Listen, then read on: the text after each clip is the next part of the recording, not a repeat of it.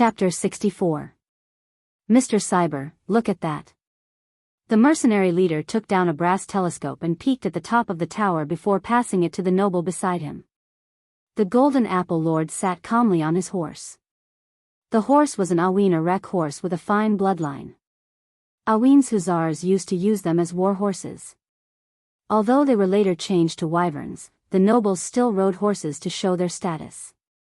He took the telescope and glanced at it, then passed it to his companion without changing his expression, the plump industrialist, Burnley. The Golden Apple Lord was not too nervous. Even if Earl Dun died in their territory, it would only ruin their reputation. Nobles like them did not care about such things and only cared about benefits. If the king were to blame them, the old bastard Luke Besson would take the blame. The nobles would not be blamed. To be honest, he hoped that something would happen to Earl Dun, but he did not dare to be too obvious. He purposely misjudged the situation and waited for his private soldiers to gather before launching an attack on the castle. But there was one thing he was determined to get. He would only have an advantage if he got his hands on Earl Dun. If Earl Dun was captured by the White Mane Army, he would have to bear the blame for changing the military documents. Burnley took the monocular with a smile and glanced at it, then said, "Someone is on the spire of the tower. Makaru, go and get me some archers. They must be at least white rank. Don't bother with those who are not up to par. Our opponent is an iron swordsman." The Golden Apple Lord pointed up and ordered the mercenary leader. "No problem, my lord. Just watch. I don't care if he is an iron swordsman or a Highland knight, I will turn him into a porcupine." The mercenary leader nodded and turned his horse to leave. The noble's private soldiers separated into two rows and raised their torches for the leader to trot over. Not far away, the horsemen were noisily galloping about on the riverbank. Flames danced in the air, creating a chaotic scene. The Golden Apple Lord frowned. What a vulgar bunch. If they appeared there, does that mean that Earl Dun has already? Burnley smiled and made a gesture of drawing a line across his neck. Humph, he's just the second generation of the Louis Bowman family. He relied on his mouth to please the emperor. He thought that because he was an important minister of the emperor, he did not put the whole world in his eyes. People like him were arrogant for a while when they were favored, but in the future, people hated him. Therefore, dying on the streets is a very normal thing. The Golden Apple Lord snorted. This wonderful man is a famous naturalist and connoisseur in the court. That's why His Majesty values him so much. Burnley pointed out the omissions in his companion's words, intentionally or otherwise. He's just a joker. As the two of them discussed, a rider flew over to report. The knight rode a panting warhorse in front of them and reported, "My lord, the White Mane Army has arrived." "Oh? How many have come?" the Golden Apple Lord asked. "There are more than 20 of them. They seem to be the vanguard." "Keep them outside," he ordered, pointing with his horsewhip. Yes, just as the knight left, another rider passed by him and reported, "My lord, the archers are in position." The Golden Apple Lord nodded. "That's enough. Let Grantham hurry up and attack the city. I have long suspected that they have the ability to fly. But this time, I'll make sure that they can't escape even if they have wings." "That's a Highland knight. How do you plan to deal with him?" Burnley asked. It was supposed to be a tricky matter, but since he killed that idiot so brazenly, even if he was a member of the White Knights, no one would be able to protect them, let alone the fact that he was a descendant of the Highland Knights. The Golden Apple Lord raised his head and saw a black shadow landing on the top of the spire. It then carried the two of them and flew towards them. He immediately pulled on the reins and turned around to look. He saw his archers drawing their longbows, and under the command of a sharp whistle, tens of thousands of arrows were released. "Wah wah, my lord! They have archers!" The Shire screamed in fear as he struggled under the gargoyle's claws. "Nonsense, I can see it even if you don't tell me," Brando replied in annoyance. He swung his sword and cut an arrow in half. His hand was slightly numb from the force. His heart sank. The opponent was at least a level 1 iron archer. Speaking of which, the two of them were hooked by the gargoyle's claws and the arrows below flew towards them and hit the gargoyle's wings. Although they were not injured for the time being, Brando felt that he would not be able to handle it if they flew closer. "Fly down," he ordered in a deep voice. "Fly down?" The Shire's eyes widened. He thought that his lord must have gone crazy. If they flew down like this, wouldn't they become porcupines? "We can't fly over, and it's too late to turn back. They're all around us. Rather than that, it's better to fight to the death. Who knows, maybe we'll have a chance to survive." Brando sighed and stared at the black mass of people below. "My lord, you really like to gamble. Believing in your own ability is called courage. Placing your fate on luck is called recklessness. There's a fine line between recklessness and courage. The key is how you grasp it. This is one of my mottos in the game. Remember it well." Brando turned around and said to his squire. "Game? Didn't I tell you before? Life is like a game, and a game is like life." Brando suddenly laughed. His chest was wide open, and he felt that his mind was clearer than ever. The gargoyle flew a little lower. The whistling sound of the wind surrounded the two of them. They could almost see the noble's private soldiers below with their bows drawn. But when the bowstrings moved, another wave of arrows flew towards them. Brando gritted his teeth and blocked it, but an arrow still grazed him and brought a splash of blood. The gargoyle made a turn in the air and attracted most of the firepower. As one of the most famous monsters above level 20, even Brando's Ring of the Wind Empress couldn't make it lose its mobility. These arrows were like a drizzle of rain. It was a pity that its mobility in the air was average. Otherwise, Brando could order it to use special flying skills to cover the two of them as they flew out. Brando thought for a moment and took out a ruby from his chest. This ruby was obtained from the noble's body. "Have you recovered your magic?" "Of course." "Come, give me a bow." "Bow?" The Shire took the ruby and was stunned. "My lord, at this time, in my personal opinion, a shield is better than a bow. Attack is the best defense, the Shire." Brando replied. "Then it's up to me." The young mage nodded and raised the ruby. Projectile ability, power conversion, bow construction. With the bright ruby as the center, invisible lines were drawn out. They quickly intertwined into a net of light. The surface of the light curved and formed a longbow made of lines. The longbow had no physical body. It was only composed of lines, full of mysticism. The bow's arm and string were engraved with profound law patterns and ancient runes, representing the power under this law.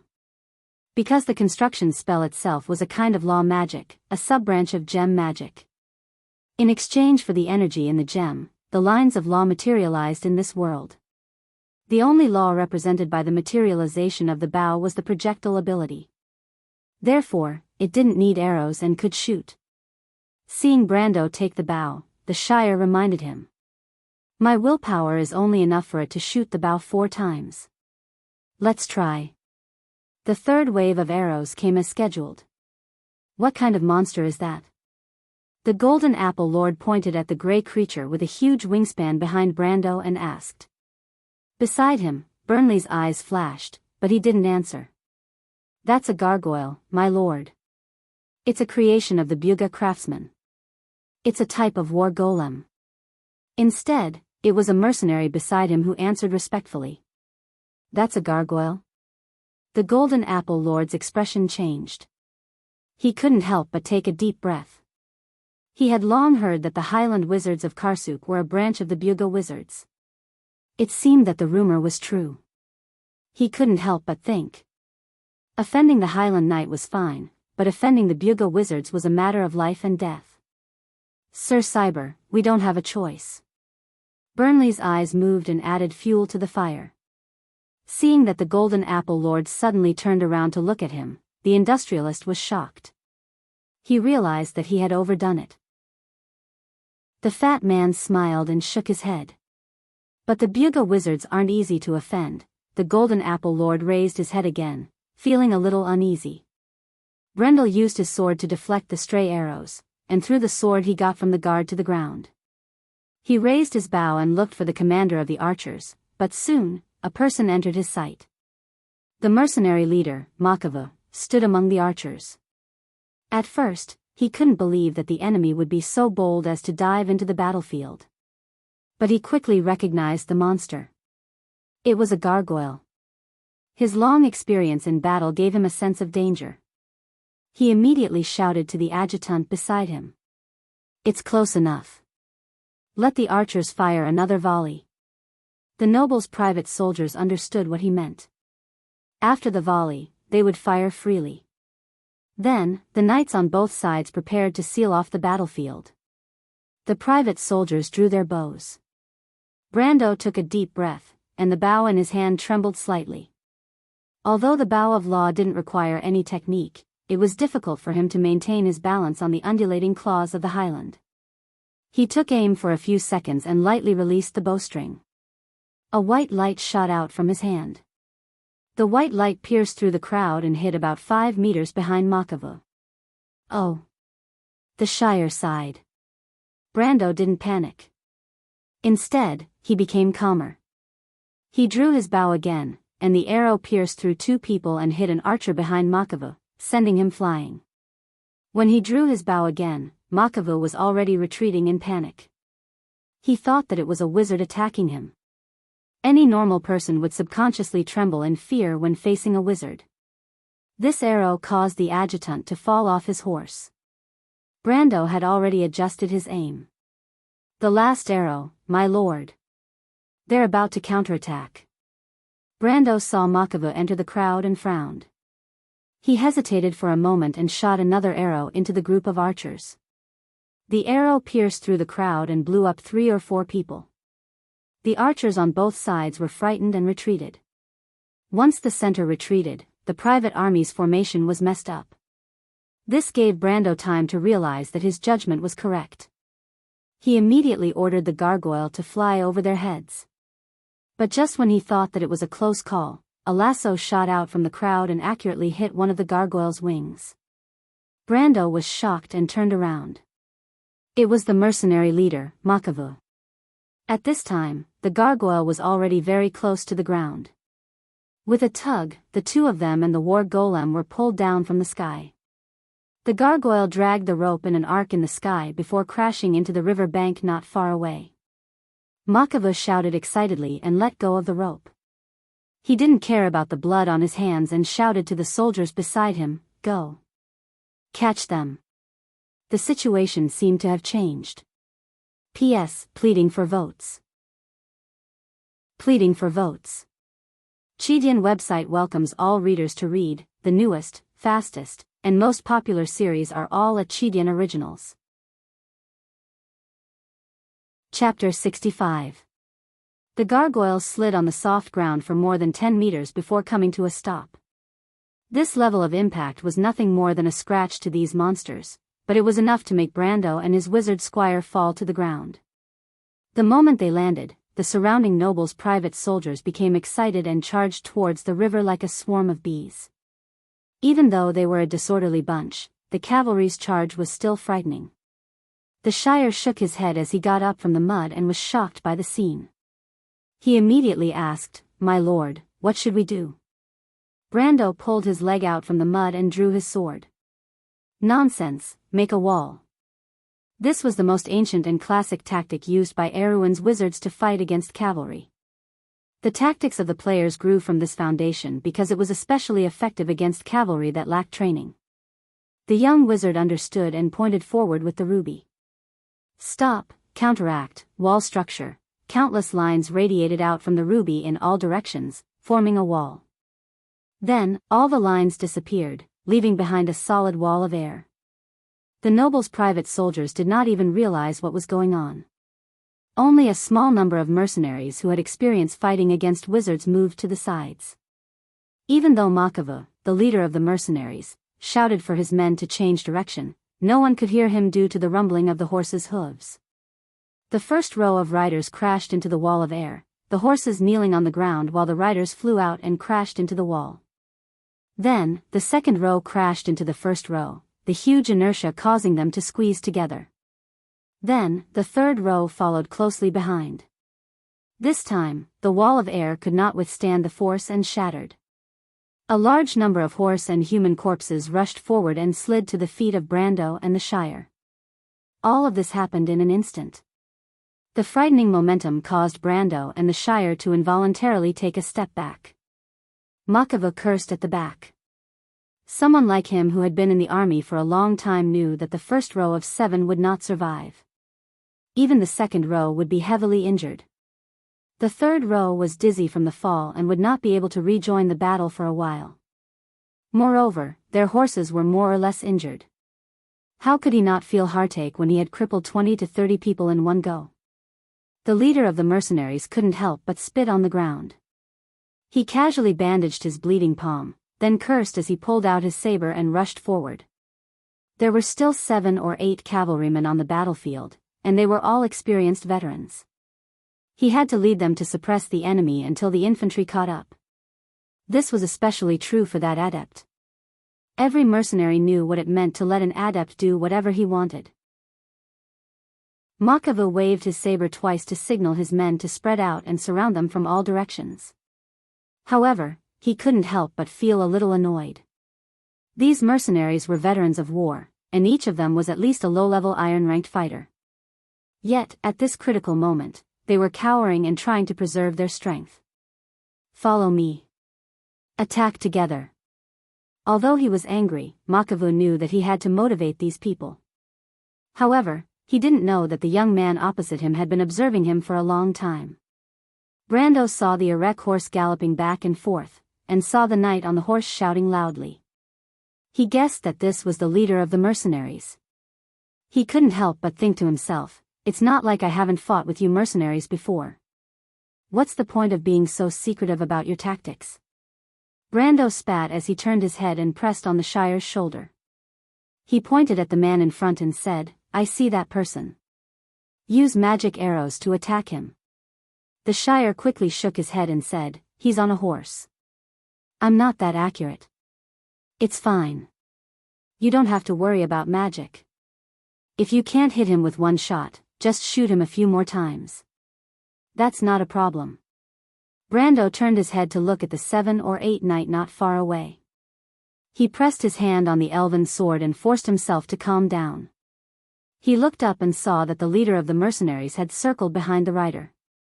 As expected, he raised his saber and charged forward. He knew that the leader wanted to lead the others in a charge. 30 meters. 20 meters. But Brando was waiting for this opportunity. His sword flashed and a gust of wind swept out. Makavo saw the transparent ripple spreading across the ground. Even though he hadn't seen the royal court swordsmanship before, he knew that danger was approaching. He decisively jumped up from his horse. Just as he stood up, the wind from Brendel's sword swept across the 4 hooves of the Erec's warhorse. The tall warhorse's entire body was bent over, and its 4 limbs were all severed as it rolled forward. Makava gasped in the air. He could only think of one word, sword aura. But before he could finish his thought, a white light pierced through the air and pierced his chest. Then the second light hit his left shoulder, the third light hit his abdomen, and the fourth light brushed past his body. Makava was forced to change directions 3 times in the air before his corpse was finally tossed far away into the sand and stopped moving. This turn of events caused the 7 or 8 riders to pull on their reins. They weren't shocked by Makava's death, but because of that sword aura. Temple Knight? The mercenaries' expressions changed as they guessed who that terrifying youth was. That was a good shot. Brando sheathed his sword. Hee, it's all thanks to my lord. The Shire replied with a straight face. Brendel smiled and raised his head to look ahead. Although the enemy was now stunned, he was far from being able to relax. There were still more than 100 nobles' private soldiers moving in the forest of spears behind him. He exhaled and went through his plan again in his mind. He stared at the north and realized that the only chance to break through was in that direction, but he wasn't sure if he could grasp it. He could only point forward and order, "Gargoyle, WSTRY, witchcraft, advance." Brando thought to himself. Since there's no attack command, I'll just use the movement command. The Golden Apple Lord stood on the high ground and looked at the scene from afar. His face was as ugly as it could get. Even though they weren't elite soldiers, they were trained by him. Especially Makavu, who was a valiant general under him. Even though he was a little rough around the edges, it was an undeniable fact that he was strong in battle. The Highland Knight is indeed the Highland Knight. I didn't believe the rumors of the White Knight Regiment's strength, but now it seems like it's true. The industrialist Sir Burnley said with a smile. It seems like Earl Dunn is doomed this time. Let's see if that tiger dares to take this hot potato. But it's not good for us if he gets a dead man, not to mention there are still 2 women that we haven't seen yet. What I'm curious about is why he wants to kill that jester. If he's really from Butchie's militia, taking him as a hostage would be a better strategy. What a pity, I thought I could rely on a big tree. Burnley pretended to sigh, but there was a smile in his eyes. Actually, it's not a good thing to be in such a hurry. There's still a lot to see between the royal family and the White Mane Army. But this young man is either an assassin or he has other motives. If he didn't kill for the sake of killing, then I think there's something wrong with that sword. The Golden Apple Lord held the reins and looked forward. That elven sword? Just as he was about to nod his head, he saw his private soldiers in the distance move to the sides in an uproar, like a tide that could not be avoided. Startled, the Golden Apple Lord suddenly saw a gargoyle rushing towards him through the crowd. His words came to an abrupt halt as he subconsciously tightened his grip on the reins, intending to turn around. However, due to his nervousness, he exerted too much force, causing the warhorse to neigh and stand up. My lord, be careful. ***********. The gargoyle was above level 20 and its strength was equivalent to a level 1 warrior. Furthermore, it was known for its defense and flying ability. It was like a tiger entering a flock of sheep when it charged into the ranks of the noble's private soldiers. Especially when it came to these gigantic monsters, the humans had an instinctive fear. After all, not everyone could recognize that it was the work of a Buga wizard. There were even some who shouted in fear, "Flying dragon!" Originally, Brando had expected the gargoyle to cut through the weak formation of the soldiers, but he knew that he didn't have much time. The noble's private soldiers were only temporarily confused, and no matter how strong the gargoyle was, it wouldn't be able to fight against 100 of them. In fact, if the opponent was well trained, it would be a problem to fight against 10 of them. He had to spread the chaos and not let these people have time to stabilize themselves. Brando immediately shouted, "The Shire, follow me and cover me." As soon as he finished speaking, he had already rushed forward. The gargoyle plowed a path through the crowd. The soldiers on both sides wanted to rush forward to block the path, but Brando swung the elven sword forward with all his might. A gust of wind swept through the crowd like a scythe, and a row of 7 or 8 people in front fell down like wheat stubble. The people behind were shocked and no longer had the heart to continue fighting. They quickly retreated, and at this moment, the path opened by the gargoyle became wider. If Makavu was still around, he might be able to suppress them, but now the noble's private soldiers were like a group of dragons without a leader. Brando and the Shire took the opportunity to pass through the forest of spears. As for those who wanted to follow after them, the Shire naturally wouldn't be polite to them. He still had 2 bottles of mana potion, and Magic Arrow was a cheap and useful spell.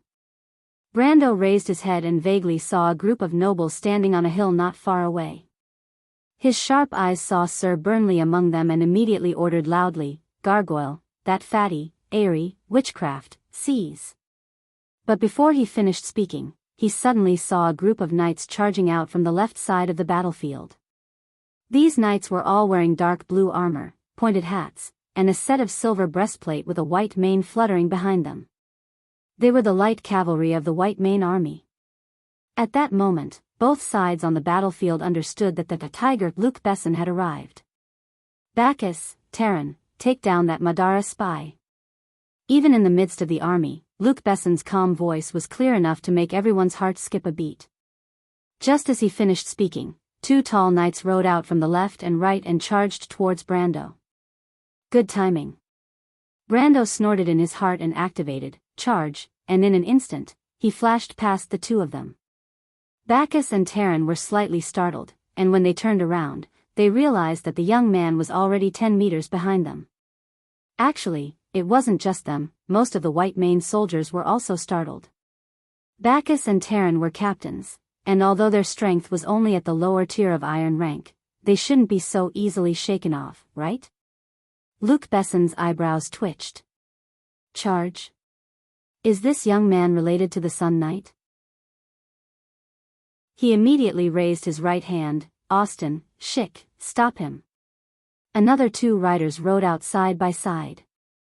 Even though most of the white-maned soldiers were mounted infantry, the captains were still skilled in riding. They arrived in front of Brando in an instant, but what made everyone's jaw drop was that before the lower-ranked soldiers could cheer for their captains, Austin and Schick were already sent flying.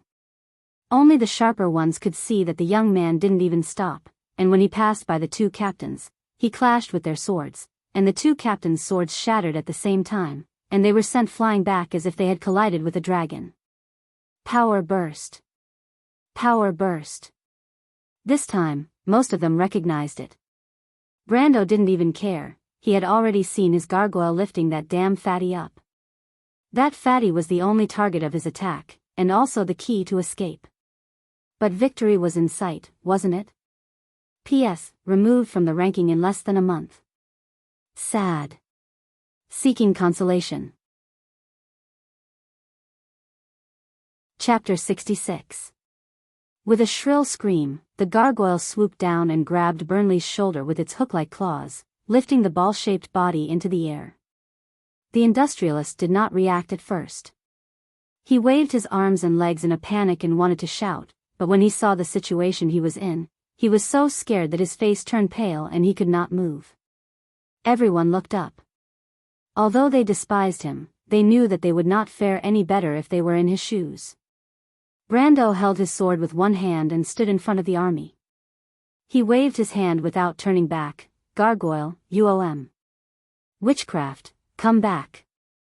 When he turned around again, it was as if the tide of the ocean had receded. Under his gaze, over 100 people actually took a step back.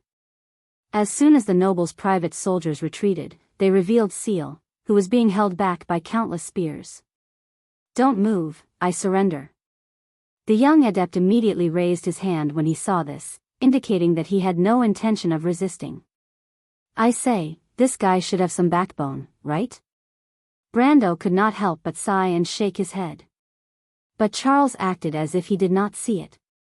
Instead, he winked at him, meaning, the rest is up to you, my lord. I've done my best. It was a good thing that Brendel was not angered to death.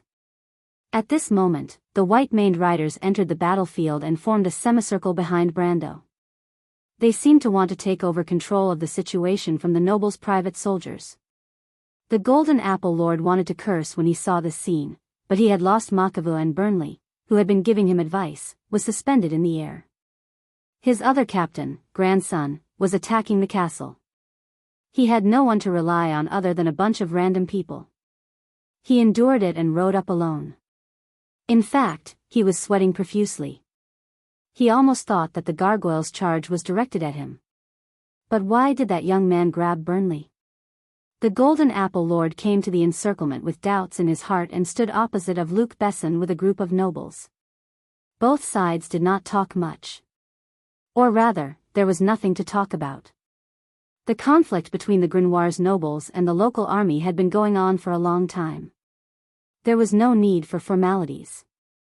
On the other hand, Tiger Luke Besson was like a javelin on a horse.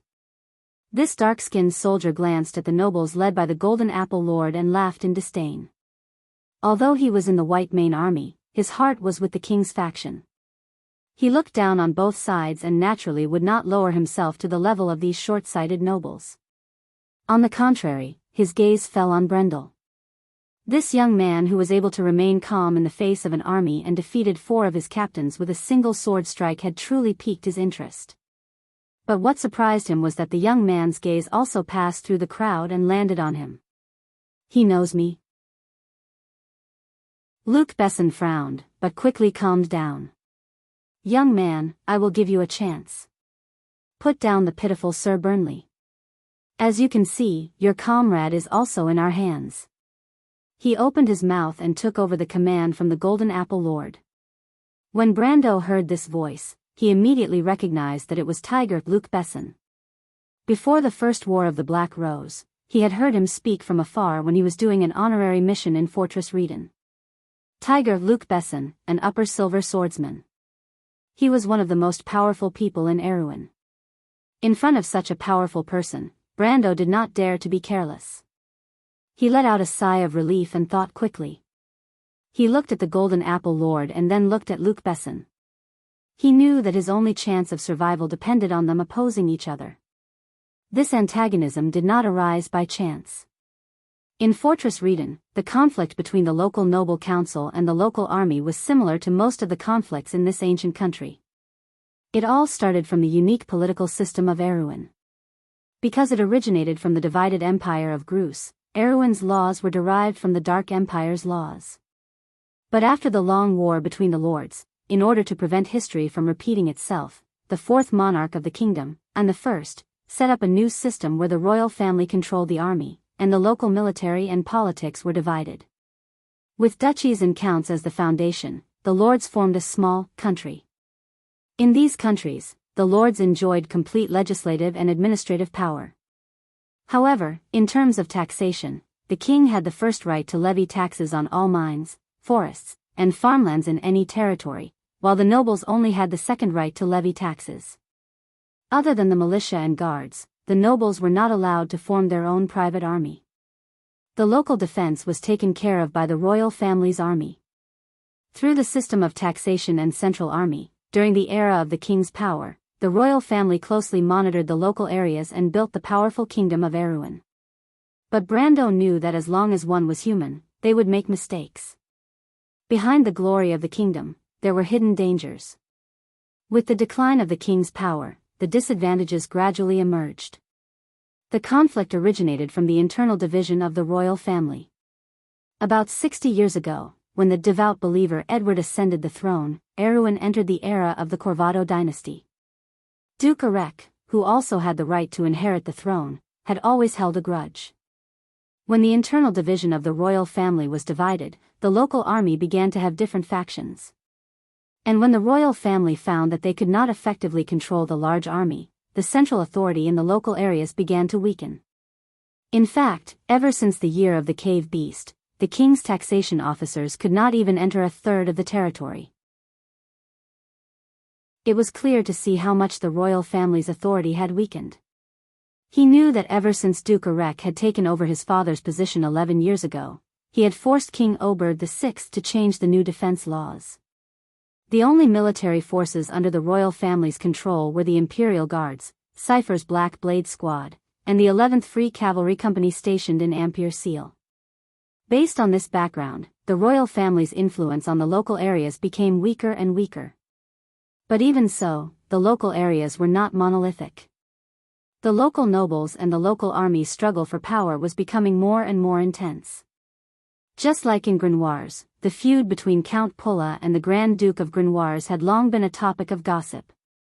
And in Fortress Redon, this conflict was manifested between the Golden Apple Lord and Luke Besson. Although they had the same attitude towards giving up the Buchy region, it was up to their own abilities to decide who would bear the responsibility. Luke Besson had been at a disadvantage all this time, but now that they had appeared, things had taken a turn for the better. This change was whether or not he was part of the Buchy militia. As long as they were here, the excuse prepared by the Golden Apple Lord would become a lie. Deceiving the king was not a small matter. Although the royal family was the royal family in name, the central authorities' reprimand could be used as an excuse for the nobles to attack each other. After thinking about this, Brando realized that his life was not in danger for the time being. Maybe the Golden Apple Lord would want him to die, but that would have to depend on Luke Besson's agreement. Brando suddenly felt a little sad. He already knew all of this, but he could not explain it to Freya. If the girl knew that all of her efforts were destined to be ruined by these people who still had to fight each other in the end, she would not be able to accept it. But even though it was sad, he had to thank Martha for making these people short-sighted, allowing him to use this opportunity to speak. When he heard Luc Besson's words, he could not help but reveal a cold smile. What a joke, everyone. His nonsensical words stunned everyone. Joke? Luc Besson looked down from his horse and laughed. What's so funny about it? Brando thought to himself that he would not be able to laugh soon. He waved his hand to summon the gargoyle to his side. Then he threw the elven sword from his left hand to his right hand. Sir Luc Besson. He turned his head and said, Your lordship, you want me to put this fatty down? He patted Burnley's face with his hand, and he could not help but think of the scene when he first saw these people 1 or 2 hours ago. The scene where Earl Dunn took away his sword and raised it. These memories flowed through his mind like water, calming him down. He raised his head and replied, What I think is funny is that some people do not even know that they are about to die. Do you really think that Fortress Reden is safe and that Madara's army does not dare to step into Erewhon's territory? Madara? Luc Besson and the Golden Apple Lord were stunned again. Kid, what are you trying to say? The Golden Apple Lord was still thinking about the relationship between Abel and Wizard Gabe, so he could not help but step forward and ask. Brando did not want to waste time with them. He picked up the sword and placed it next to Burnley's neck. Before he even said a word, the elven sword had already shined brightly, and a layer of fluorescent light flashed on its surface. Sir Burnley is rich and knowledgeable. Can you tell me where this sword came from? Brando suddenly sneered and asked in the same tone as someone else. The fat man who was being held by the gargoyle suddenly struggled with all his might and retreated backwards. But Brando did not care about him. He finally confirmed what he was thinking and could not help but scold. This sword is called the Thorn of Light. It is a sword that was born from light. All the undead have nowhere to hide in front of it. Unfortunately, you only cared about admiring the sword and forgot what happened when Earl Dunn got this sword. You short-sighted idiots. My lords, do you think this fatty is your companion? What a joke, Tarkus has already planted spies among you, and you still do not know. Luc Besson and the other nobles were dumbfounded. They did not know if Abel was telling the truth. Although the commander of the White Mane army subconsciously believed Brando's words, he still hoped that what Brando said was not true. But Brando had already raised the sword and pierced it into Burnley's ball-shaped body. The latter cried out in pain and his body quickly shriveled up. Then, his appearance quickly changed and he turned into a disgusting, shriveled monster. Necromancer. Luc Besson recognized it at first glance. Seeing this, the Golden Apple Lord sat back on his horse and shouted, Impossible. His reaction shocked everyone, and almost everyone turned to look at him. Only Brando's expression was cold. He knew what had happened. History did not change, but he finally understood what happened on this day and why Fortress Reden fell so quickly. The Golden Apple Lord felt cold sweat dripping down his forehead. Every word that the damn fatty said to him had turned into a vicious trap in his eyes. In order to capture Brando and his men, he had already transferred a third of the castle's guards to Burnley's private soldiers. As for those private soldiers, it was easy to guess what they were.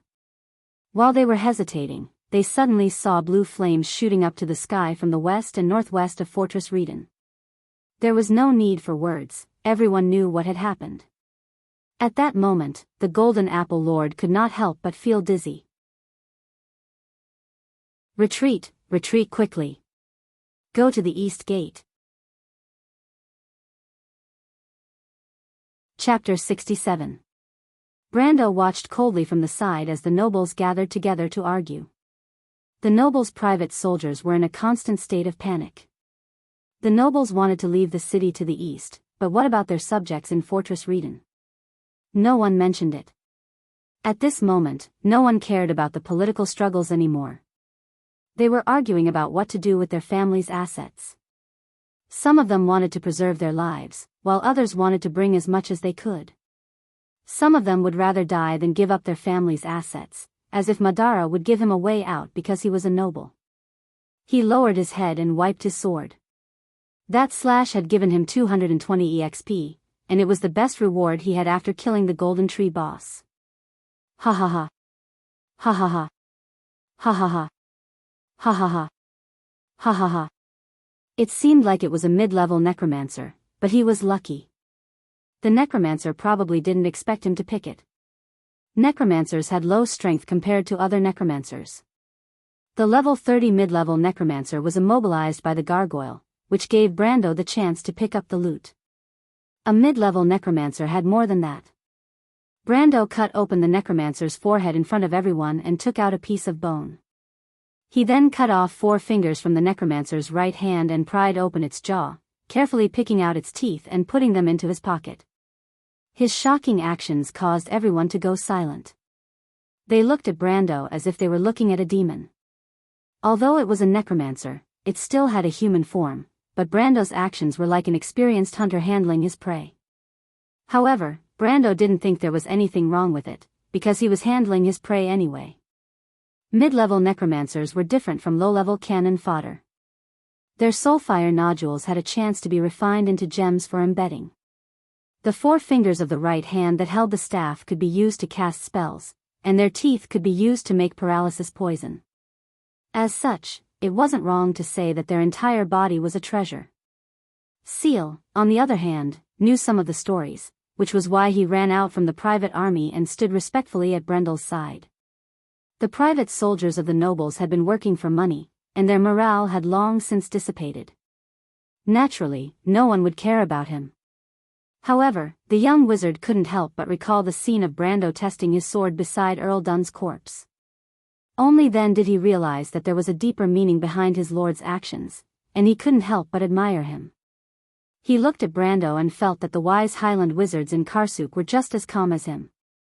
On the other hand, Luc Besson had calmed down after a brief moment of absent-mindedness. He grabbed the reins and rode on the horse's back. Unlike the others, he wasn't in a hurry to escape. Instead, he looked at the young man with interest. In his opinion, Brando was calm, quick-witted, and not lacking in decisiveness.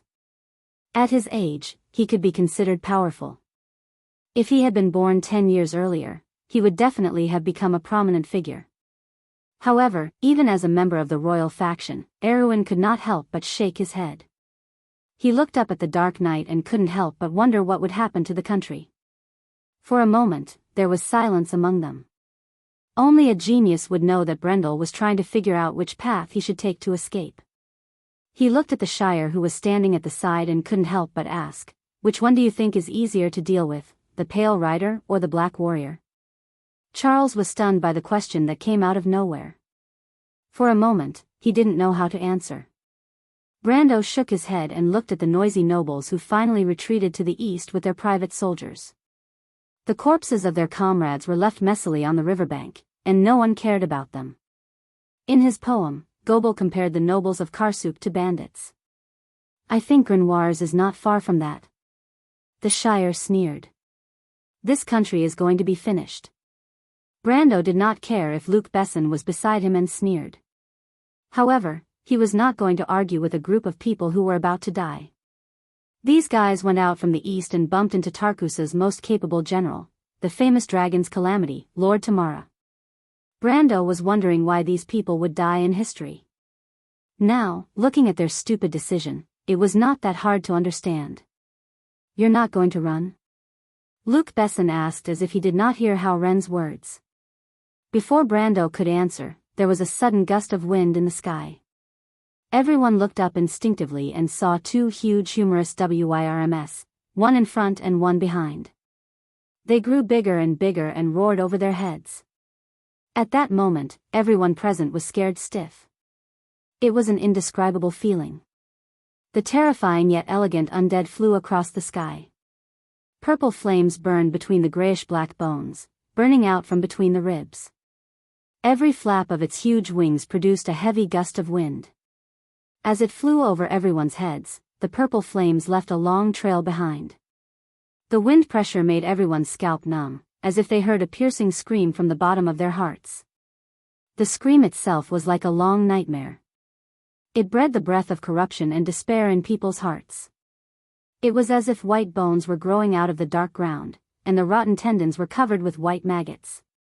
The withered land stretched as far as the eye could see. The sky was gloomy, and one was standing alone in the middle of this grey plain.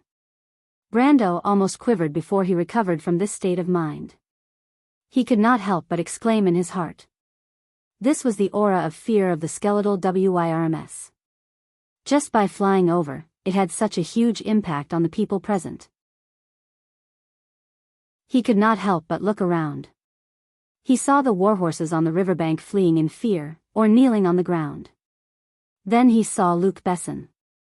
When the latter realized that Hao Ren had also woken up, he could not help but be stunned. "Come with us, young man. As you can see, the strength of an individual is very small in the face of such a level of power." Brando looked at him and shook his head. He could not trust this guy now. Moreover, in history, Luc Besson was dead. He did not want to touch the bad luck that he had. It was not easy to get to this point. As long as he could escape from this dead city, his plan would be half completed. After that, he could peacefully kill monsters and level up, and then wait for Erwin to reach his end. Brando saw that his good days had just begun. How could he fall into a trap again? He thought for a moment and decided to tell the truth to let the other party know the difficulties and retreat. "I want to break out from the north because my friends are waiting for me there. If General Luc Besson does not mind, you can come with me." Luc Besson stared at him and hesitated for a moment. But in the end, he shook his head. Blue flames were burning in the north, northwest, and west, indicating that the undead army was invading from that direction. Although he appreciated this young man, he would not sacrifice himself. But Brando did not tell him that at this time, except for the east, the other directions were about the same. But the north was closer. At this time, time was an advantage. Time was life. He patted the Shire's shoulder and replied, "In that case, we will take our leave first. If fate wills it, I hope we can meet again." In history, although Luc Besson was not much different from ordinary nobles, at least he was a capable person. And he was one of the few people in that era who thought of the concept of a country. Subconsciously, Brando did not mind if he lived. But he looked at the other party and did not say anything unnecessary. He was afraid that he would accidentally remind the other party. Maybe it would not be a problem for a while, but Tiger Luc Besson was not a girl like Freya or the Roman who had not seen the world. If he found something suspicious, who knew what would happen? These days, astrologers were respected by the people, but charlatans were burned at the stake. "I don't want to risk my life for this unnecessary risk." The year of flowers and summer leaves, the 2nd of June. The peace of the past was burned to ashes in the raging fire.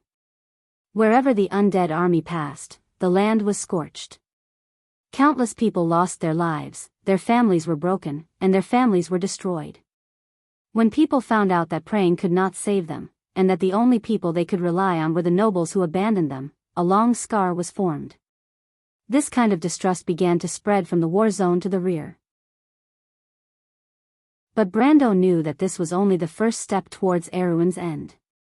The news of the fall of Fortress Reden only reached Fort Vermeer 6 days later. At this time, Tarkus's flanks were already threatening Ankes. The entire Fort Vermeer and Fortress Reden defense lines seemed to have been destroyed in an instant. Only a lonely fortress was left struggling to hold on. On the 11th, news of the undead army in Viro's direction reached Corvado. On the second day, Oberg VII secretly met with Madara's envoy. On the 13th, Ampere Seal's Free Merchant Alliance announced their participation in the war. On the 14th, Madara's envoy formally met with Oberg. On the 20th, the front lines stopped fighting. Then, both sides formed a diplomatic group and the war entered a long period of negotiations. But the war continued to move forward at a slow pace. In the first month, the front lines seemed to be struggling in a quagmire. Madara's army fanned the flames everywhere, and Erwin's slow response often caused them to suffer huge losses. However, the royal family was happy to see such a loss. Thus, the negotiations were further delayed. On the 5th of the 7th month, Madara's army entered Randner and met with Ampere Seal's mercenaries for the first time. History's Battle of Klingenberg began. Insursta became famous in this battle. Under the protection of the artillery, the Black Knight under his command tore apart the flanks of Erek's mercenaries time and time again, and finally settled the battle. After that, Madara's army triumphantly advanced, and even reached the capital of Randner at the furthest. In this series of battles, Insursta, Tarkus, Wayland, Ogiast, Greta, and many other young names shone brightly. Only Brando knew what these names meant in the future. But history continued to move forward. On the 16th of the 7th month, Oberg VII once again met with Madara's envoy. 3 days later, the negotiations finally came to an end, and the First War of the Black Rose came to an end. However, this war started like lightning and ended like lightning. It was as if nothing had happened, but also as if everything had already happened. The only result of the war seemed to be Erewhon's expected defeat time and time again. There was nothing else worth mentioning. But after that, for a period of 10 years, Butchie no longer belonged to the people who once loved that land. P.S. I was too excited to see Hayes see that I forgot the time. Tragedy. When the big picture of Hayes C comes out, should I give you guys a big celebration? Chapter 68. Looking back at the year of summer leaves and flowers, the second day of the 6th lunar month. With the bar owner's daughter, Sue, leading the way, Freya quickly arrived at Panyuan Market number 51. She looked outside. Even though it was early in the morning, there were still many people in Fortress Reden's largest market. There were braziers lit up near and far, and the bright light made people feel more or less at ease. Just as she was about to walk out, the girl called Sue grabbed her hand. "Don't go, there are people hiding in the alley." The girl with braids stood at the intersection of light and darkness at the corner of the street. She had one hand on the wall as she stared vigilantly outside. "Are they the guards?" Freya was shocked. "I don't know, but there are 2 unfamiliar faces there. They are definitely not from this area." Sue shook her head and replied quietly. Freya put the sword hilt to her lips and hesitated nervously. The people who appeared in Panyuan Market at this time were most likely the White Mane soldiers. She also expected that they would find Hood. I wonder if they've ever met each other before? Should she go up and knock on the door? The future goddess of war furrowed her brows and suddenly remembered Brendel's words. "Don't worry if you find traces of the army. Before they know our relationship, they will not act rashly and alert the enemy. They also want to have a chance to catch us all." Thinking until here, Freya took a deep breath. She turned around and asked, "Sue, can you answer some of my questions?" "What?" "Let me ask you, do you know how to tell if a person is lying?" The dark-skinned girl smiled. "Is it because I often help out at the bar?" Freya's face reddened when her thoughts were seen through. She had taken a liking to Su Yuan's rich experience and knowledge compared to her. When she talked to Su before, she and everyone else naively thought that the nobles would save them, but Su only needed a few sentences to point out the nature of the matter. Thus, in her heart, this cold girl was an extremely sharp and opinionated girl. "It's okay, I occasionally help others as well." Su smiled. "Freya, look at me." What's the name of your friend who said Fortress Reden would be breached?" Freya was startled. She didn't know why the girl in front of her would suddenly ask this question. She panicked and her eyes couldn't help but flicker. "Boo, Brando." Sue's eyes moved. "You have a good impression of him, right?" No, Brando, he likes Roman people." "Eyes, look at me, Freya." Su Ping looked at Freya. His dark brown eyes were as calm as still water. "Who is the Roman?" Freya's face seemed to be on fire. How could she still dare to look at Sue? Her eyes roamed about uncertainly. She wanted to explain, but she didn't know where to start. She felt that she was the #1 idiot in the world, and it was the kind that was not discounted. For a moment, she just wanted to find a hole to hide in. "Understood?" Sue asked. "Yes, I understand." Freya lowered her head and nodded. She took a deep breath, grabbed her sword, and was about to leave when she suddenly turned around and grabbed Sue's arm. "Sue, can you wait for me here?" Sue was surprised, but he still nodded. Freya was confused. But she felt that Sue was like Brando by her side, giving her some confidence. Then, she walked out of the alley, pretending that she didn't care about the gazes around her. She went straight to number 51 of the Pagnuolo Market. She raised her hand. After a moment of hesitation, Freya felt at least 2 sharp gazes on her back. But in the end, she still knocked on the door. Bang, bang, bang. The knocking sound seemed to come from her heart. Freya waited for a moment before the door creaked open. A man with a crooked back and a bald head appeared behind the door. It was hard to tell his age. When he saw Freya, he was obviously stunned, and his eyes shrunk back subconsciously. After you find the woolen merchant called Hood, don't reveal your identity. Give him a time and ask him to meet us at the bar. You have to pay attention to his reaction, and you will know if he is reliable. Freya, look at me. Freya immediately caught the subtle change in expression. Brando and Sue's words rang in her mind at the same time, and her heart turned cold. Who are you? Why are you looking for me? The short man was stunned for a moment before he asked. Freya was silent for about a second. She just looked at him coldly. Then, when the short man couldn't help but want to retreat, she suddenly pulled out her sword and placed it on his neck. Her eyes darkened slightly. In the blink of an eye, when the situation suddenly changed, Sue saw several people on the street subconsciously move. But they quickly calmed down and returned to their initial state. Their movements were very subtle, and only the girl hiding at the corner of the street saw it all. Freya was completely unaware of what had happened behind her. She just held her sword as calmly as possible and said in a flat tone, "Are you the witch's accomplice? Don't kill me." "They forced me, witch." The short man was frightened by the sudden change and sat on the ground. Then, he realized what the cold-faced ponytailed girl in front of him had asked. Freya could only think of Brando's wizard retainer, the young man called the Shire, who had said, "Your aunt knows a lot. This is a secret passed down among the wizards in this world. There is a book called The Epic of Darkness, which tells of things that happened in the past countless years, but that doesn't necessarily apply to people who are related to magic. Some of the witches in the countryside also know some rumors about this." In fact, before she drew her sword, she didn't think that she could adapt so quickly, or it should be said that her mind was in a state of emptiness. She said coldly, "You should call her Jenny." "Forget it, it doesn't matter. I'll teach you a lesson first."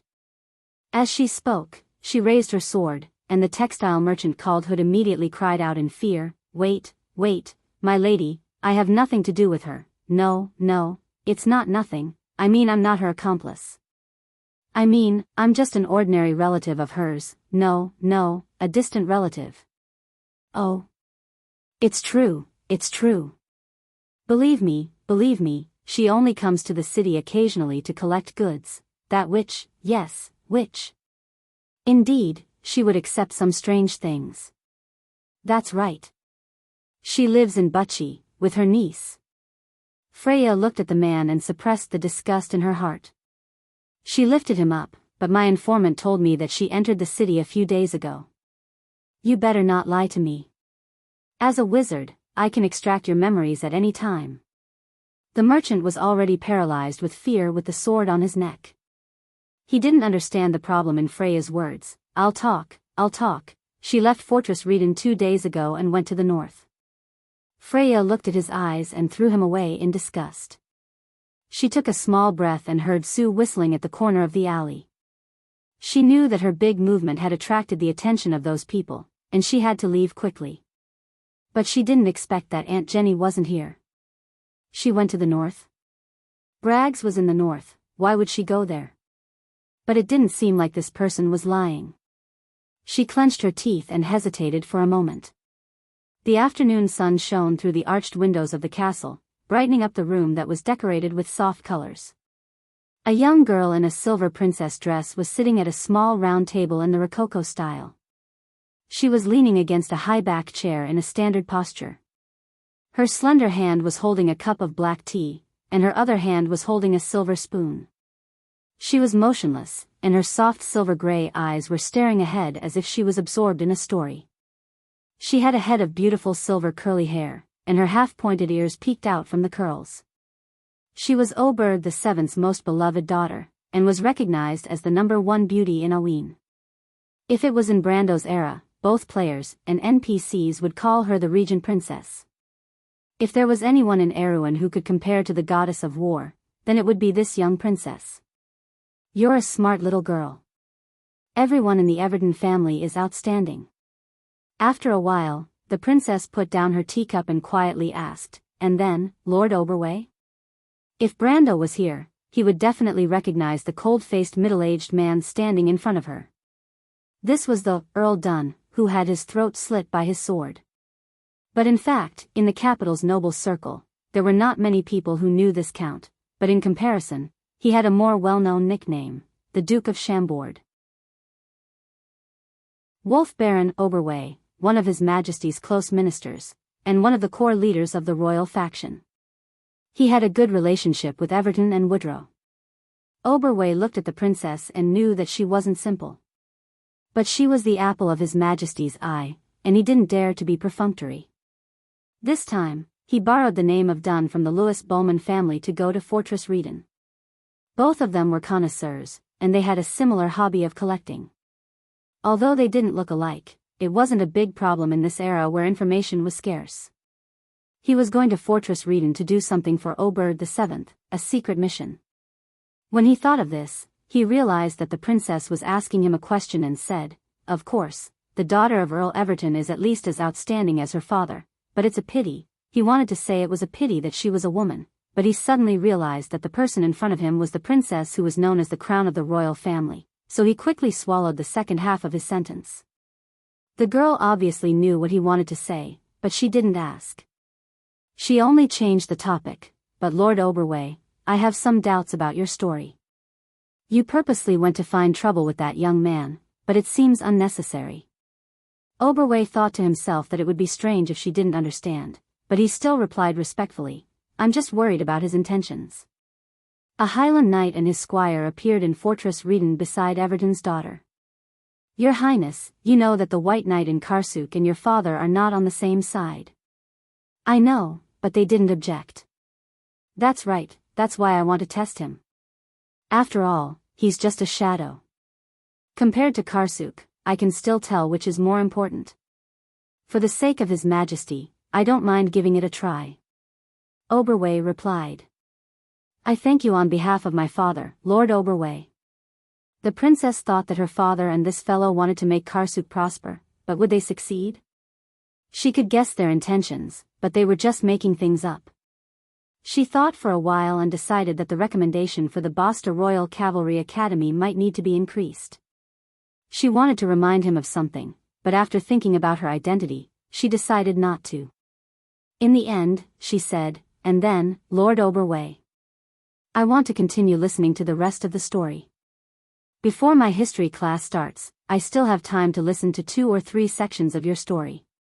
"Of course, it would be my pleasure." Chapter 69. Oberway took out a necklace from his bosom before he started his story.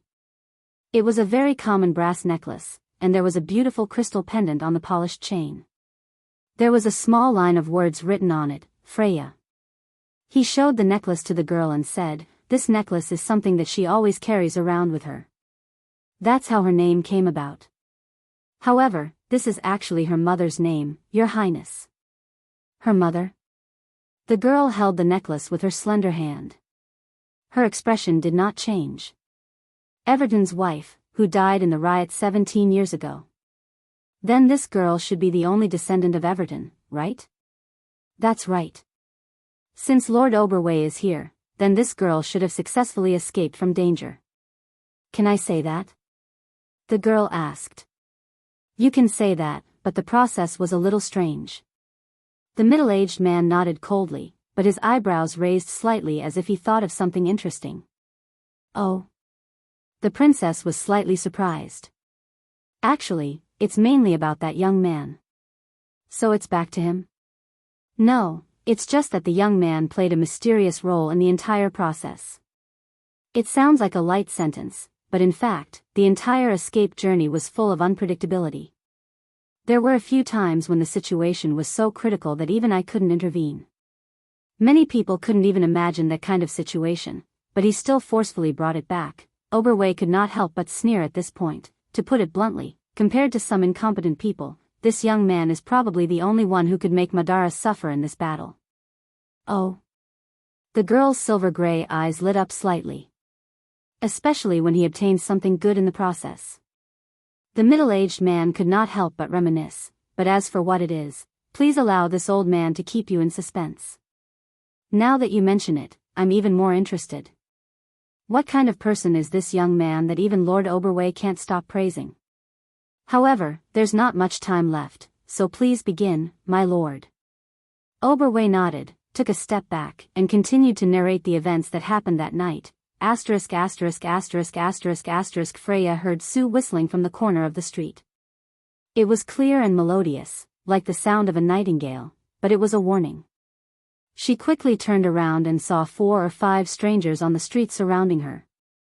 She knew that her actions were a little too big and had attracted their hostility. Without thinking, she pushed away the Roman relative and rushed into the house.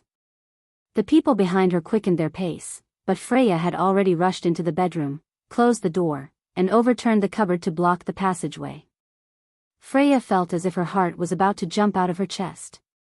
She looked at the window, gritted her teeth, and jumped out of the window with both hands covering her head. Most of the commoners in Aween were still using wooden windows at this time of the year.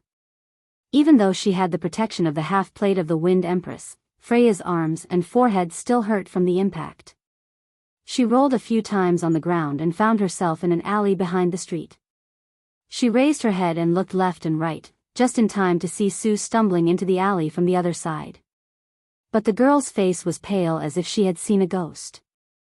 Sue! Freya stood up and shouted, but the rest of the sentence was stuck in her throat. She raised her head and looked at the specks of blue light moving towards the center of the sky.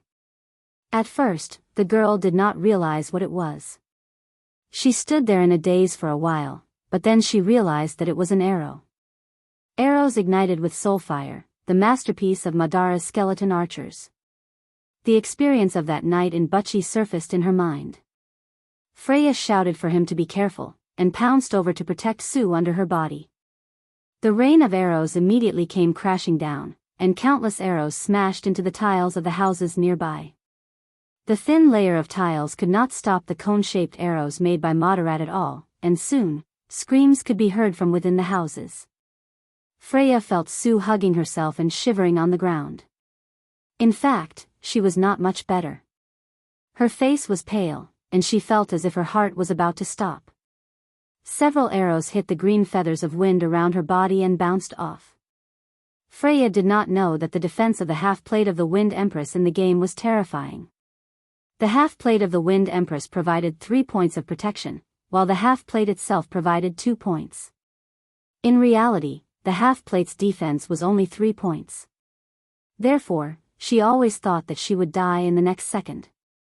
She was so scared that she closed her eyes tightly, but her body still did not move to protect the girl below. About a minute later, after 2 waves of arrows rained down, the crackling sounds in the surroundings finally became sparse. Sue and Freya trembled and opened their eyes together. They looked at each other and saw the lingering fear in each other's eyes. Chi! Chi! Skeleton, outside, Sue said with some difficulty in breathing. Freya was slightly startled, and then her heart sank. She knew that Madara's army had entered the city. She never doubted that Brando would lie to her, but she did not expect it to be so fast. Now she understood why he had been deliberately asking for time. The future goddess of war got up, grabbed Sue's hand and pulled her up. Sue, let's go. Where to? Sue asked, not knowing what to do. Run. Leave this place. Let's leave this place together. Freya's heart was in a mess. She finally understood how much pressure Brando was under. She thought about it again, and could only take one step at a time and wait until she saw Brando. "I want to go back. My father is still in the shop." "I'll go with you." Sue nodded. The Bonoan market was on the west side of Fortress Redon, close to the Pine River. The Red Copper Dragon Story Club was on the North Street between the Bonoan market and the Travelers Bridge. But when Freya and Sue arrived, the street and the bar were already crowded with people because of the burning fire at the West Gate. Since the fire at the Parliament of Nobles and the frequent movements of the guards, it was already a chaotic night. Therefore, people were already whispering to each other, asking each other what happened. Some of them thought that the army of Madara had arrived at the city, and some thought that the nobles in the city were attacking them. But they did not expect that the army of the undead had already entered the city. Freya and Sue separated the crowd and found that the owner of the Red Copper Dragon Story Club and his guests had already run outside and were pointing at the west gate that was on fire. As soon as Sue saw her father, she rushed to him like a swallow returning to the forest. His daughter's action made the owner of the bar, Redo, slightly stunned. He patted the girl's back to calm her down, but the latter tiptoed and whispered something in his ear. Redo's eyes darkened. He first looked at Freya and nodded to her to show his gratitude. Then, he turned to the group of mercenaries beside him. Freya noticed that most of these people were his guests. Redo clapped his hands and asked them to stop and look at him. Someone even joked, "What's wrong, old Redo? Are you going to treat us to a drink because of the fireworks?" Everyone applauded loudly. But the bar owner replied, "It's not impossible to treat us to a drink, but not today. Everyone, listen up, Madara has entered the city." When he said that Madara had entered the city for the first time, these people did not understand and only reacted after a few seconds. Then, Redo added again, and more than 30 people at the scene quieted down. Was this true? Now, this sentence was clearly written on everyone's face. "Sue told me." "She wouldn't lie to me," Redo said frankly. Freya frowned slightly. Most people would not discuss this news in public, because even she knew that it might cause panic. But unless Redo did not consider this issue, or he had his own plans, the possibility of the future Valkyrie seeing the latter was much higher. It took some time to digest the news, and then someone asked with some difficulty, "What should we do?" It seemed that everyone present prioritized such a question, instead of turning around and running away as soon as they heard the news, or shouting. Freya carefully looked at these people's reactions, and suddenly realized that the relationship between the bar and its regulars was not as simple as it seemed on the surface. "Let's fight our way out." "Everyone, let's fight our way out," someone suggested. "But how do we fight our way out?" someone asked. Since Madara attacked from the West Gate, in the eyes of most people, the East Gate, which was the furthest, should be the safest place. But the mercenaries were people who came out of the battlefield, and most of them had some basic tactical knowledge. Erewhon's siege focused on attacking from 3 sides and 1 side, but the key factor was whether it was a surprise attack or a siege. And Madara's tactical purpose was also very important. Were the undead here to kill people, seize the city, plunder, or to attack further targets? This was also a big difficulty in the war between the Light World and Madara, because it was difficult for the living to determine what the undead wanted to do and what tactical intentions they had. For a while, there were different opinions, but no one could come up with a way to convince the crowd. Freya waited anxiously for a while, her hand holding the sword raised again and again. Finally, she recklessly said, I think I know a person who can lead you out of the city." Her words silenced everyone present and turned to look at her. Someone recognized her and whistled. "Isn't that the little girl just now?" Freya blushed in front of everyone. She did not expect to say it out loud. She could not help but think that she had made the decision on behalf of Brando. Would Brando blame her? She suddenly realized that she was afraid of this, but she calmed down and thought about it. From Brando's point of view, he had always been looking for help. In this case, as long as these people were gathered into a useful force, it would be enough. But how was he going to gather all these people? When it came to this, the future goddess of war was a little hesitant. Could she do it well? As a mere militia captain, he had to think of ways to command these experienced mercenaries who had gone through life and death on the battlefield. But Freya quickly calmed down. At most, it was just a try. The girl thought as she held her sword tightly and nervously held it in front of her chest. She looked a little reserved like a young girl, and the others could only look at Reto. The latter introduced her. "This is the young lady who saved my daughter." "Then young lady, how can we trust you?" someone asked from the back. "It's here." Freya took a deep breath. "Of course you can trust me. Do you know why the guards wanted to capture me and my companions?" "Why?" "Because we are Butchie's militia. 2 days ago, the place was invaded by Madara. My companions and I escaped from Madara's clutches to report to Fortress Redan, but the noble's response disappointed us." She paused for a moment.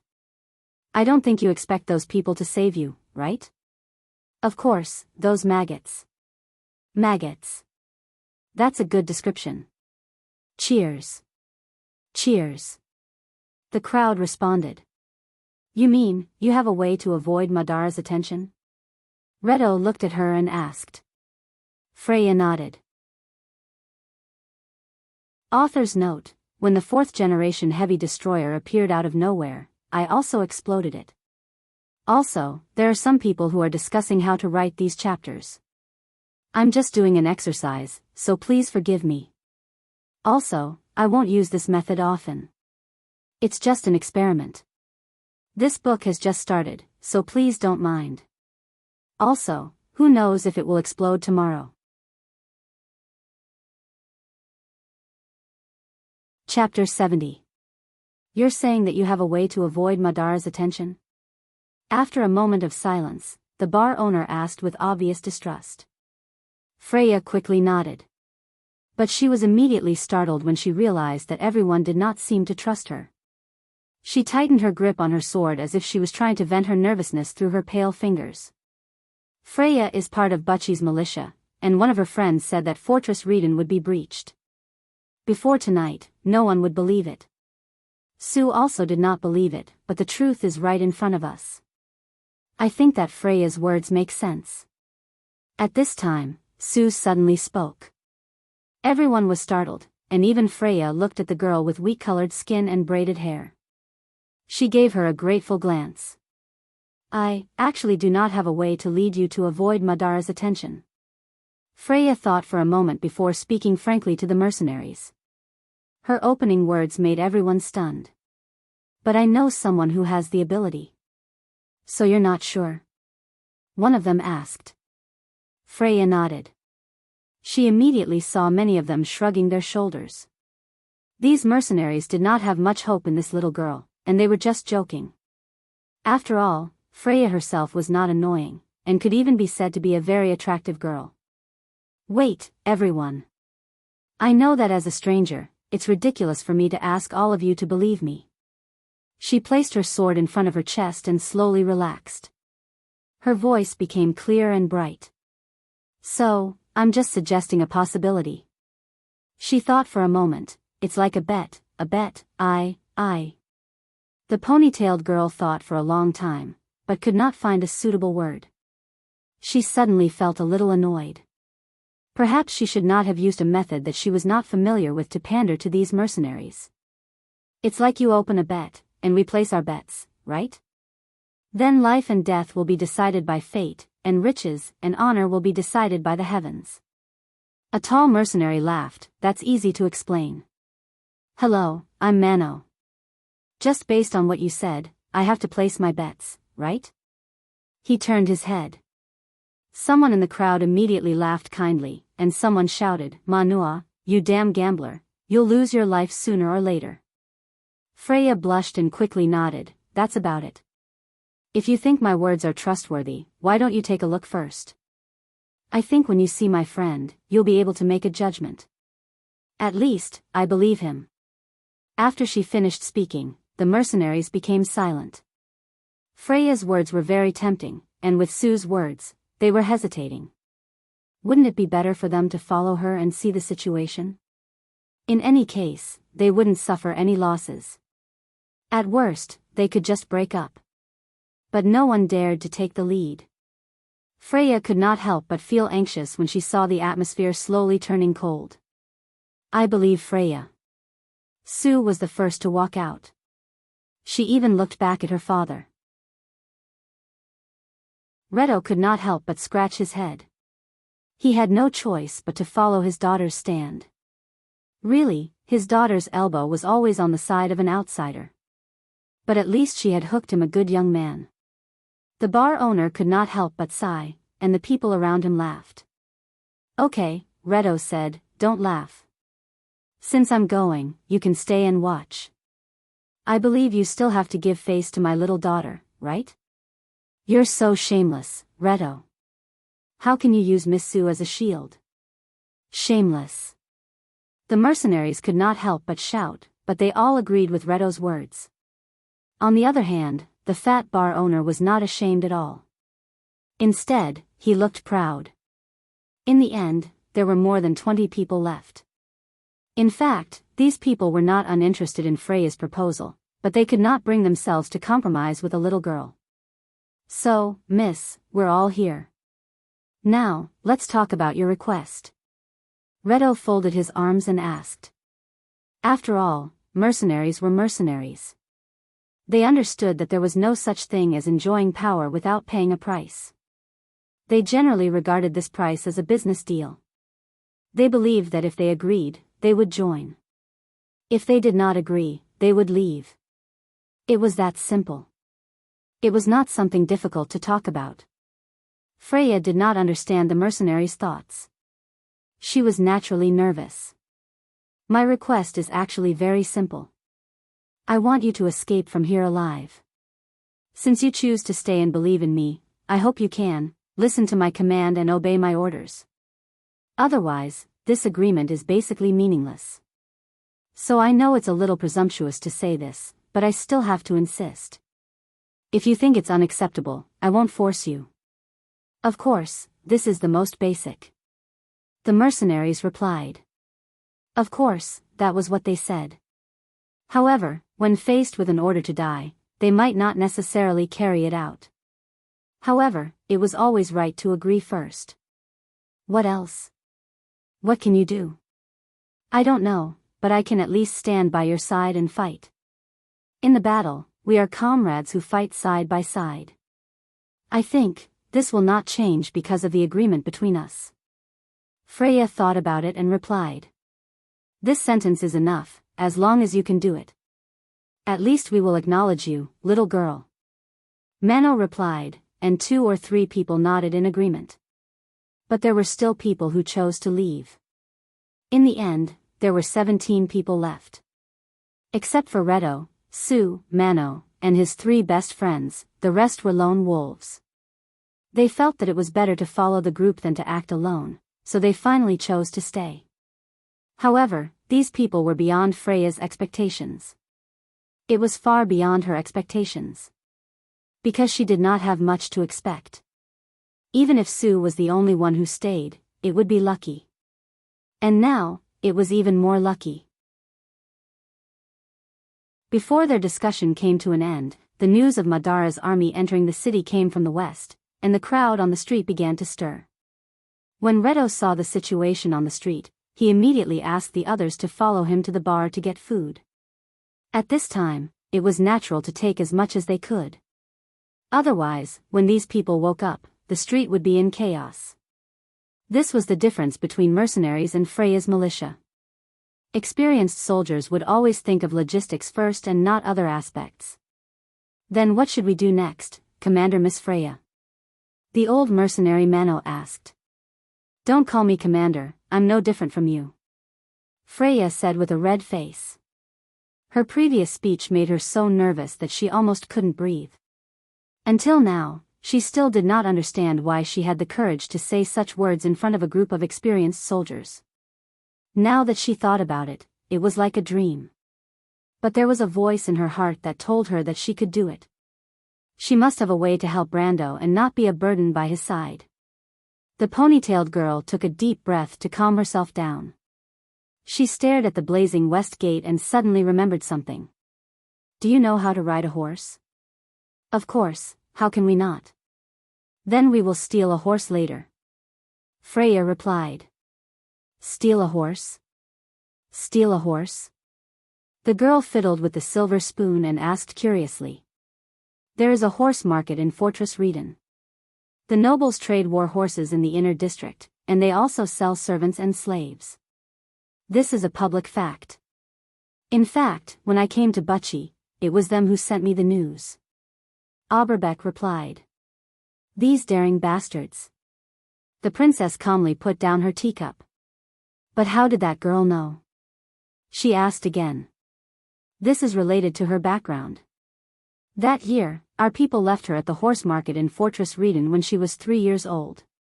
She might not remember the things that happened before she was 3 years old, but she should have a deep impression of that place. You guys are really heartless. How could you leave a 3-year-old girl alone in a strange place? We had no choice. That year, the chaos involved too many people. Even Everton's wife was not spared. Besides, we've made thorough arrangements. She knows how to ride a horse. How could someone from the Everton family not know how to ride a horse? We arranged for her to be adopted by an elite knight from the Silver Wing Legion.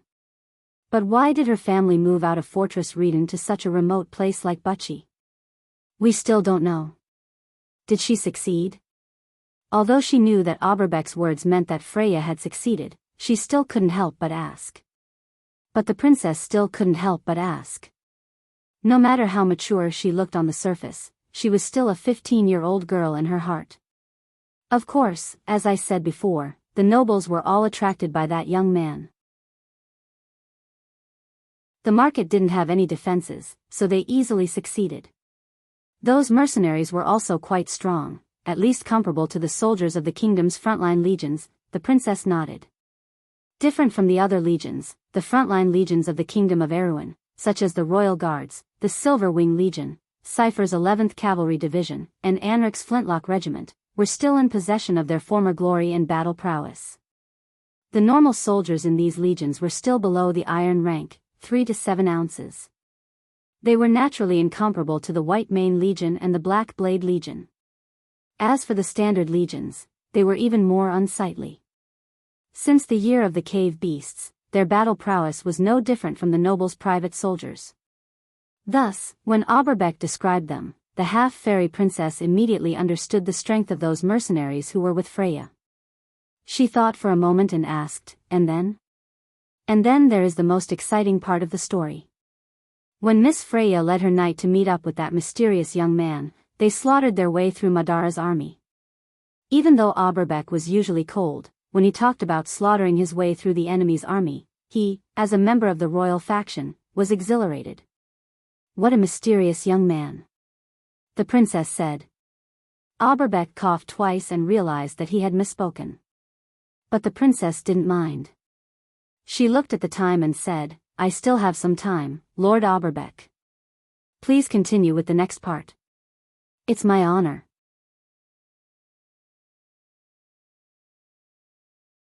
Chapter 71. The news of Madara's army entering the city spread like a plague in Fortress Reden. For thousands of years, the Dark Kingdom across the Pine Mountain Range was described as a place of evil. Undead, bandits, and occasional invasions, it was as if Erewhon's misfortune was brought about by the other side. Thus, the nobles maintained their unchanging rule for hundreds of years, and the villagers trained themselves, ready to fight at any time. And now, this enemy that seemed to have always existed in legends and stories not only appeared on paper, but also came to life, baring its fangs and wanting to devour people. But the citizens of Fortress Reden realized, where were the nobles? Where was the army of Fortress Reden? As Brando walked, he saw more and more people coming out of their houses. He heard bits and pieces of information from the other escapees, and they hurriedly ran back into their houses, bringing their luggage and family members, and headed towards the north gate. More and more people came, and in the end, it formed a huge stream of people. In the eyes of the young man, the huge crowd seemed to form a gray oil painting. In the painting, there were old people, children, men, women, even mules, horses, and carriages, dragging their families as they moved forward hesitantly. The children held on to the hands of the adults, their faces filled with curiosity. The women leaned on their men, their pale faces filled with nervousness. In the huge stream of people, not many people spoke, and only the sound of the huge group moving forward could be heard. Because there was no one to maintain order, the stream of people collided with each other. Some people mixed in with the crowd and wanted to take advantage of the chaos. Soon, a carriage in front of them collapsed in the middle of the road, and the people moving forward slowly became stuck in the middle of the road. The people started to argue, and it quickly turned into a standoff. The people at the back cursed loudly, and an inexplicable panic began to spread among the crowd. When Brando and the Shire found the Roman, this happened at the same time, and he ordered the coachman to drive the carriage to the side of the road. Then, he and the Shire sat on the left and right of the carriage, guarding the sides of the carriage, and calmly looked at the chaos that was spreading on the street. "Brando, you're finally here, I was so worried." The merchant girl let out a sigh of relief. Her round-toed boots were rubbing against the wooden planks of the carriage. She was a little nervous. There were too many people on the way, so we were delayed. Brando pulled out his sword and answered. "Where's Freya?" "I don't know, let's wait and see." The Shire watched indifferently from the side for a while. Suddenly, he whispered to his lord, "My lord, someone is stirring up trouble in the crowd." "What's in it for them?" Brando was stunned. He didn't understand because he had never paid attention to the actions of these civilian NPCs in the game. He wasn't a behaviorist. "I just want to see the world in chaos." "Why?" "Because they subconsciously know that only chaos will benefit them. Ambitious people will not be willing to be lonely, my lord. Some people naturally hope for chaos, but they don't usually have that opportunity. Now, the opportunity has come." Charles stared at the people outside and said coldly. "Even at this time of the year, they don't want to live?" Brando came from the modern world, so he knew a little about the bad habits of humans. However, this didn't mean anything. As the only social creature with high intelligence, the behavior of a certain portion of humans as a whole only meant that humans had this attribute. This was the first time he saw such strife between people of the same class, just because of ambition. He saw the chaos in the crowd gradually expand. Some people were pushing and shoving between the fallen carriage, and soon, the cries of children could be heard. The panic obviously deepened. Rumors of Madara's army appearing in the vicinity began to spread among the crowd. The more it spread, the more confident it became. The people who were far away were considering whether to turn around and leave. This hesitation quickly affected more people around them. The street became chaotic. "Even at this time of the year, my lord. My teacher once said that madness makes people bold. Hysteria and a little ambition are enough to make these people unite." The county pointed at the group of people who were ready to move.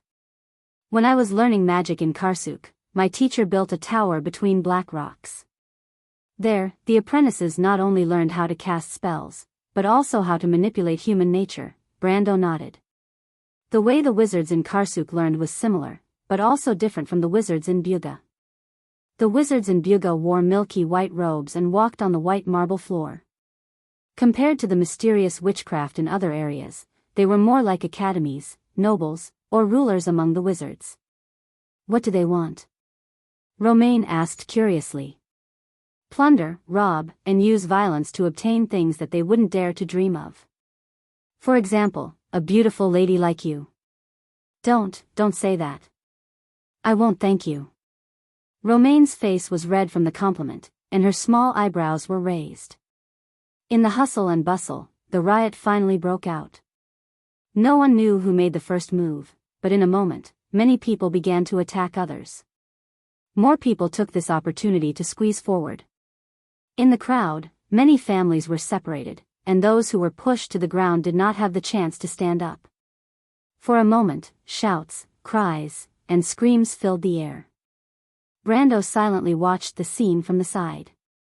He was powerless to stop it, and could only ask the coachman to move the carriage to the side. However, this action of his attracted the attention of others.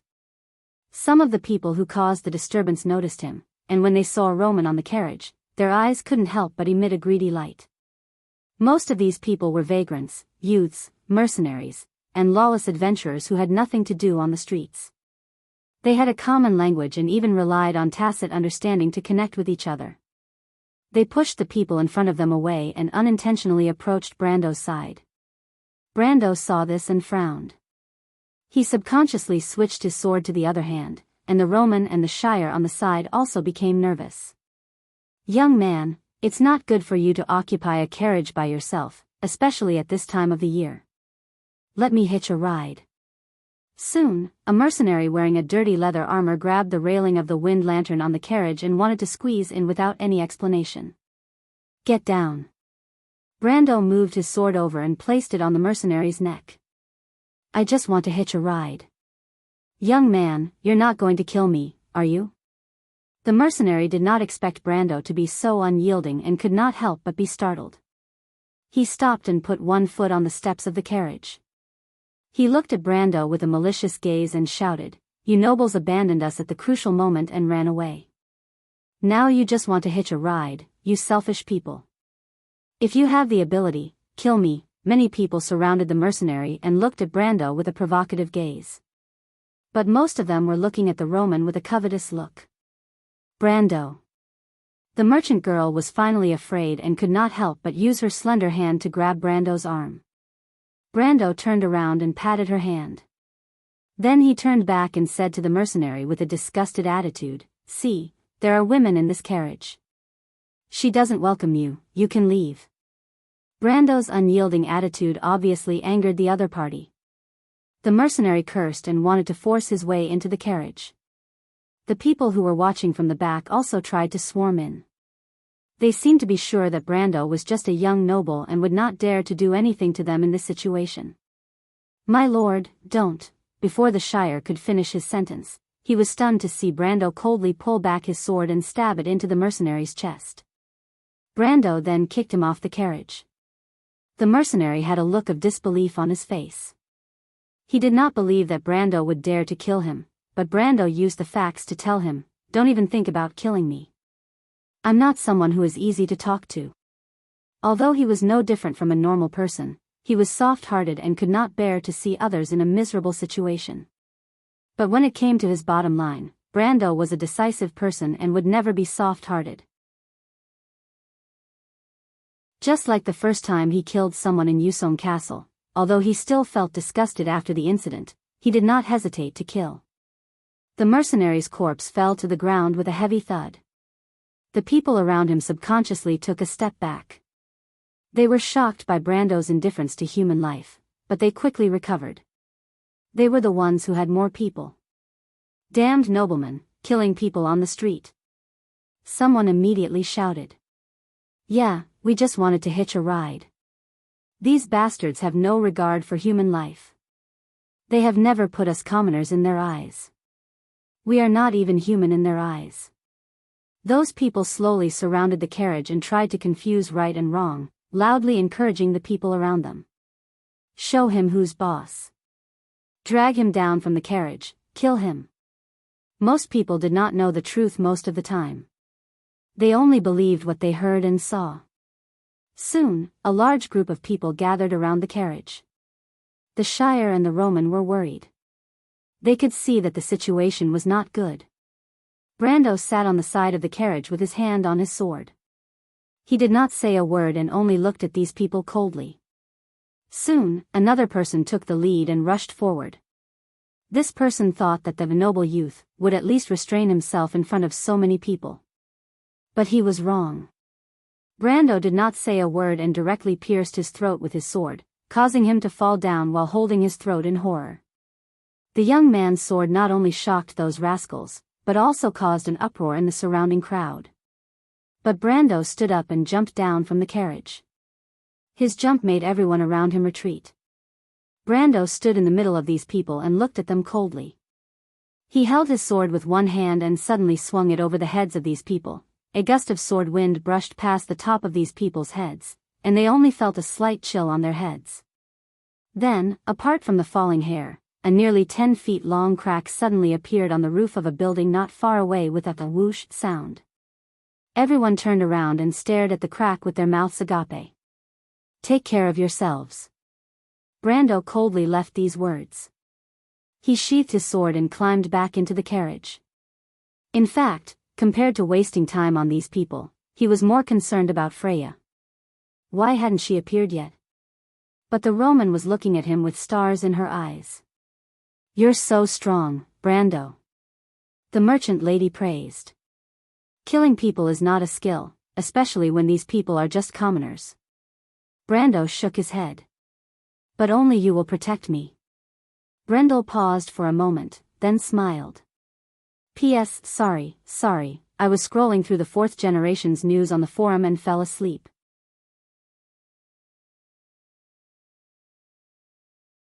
Chapter 72. No matter what, in a countryside like Fortress Reden, Brendel's sword strike was truly shocking. It was enough to shock everyone who had ulterior motives, and even made them feel as if their throats were stuck, and they could only stand obediently by the side. Although the streets were still crowded, everyone understood that the person in the carriage was not someone to be trifled with. They tacitly kept a distance from the carriage. The 2 unlucky corpses were placed under the carriage. The young man did not say what to do with them, so no one dared to do anything and could only pretend that they did not see anything. Moreover, the 2 corpses were a deterrent. The people who came later looked at the corpses and then looked at the carriage that seemed to be isolated from the rest of the world. They immediately understood where they should go and where they should not. Brando, who was sitting in the carriage, was also worried. He was thinking where Freya was and why she was not here yet. But he did not show his worry on his face. He turned his head and looked outside. At this time, a group of fierce-looking people came up from behind the carriage. Those who blocked their way were pushed to the side, and those who resisted were beaten up. It's true that trouble comes one after another. Brendel furrowed his brows and placed one hand on his sword vigilantly. "Who are they?" The Shire looked outside and asked. "Merchants from the city." The coachman was scared at first. When Brando pulled out his sword to kill, he was so scared that he wanted to abandon the carriage and run away. But now, he realized that the more powerful this person was, the higher his chances of survival. "Seems like they are also bullies."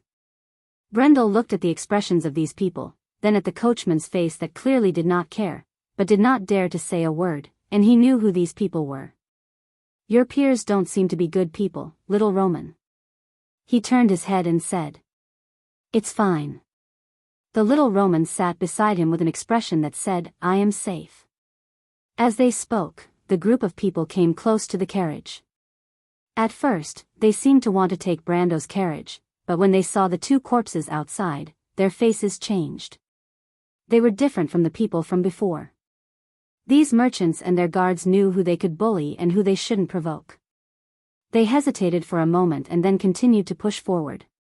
But these guards were used to being bullies and did not hold back in the face of danger. Very quickly, many people were pushed to the side of Brando's carriage. Very quickly, a middle-aged man was pushed and stumbled over.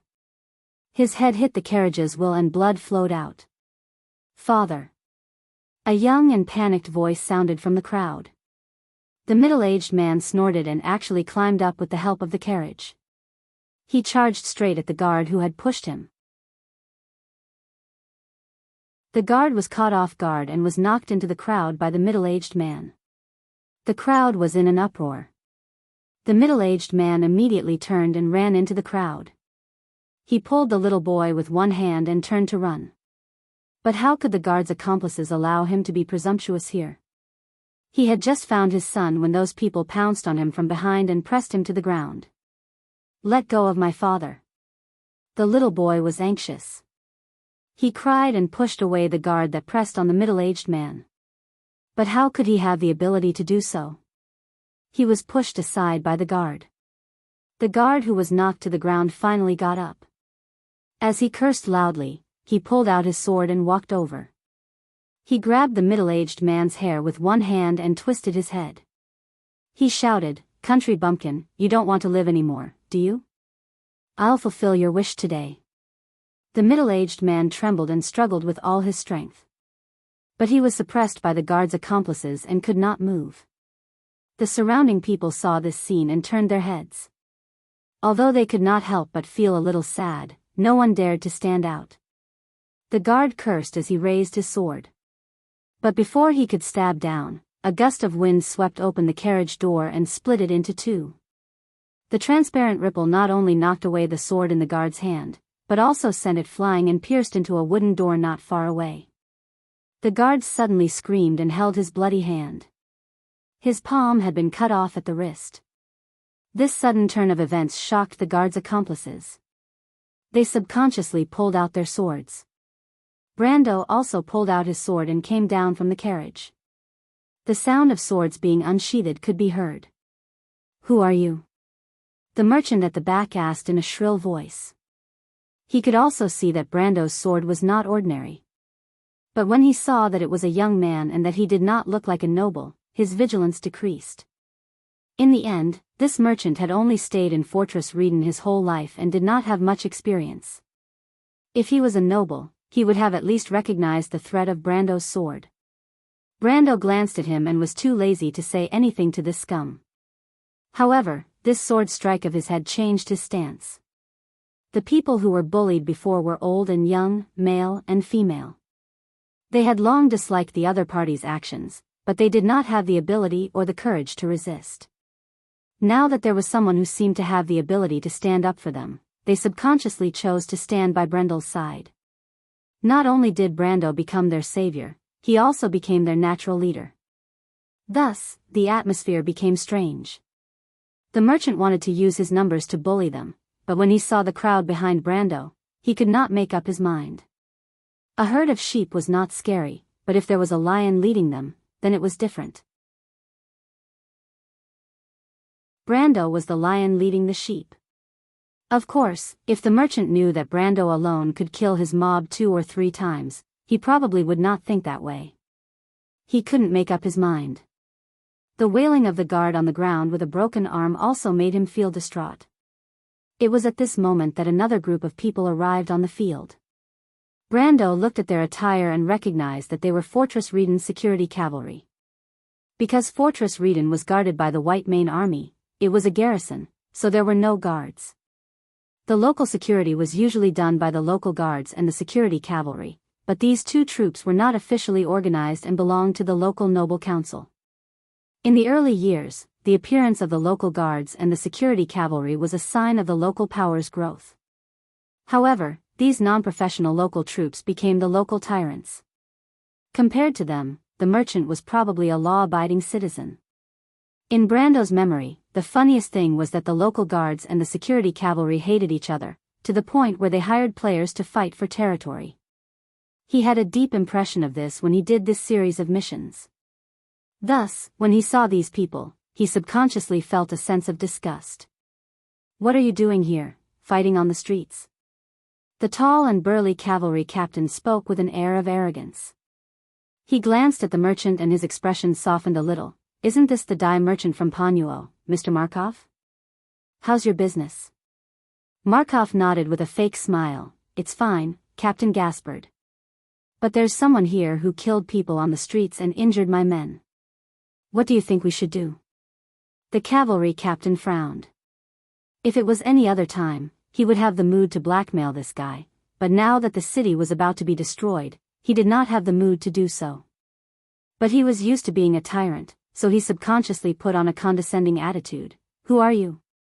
Brendel glanced at him and said flatteringly, "Dwayne."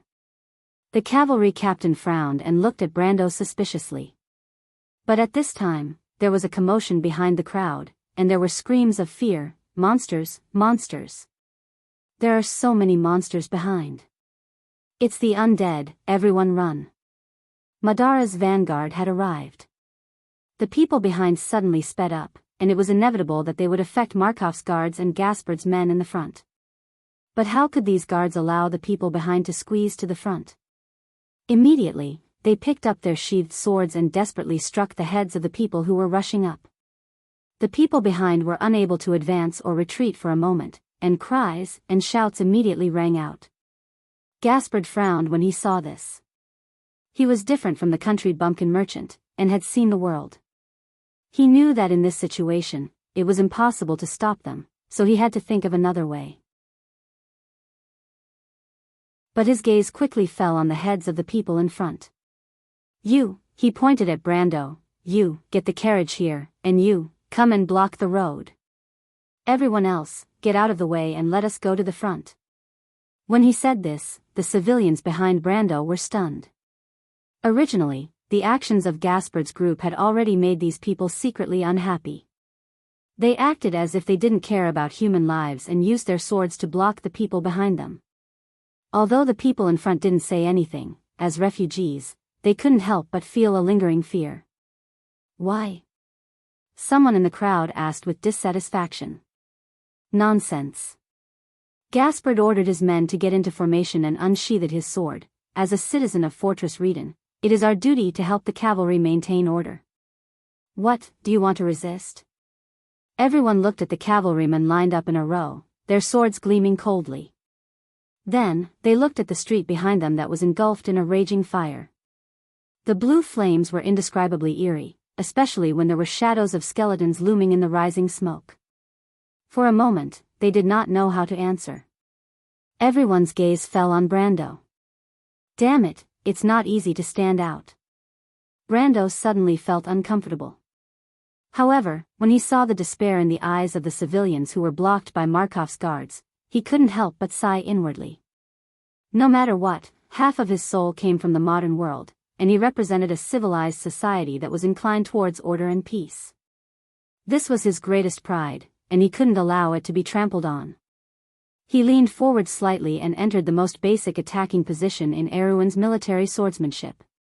"I'll count to 10, if you don't leave by then, don't blame me for being rude," Brando said calmly. Everyone was taken aback. Especially Gaspard and Markov, they almost thought that there was something wrong with their ears. The cavalry captain felt like he was slapped in the face, and he couldn't help but become angry. He didn't even bother to hide his embarrassment and shouted, "Kill him." The cavalrymen raised their swords and rushed forward. P.S. I'll continue writing and updating today, so please wait and see. Looking for a guaranteed monthly vote next month.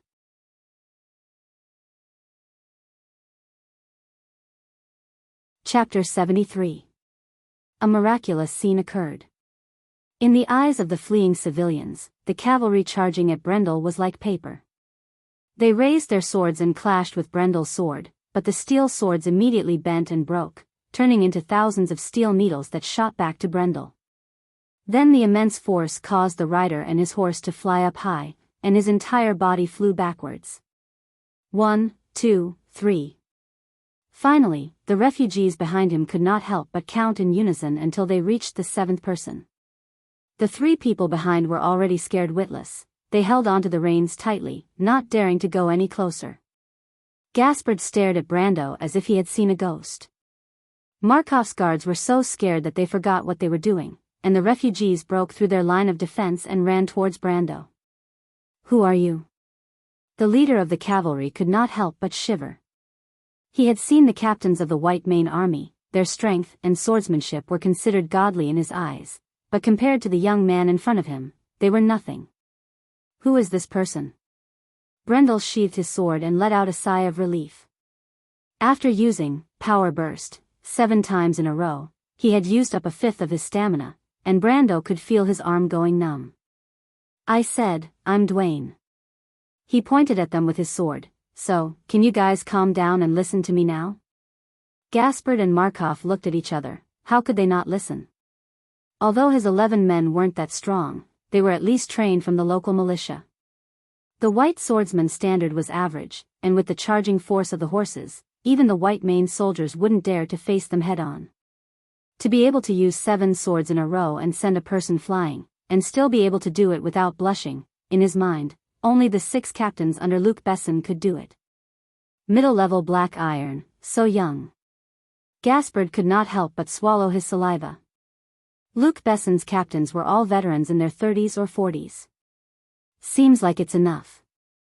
Brando looked at Gaspard and Markov's dumbfounded expression and nodded. "I told you guys to get lost, but I regret it now. So I take back my words. Now, go and block the road, no matter how many undead come, your job is to stop them. The Shire. Yes. The Shire jumped down from the carriage and saw Brando stretching out his hand, and immediately passed the pocket watch to him. Brando looked at the time. There was still 15 minutes until 4 o'clock. But Freya was still nowhere to be seen. He frowned and raised his head. All of you are part of Fortress Reden's cavalry, and it is your duty to help the fleeing citizens to buy time. I believe that you will fight for the lead even without my reminder. Sir, I'm a merchant. Markov didn't dare to be arrogant and said carefully. You've been conscripted. Brendel glanced at him and said exasperatedly. Markov opened his mouth. Of course, Brando looked at the cavalrymen who were crawling up from the ground and replied, I will personally supervise all of you. If any of you want to be a deserter, feel free to come back and try my sword. Do you want to fight me or do you want to fight those skeletons? Choose one of the two. He turned back to look at the civilians behind him. Apart from a small number who had gathered around him and were too afraid to move due to Gaspard's threats, the rest who were further away were fleeing towards the north as panic spread through the crowd. People were pushing and shoving each other, and many were trampled on and unable to get up. Cries, shouts, curses, and screams mixed together, forming a scene that resembled the end of the world. In comparison, they were in the eye of the storm, calm. And in the center of this calm was Brando himself. You guys should go as well. Don't waste the chance that Fortress Reden's cavalry sacrificed their lives for you. Brendel waved his hand at them. He was not the savior of the world, but it would be a waste if he did not do them a favor. But what he did not expect was that other than a small number of people, most of them did not want to leave. In fact, these people saw it too. They saw the miserable state of the people who were pushing and shoving each other to move forward. They did not want to end up like that. They were more willing to place their hopes on Brando, hoping that this powerful young man could lead them out of this place. There were many powerful people in this world, but there were not many who were willing to protect the weak. Brando's actions had left a deep impression on these people, especially his last sentence, which made them trust him. You guys don't want to leave? Brando was stunned. He could guess what these people were thinking. He knocked on the hilt of his sword and turned around to see the Shire's face full of admiration. He could not help but ask, what do you have to say? In the era of the Holy Saints, knights had 8 virtues. Compassion was one of them. Every year, there were many knights who swore the 8 virtues in the Holy Cathedral of Fire, but how many of them actually did it? Being able to make the weak rely on you is also the charm of the strong. The key is what we should do, my lord. The young mage asked. Let them stay, I will think of a way. Brando replied. He walked to Gaspard and Markov and asked, have you guys thought about it? Of course, of course. Merchant Markov nodded.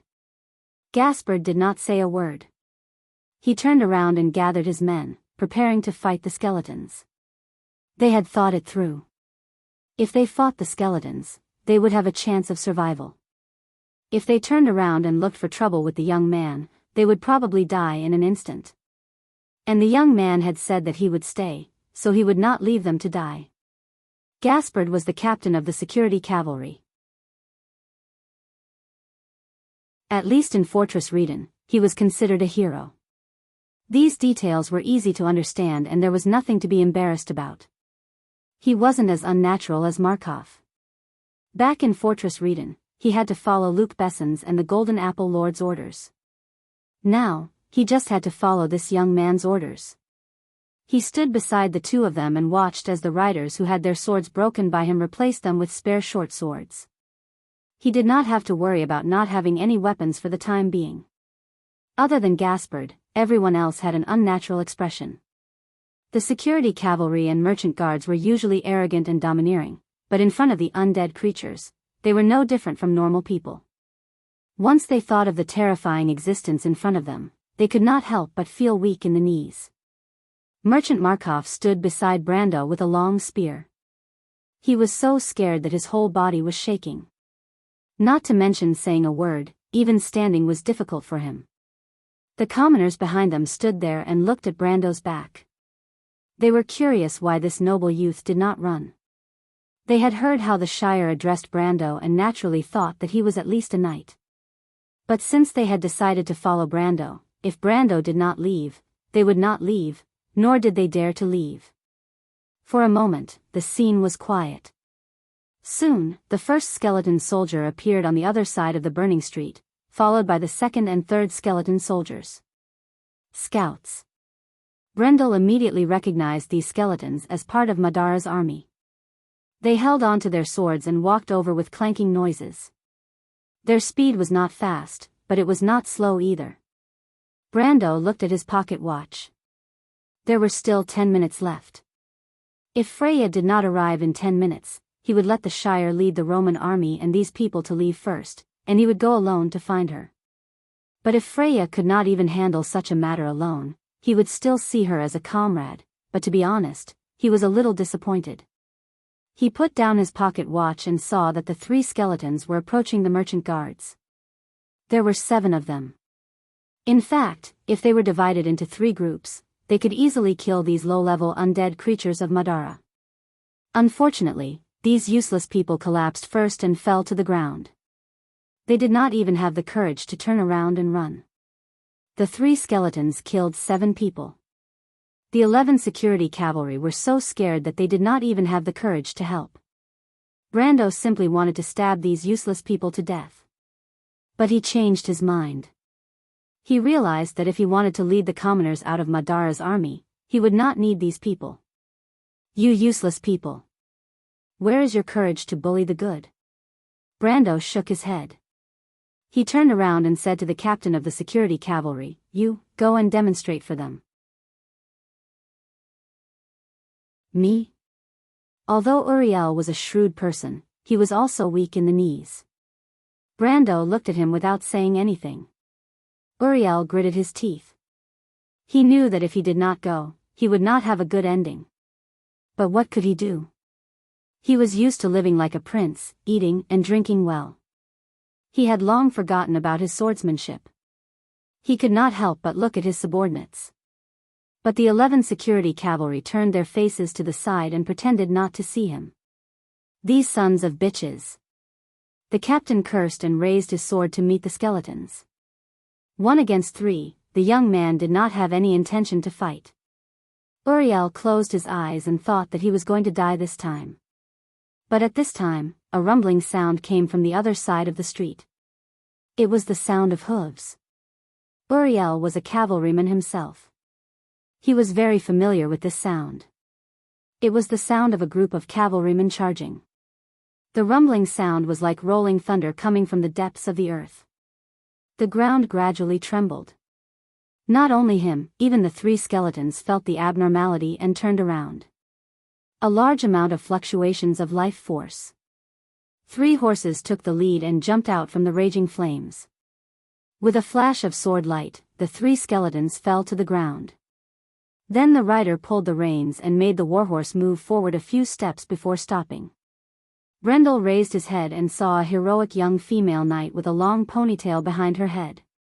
She was wearing a sky-blue half-body armor, holding a sword in one hand and a reins in the other. She was wearing a long ponytail and had a heroic aura. And behind her, more and more night came out from the flames and gathered behind her. Brando looked at those people. Most of them were dressed like mercenaries. Their strength seemed to be at the lower level of black iron. There were even a few of them who were at the middle level. He could not help but be secretly surprised. Where did these mercenaries come from? There were more than 10 of them and they were all at the black iron level. This was the elite squad of the White Mane Army's captain's personal guards. Could it be that Freya's father had left behind a private army for her? Brando knew Freya's true identity, so he could not help but be suspicious. Brando, where is the Roman? Freya looked at the person in front of her and was startled. P.S. Updating continuously. See how much I can update before it goes up. Book your monthly tickets for next month. Thank you everyone.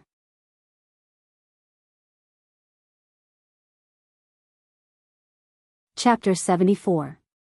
After a large number of refugees finally escaped from the north gate of Fortress Reedon, the congested crowd spread out and moved towards the valley plains north of Pine River.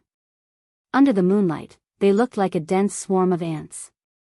The hazy undulations in front of them was the southernmost part of Deer Hunting Hills, a small hill known as Silver Sparrow Hill. It was filled with beautiful Grenoires abees. These tall trees had the shape of a tower, and their tips pierced into the sky. The forest was where level 10 bears and maned wolves roamed. In the game, players often had to travel in groups to deal with sudden dangers. Brando believed that their first step was to enter Silver Sparrow Hill, so that they could reduce the threat from the valley plains. Madara's army was fully deployed. They had been absorbing nutrients from the earth for days, and their scale had expanded like a sponge. Brando was afraid that he would see an endless sea of skeletons on the plains. Fortunately, his fantasy did not become reality. However, under the night fog, there was a skeleton rider looming on the highlands, which was not a good sign. The skeletons riding the skeleton horses should have come from Madara's core territory. In this era, creating skeleton riders was still a difficult magic art. It was not as common as in the future, where history was soaked in blood, and the art of killing was quickly matured due to the war. Brando stared at the agile figures that appeared in the fog and looked at them from afar. Then they disappeared and reappeared in a closer place after a while. He was worried that the refugees behind them would be dispersed, so he let Freya lead the mercenaries to the side to protect the civilians, and he quickly followed. Freya's suggestion to steal the horses from the nobles won the hearts of the people. At least she proved that she was willing to fight alongside the mercenaries. This was something that could cost her her life, and she would not have done it before Brando taught her those things. Moreover, this girl with a long ponytail performed very well. She took the lead and braved the arrows to rush into the market, and cleanly cut the cable of the suspension bridge to let the others pass. From that moment on, she established her status among the mercenaries, which made Reto, Mano, and the others decide to take a gamble. In comparison, the young man whom the young lady had been praising seemed a little obscure in the eyes of the crowd. The young man's carriage had been moving side by side with Freya's horse. He sat on the coachman's side, with one hand on his sword and a pensive look on his face. The Shire, who was wearing a long robe, was resting his chin on his hand and taking a nap. The carriage was missing a door, and from time to time, a head popped out and looked outside curiously. Roman was taking care of the children in the carriage, but she didn't feel tired at all. She only felt that her heart was pounding. Escaping from the pursuit of the undead on such a mysterious night was really exciting. This was the adventurous life she wanted. The mercenary Mano couldn't help but twitch his mouth at the back. In his eyes, Brando, who didn't know how to ride a horse, was marked as a woman. He used his elbow to nudge his companion beside him, thinking that this kind of noble young man was mostly an armchair strategist. He didn't want to let a simple girl like Freya be deceived by his sweet words. He gestured to his companion and asked him to take 2 horses to test the guy. They had robbed more than 50 horses in total, half of which were draft horses, and the other half were the best direct horses. Besides the food, the wounded, and the horses for their own use, there were still a lot of horses left. His companion glanced at him and immediately understood what he meant. To be honest, the group now had the same feeling, not to mention that Brando also asked Freya to order them to protect these refugees. Although they didn't say it out loud, they were dissatisfied. What was the point of bringing a group of burdens? Now that everyone had a horse, they could leave the danger behind as long as they ran at full speed. In fact, some people had already suggested this to Reto, but the bar owner sent them to see Freya. Mercenaries were trustworthy. If their reputation was ruined, they wouldn't be able to continue in this line of work. The idea of robbing horses was proposed by Freya, and she was also the one who took the lead. There was an agreement between them, and they couldn't just leave like this. But there was a prerequisite to the agreement. This time, the skeleton cavalry appeared about 30 seconds later than the last time, and then quietly disappeared into the fog. The huge second moon was lying in the mountains in the east, and the white moon reflected the sharp fangs of the mountains. The hazy fog in the east and the dark walls of Fortress Reden formed a mysterious picture. Brando glanced at his pocket watch, and a cold light reflected off the edge of the watch. "Why aren't you saying anything?" He turned his head and saw Freya on the horse. She kept her head down and didn't say a word. She looked hesitant. He wanted to praise her this time, but Freya's sudden decision to find these people and the horses had helped him a lot.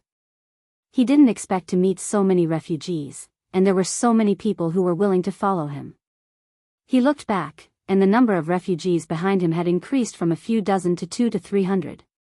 People had a herd mentality, and the more people there were, the more people there would be. Freya was afraid that her decision would make Brando unhappy, but she was too embarrassed to say it out loud. She originally wanted to surpass Brando, but now she wanted to perform better in front of Brando, and this change in mentality was almost unnoticeable. You don't blame me?" Hearing that Brando's tone was normal, the future goddess of war widened her eyes and raised her head. Her light brown eyes reflected the moonlight, and the surprise in her eyes was very obvious. "Why would I blame you? You did well." "But I was late." "There is a limit to the plan, as long as it doesn't exceed the limit. I was also late." The two of them suddenly stopped talking, because the mercenary had walked up from behind. He first bowed to the young man on the horse, like a commoner bowing to a noble. Then he raised the reins of the two horses and said, "Sir, get on the horse, it will be easier to fight later." Brando looked at the mercenary and knew what he was going to do. He jumped off the horse carriage lightly and took the reins of the horse carriage. He raised his head and asked, "What are the key points of riding a horse?" The mercenary was startled, and a mocking look appeared in his eyes.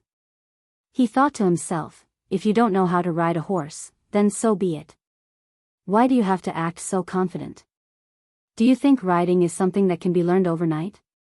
In fact, in Wonde, there were very few nobles who didn't know how to ride a horse, especially in the eyes of the soldiers, who didn't know how to ride a horse was a very embarrassing thing.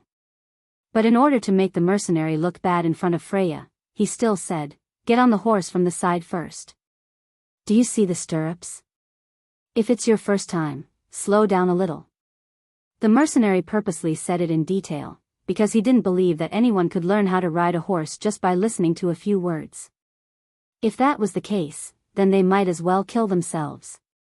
But as soon as the mercenary opened his mouth, Brando received a notification asking him if he needed to spend 15 EXP to learn how to ride a horse. When he put one foot on the stirrups, his movements were still unfamiliar, but when he grabbed the reins and got on the horse, his movements were smooth as if he had been practicing for many years. Level 3 riding was enough for him to be able to fight on horseback, and it cost 45 EXP. In fact, Brando had wanted to learn how to ride a horse for a long time, but he didn't know that Freya knew how to ride a horse as well. Now, he couldn't help but miss the inspect skill.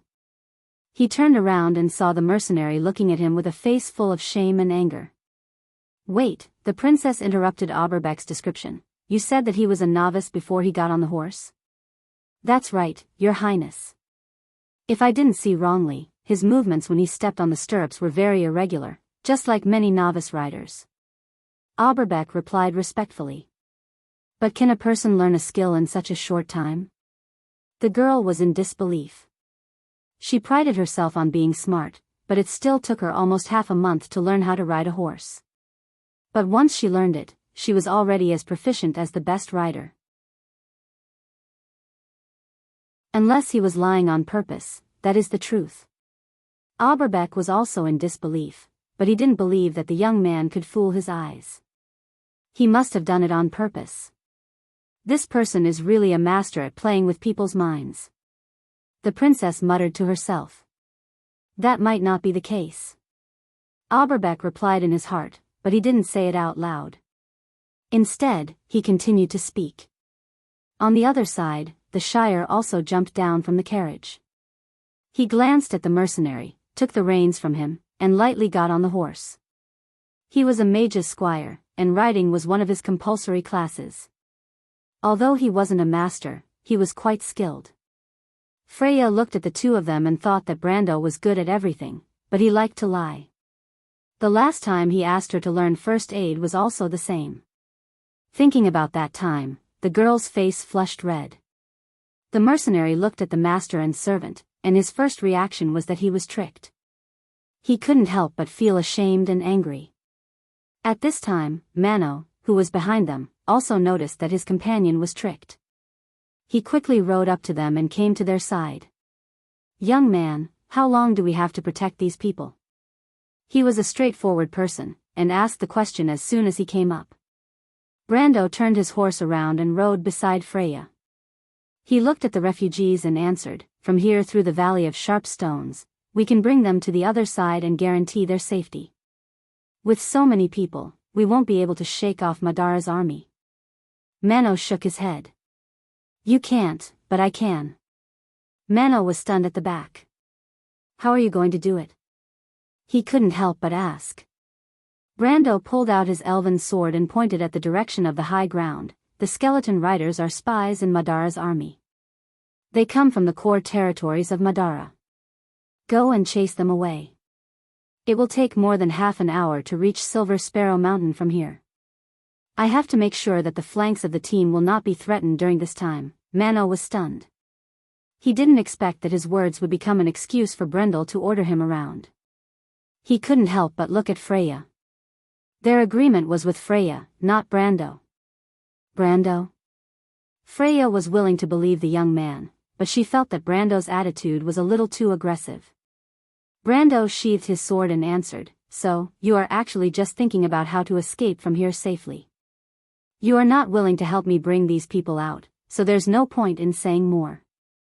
You have an agreement with Freya, right? Tell me about it. If you can convince me, I can let each of you leave with a horse." Mano became serious.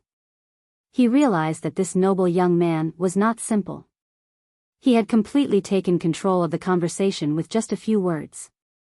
He used to be a mercenary leader and had dealt with nobles before, but he had never met one who was so arrogant. "We are mercenaries. If you can pay us, we are willing to do things for you. But usually, we have to think about ourselves first." "There's nothing to be embarrassed about," the older mercenary answered matter-of-factly. "Yes, but I still have to remind you that you can escape safely with horses. Madara has an air force. Have you seen ghosts and bone vultures? They are in the sky. Do you know how to avoid the eyes of these necromancers?" Brando put his hand on the hilt of his sword. He didn't believe that these guys knew. These mercenaries who hung around the border didn't really deal with Madara. They didn't understand how terrifying Madara was. Killing a few skeletons and zombies was enough to understand Madara. The necromancers might as well kill themselves by banging their heads against the wall. Reto and his daughter Sue also rode on horses and caught up with them. He frowned when he heard the young man's words. "So, you have a way?" "It's hard to say. No one has a perfect grasp of the situation. But in the forest, my chances of winning are much higher. So, my priority is to think about how to get rid of the skeletons. With them on the flanks, the refugees can't move quickly." Mano and Reto were silent. They instinctively felt that the young man was right. Brando suddenly loosened the reins and let the horse gallop to the high ground far away. He looked back at the mercenaries and took out a ruby from his arms. "If you want to have a chance to survive, it's best to be with me. My request is very simple: listen to my command and protect Freya. Lead these refugees safely to the other end of the canyon.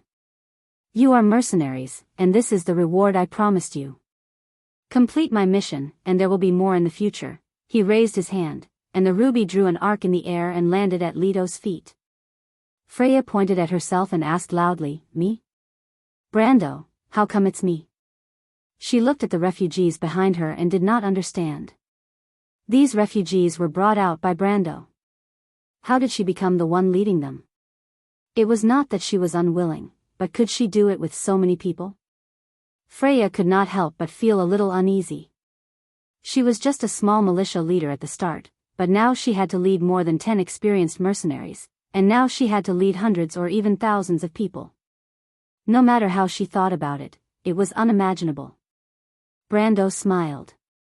He had his own plans and did not answer. Instead, he turned back and waved at Mano and Reto and said simply, "Go. Go, gather your men. I'll wait for you here.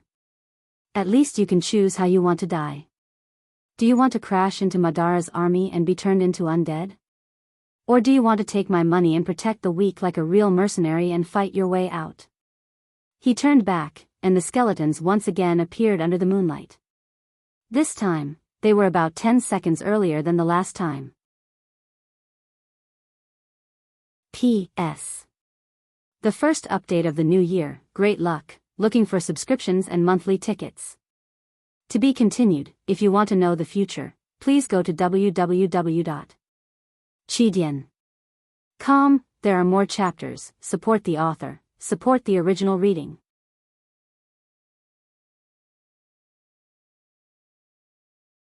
Chapter 75. In the end, Reto and Mano chose to believe Brando's words. For a person to be able to speak so confidently, even if he was lying, he would at least have some confidence and ability. The most important thing was that Brendel had given them a sufficient reason, and that was the reward. Mercenaries and rewards were inseparable, and the reward was like an escape route. It could make all the unreasonable things become reasonable. It did not take much time for more than 10 experienced mercenaries to gather together. They used hand signals to communicate, and horses galloped out from the crowd and gathered together.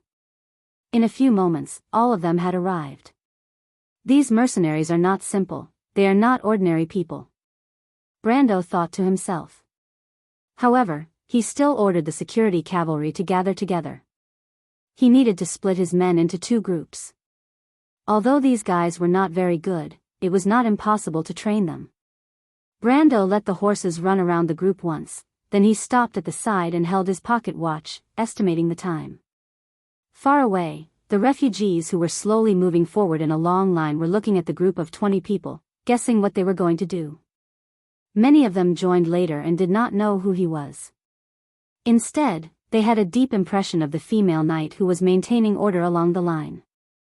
They kept asking who the girl was, and because of that, Freya's identity rose from the militia captain to the security cavalry captain, and then to a member of the White Mane Swordsman Army or Butchie's security guard captain. All in all, she was at least their leader.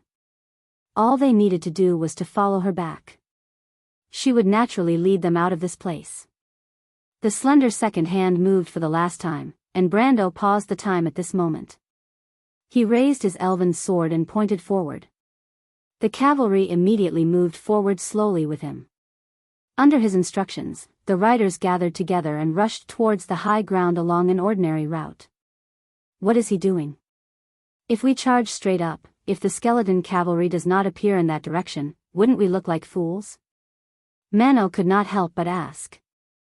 If the monsters appear in the other direction and counterattack, the refugees will be dispersed before we can rescue them. That kid does not know how to fight, and you actually believe him. Another person said. Didn't you believe him too? I only did it for the money. That person was startled and immediately retorted. Brando had already ordered the cavalry to speed up. The people and horses moved forward, and there was a rumbling sound on the riverbank. There were still 2 seconds left. Brando estimated the time, and they reached the high ground first. The riders were stunned when they went over the gentle slope. They saw a group of about 40 skeleton cavalry retreating quickly on the other side. This meant that Brando chose the right direction and caught the enemy off guard, and even took the high ground first. Everyone looked at the young man in amazement. How did he judge that? When the riders appeared on the high ground, the skeleton cavalry below them, they began to turn and turn. But Brendel only glanced at the other side, waved his sword twice, and then let his horse lead the way to the front, pointing out a tangent line. He wanted them to charge. But this was not the time to charge at all. It was too impatient. What if the undead turned in a different direction? Moreover, no one knew how fast they could activate. If they were to rush in like this, wouldn't they be giving away their hard-earned advantage? They should observe and test each other. As long as they firmly held the high ground, the first move would always be the first move. Not only the mercenaries, but even the cavalry of the security team looked at Brando. This young man had given them a miraculous advantage at the beginning. This had already given them a little confidence, so at this moment, they were unwilling to give away this advantage. But Brando did not seem to see it. He kept pointing his sword in that direction, which meant only one thing: knights, attack. Then he pulled the reins, turned his horse around, and rode half a circle around his cavalry. Then he took the lead and rushed out. Use your courage, follow me. If you can't catch up with them, then at least drive them below the high ground. Brando shouted. His action of taking the lead seemed to inject a kind of power into the hearts of these people. This kind of power was called confidence. In Erewhon's most prosperous era, the knights and nobles were like the flags on the battlefield. Wherever they were, the will of the kingdom would be directed. They were invincible. But for many years, this kingdom could no longer see such a scene. It was as if it could only recall its most glorious era in its twilight years. But even these memories were slowly disintegrating and fading away. But at this moment, there was a figure on the high ground outside of Fortress Redon. It was like a bolt of lightning in the dark, piercing straight down, as if it was the prelude to a new era. The Shire stared at his lord's back. His eyes lit up, and he could not help but put his finger in his mouth and whistled. He urged the warhorse under him to move and galloped down. The two of them rode side by side. Menno pulled out his scimitar as if he had been injected with chicken blood. He looked at the figure in front of him in annoyance. The man and horse moved as one, and their movements were meticulous. No one could find any fault with them. You said he doesn't know how to ride? He didn't know how to ride at first. Then you must have been fooled by him, haha. F***ck your mother's bullshit. An angry voice rang out. The riders raised their weapons and shouted in unison. Then, like a surging flood, they rushed down. At that moment, even the most cowardly of them felt their blood boiling. In the surging flood, the individual's strength merged into a huge group. It gave people the illusion that they were omnipotent and invincible. Once the horses moved, they believed that they would win. The young girl picked up the white porcelain teacup again, but the tea was already cold. She held the cup with both hands and listened attentively. When Oberway talked about the knight's charge, her pale silver eyes shone with a mysterious light. After a while, she asked in a daze, "They started to charge?" Then, as if she was immersed in her own thoughts, she answered her own question, "How good is that? It's as if we have returned to our most glorious era." The Knight of Erewhon held a bugle and a swallow-tailed flag. Their attendants held a square flag. When the horn is blown, the knights charge forward, and the battlefield is covered with a sea of flags embroidered with the golden coat of arms of Corvado, Grinoires, and Enrich. The kingdom is invincible wherever it goes. Oberway coughed. He knew that the princess had ambitions that ordinary members of the royal family did not have. He could not help but sigh. How good would it be if she was a boy? Compared to Oberg, the seventh stubborn eldest son and weak youngest son, this princess was more like a wise ruler of a generation. Unfortunately, fate made fools of people. The young girl also realized that she had lost her composure, but she naturally put this matter aside. She asked, "And then, did they win?" Oberway said, "Of course, please listen to me one by one." The princess nodded. In the eyes of the mercenaries, the young man's sword was always pointing forward. What was in front of them was a path to a miracle. They began to charge, accelerate, and roll down. The group of skeleton cavalry desperately turned and moved, but their route was completely within Brando's expectations. More than 30 cavalrymen were like a heavy hammer smashing into the frail skeleton formation. Brando waved his hand, and a crescent-shaped wind pressure swept away 4 skeleton soldiers on horseback. The compressed air hit their fragile ribs, and the ribs were dented and broken. Then, the spine was broken, and the whole body flew up and fell down. Crack! Crack! Crack! A huge hole appeared on the side of the skeleton cavalry. Brando roared and charged forward. The skeleton soldier blocking his way was sent flying with his sword, and he even knocked down another skeleton cavalry with his horse. Then, the experienced mercenaries on both sides of him swarmed forward and tore open the gap with ease. Then, they actually passed through the middle of the undead cavalry scouts. The necromancer in charge only had time to recite the second verse of the spell before he was decapitated by Brando. The necromancer fell from the back of the skeleton horse and turned into a pile of white flames in an instant.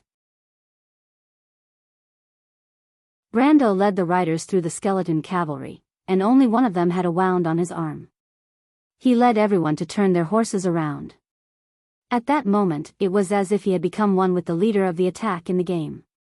He raised his sword, and every skeleton cavalry that was cut down emitted countless golden light spots. They rose into the air and went straight for Brando. 531 EXP. The skeleton soldiers were the lowest class of soldiers in Madara, but the skeleton cavalry gave more EXP than the ordinary necromancers. Not only were they more powerful, but they were also more agile.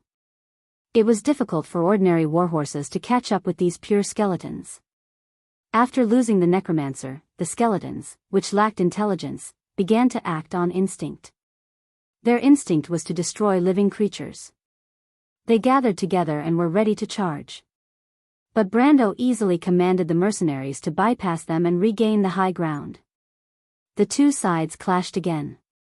In the end, another skeleton cavalry was stabbed in the thigh. Brando gained another 131 EXP, and then the skeleton cavalry was completely wiped out. Brando ordered his cavalry to stop and rest. Then, he led his men and the Shire to clean up the battlefield. When they saw the scattered skeletons and the skeleton horses that fell to the ground after losing their masters, everyone could hardly believe their eyes. They won just like that, and only 2 of them were injured.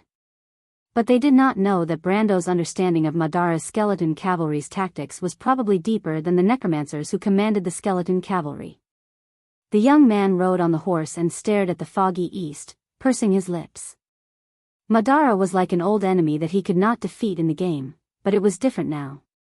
The skeleton cavalry did not have anything valuable. Brando just checked a little, and then asked Gaspard to collect their swords.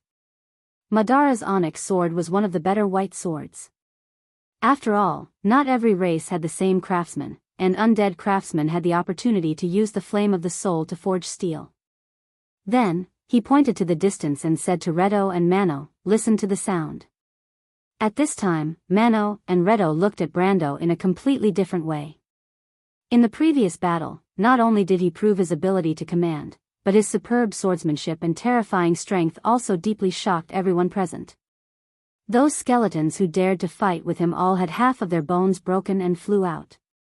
Even Madara's soul steel was bent and broken by the elven sword.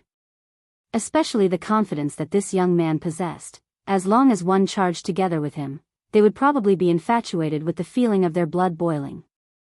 Mano and Redo were startled, and immediately listened carefully. But they immediately heard a clattering sound. An army of skeletons, no, a sea of skeletons.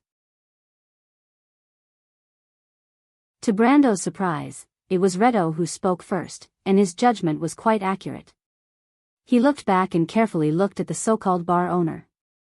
It seemed that the other party's identity was not as simple as it seemed. He had long suspected that these mercenaries had a background. With such strength, they were probably not just ordinary people who worked for the war. Mano's expression also changed. The number of skeletons on the other side of the fog was probably in the thousands. He could not help but look back at Brando. How did this young man know? If he didn't know, then he had chosen the perfect time to attack the undead scouts. It could be said that it was just right. If the undead cavalry was not eliminated, they might really be in a passive situation now. Unless they abandoned the refugees and escaped, but it seemed that neither Brando nor Freya would agree. Should we go up and restrain them? Reynolds' expression darkened and asked. No need. Without the cavalry to restrain them, they can't catch up to us. Brando waved his hand and said, about this matter, it's enough that you know, there's no need to say it. I know Madara's tactical intentions very well, and since you are following me, I am confident that I can bring you out of here, but there's one thing, the battle is unavoidable. Every one of us can die here.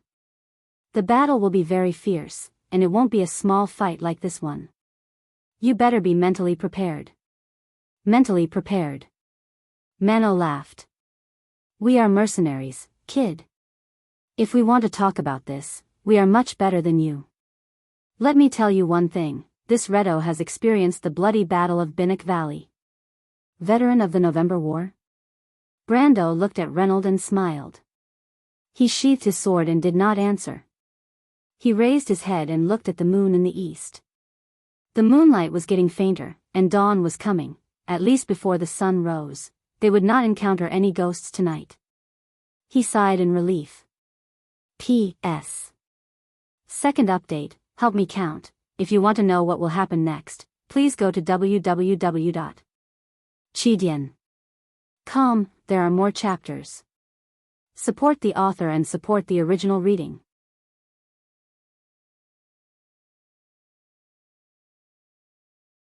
Chapter 76. The refugees that followed Brando escaped into the Silver Sparrow Mountains before sunrise. Just as Brando predicted, after they defeated the undead cavalry, the undead army did not chase after them. This was because the low-level undead and vampires' fighting power would be greatly reduced during the day. Brando guessed that they would not let the sea of skeletons advance under the sun before they completely annihilated the white-maned swordsmen. However, after the undead took over a few graveyards in Fortress Reden, their military strength would definitely increase. It was said that when Tarkus arrived at Dragos in the north, his military strength had increased by 100,000, which was 5 times the military strength of the Grenoires region. The number of refugees had increased to 400 to 500 people after they absorbed the undead. The long procession was filled with carriages and loaded mules, and it stretched for half a mile in the Silver Sparrow Mountains. Some of the refugees were looking for their missing family members in the front and back of the procession, and for a moment, the refugees seemed to be livelier. Romaine sneaked out of the carriage in the middle of the day, and was now hugging her precious bag as she sat on a flatbed carriage filled with goods. She was telling a story to a few of the brats. Her story was very unique, and the brats listened with their eyes wide open. Just as she was talking about how Brendel was calm and wise, she suddenly saw a man and a woman riding a horse coming up from behind. She was so frightened that her face changed and she subconsciously lowered her head. Brando slept for about 3 hours, and it was the only time he slept in the past few days. However, because he was worried about Madara's army, he did not sleep well. He quickly realized that the sneaky girl was indeed Roman, and he could not help but laugh and shake his head. Why did you run out? I'm bored. Romaine replied submissively. It's dangerous outside, Roman. Freya frowned as she looked at her best friend and said worriedly, if something happens to you, how am I going to explain it to Aunt Jenny? There's nothing dangerous about it, I'm telling them a story. Roman said excitedly. The little ghosts hurriedly nodded in unison. We're not talking about what you're doing now. Freya sighed. Do you know how nervous I am right now? Brando looked at the Roman in amusement. What story are you telling? It's a story about Brando. Brendel waved at her, gesturing for her to come over. Romaine paused for a moment, but did not suspect anything. She ran to the edge of the carriage, but was caught by the youth. He pinched her face and pinched it hard as he lectured her. You have to listen to Freya, and be careful of your own safety, do you understand? The Roman was shocked and made a whimpering sound. He pushed Brando away in a hurry and raised his eyebrows. Woo-woo. I know. Quick. Let go of me. Then, she quickly retreated to the other corner of the carriage and stared at Brando with vigilance. She patted her chest with a look of lingering fear. Brando smiled to himself.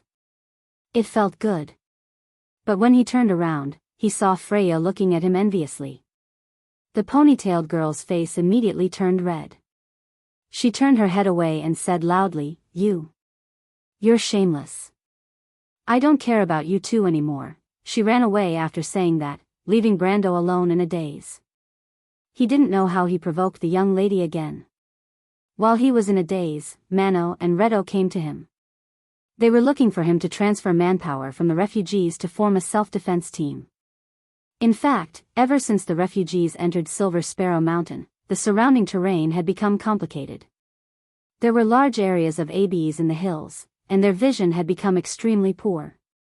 Not only did they have to guard against the possible presence of Madara's undead scouts, but they also had to guard against the bears and maned wolves in the forest.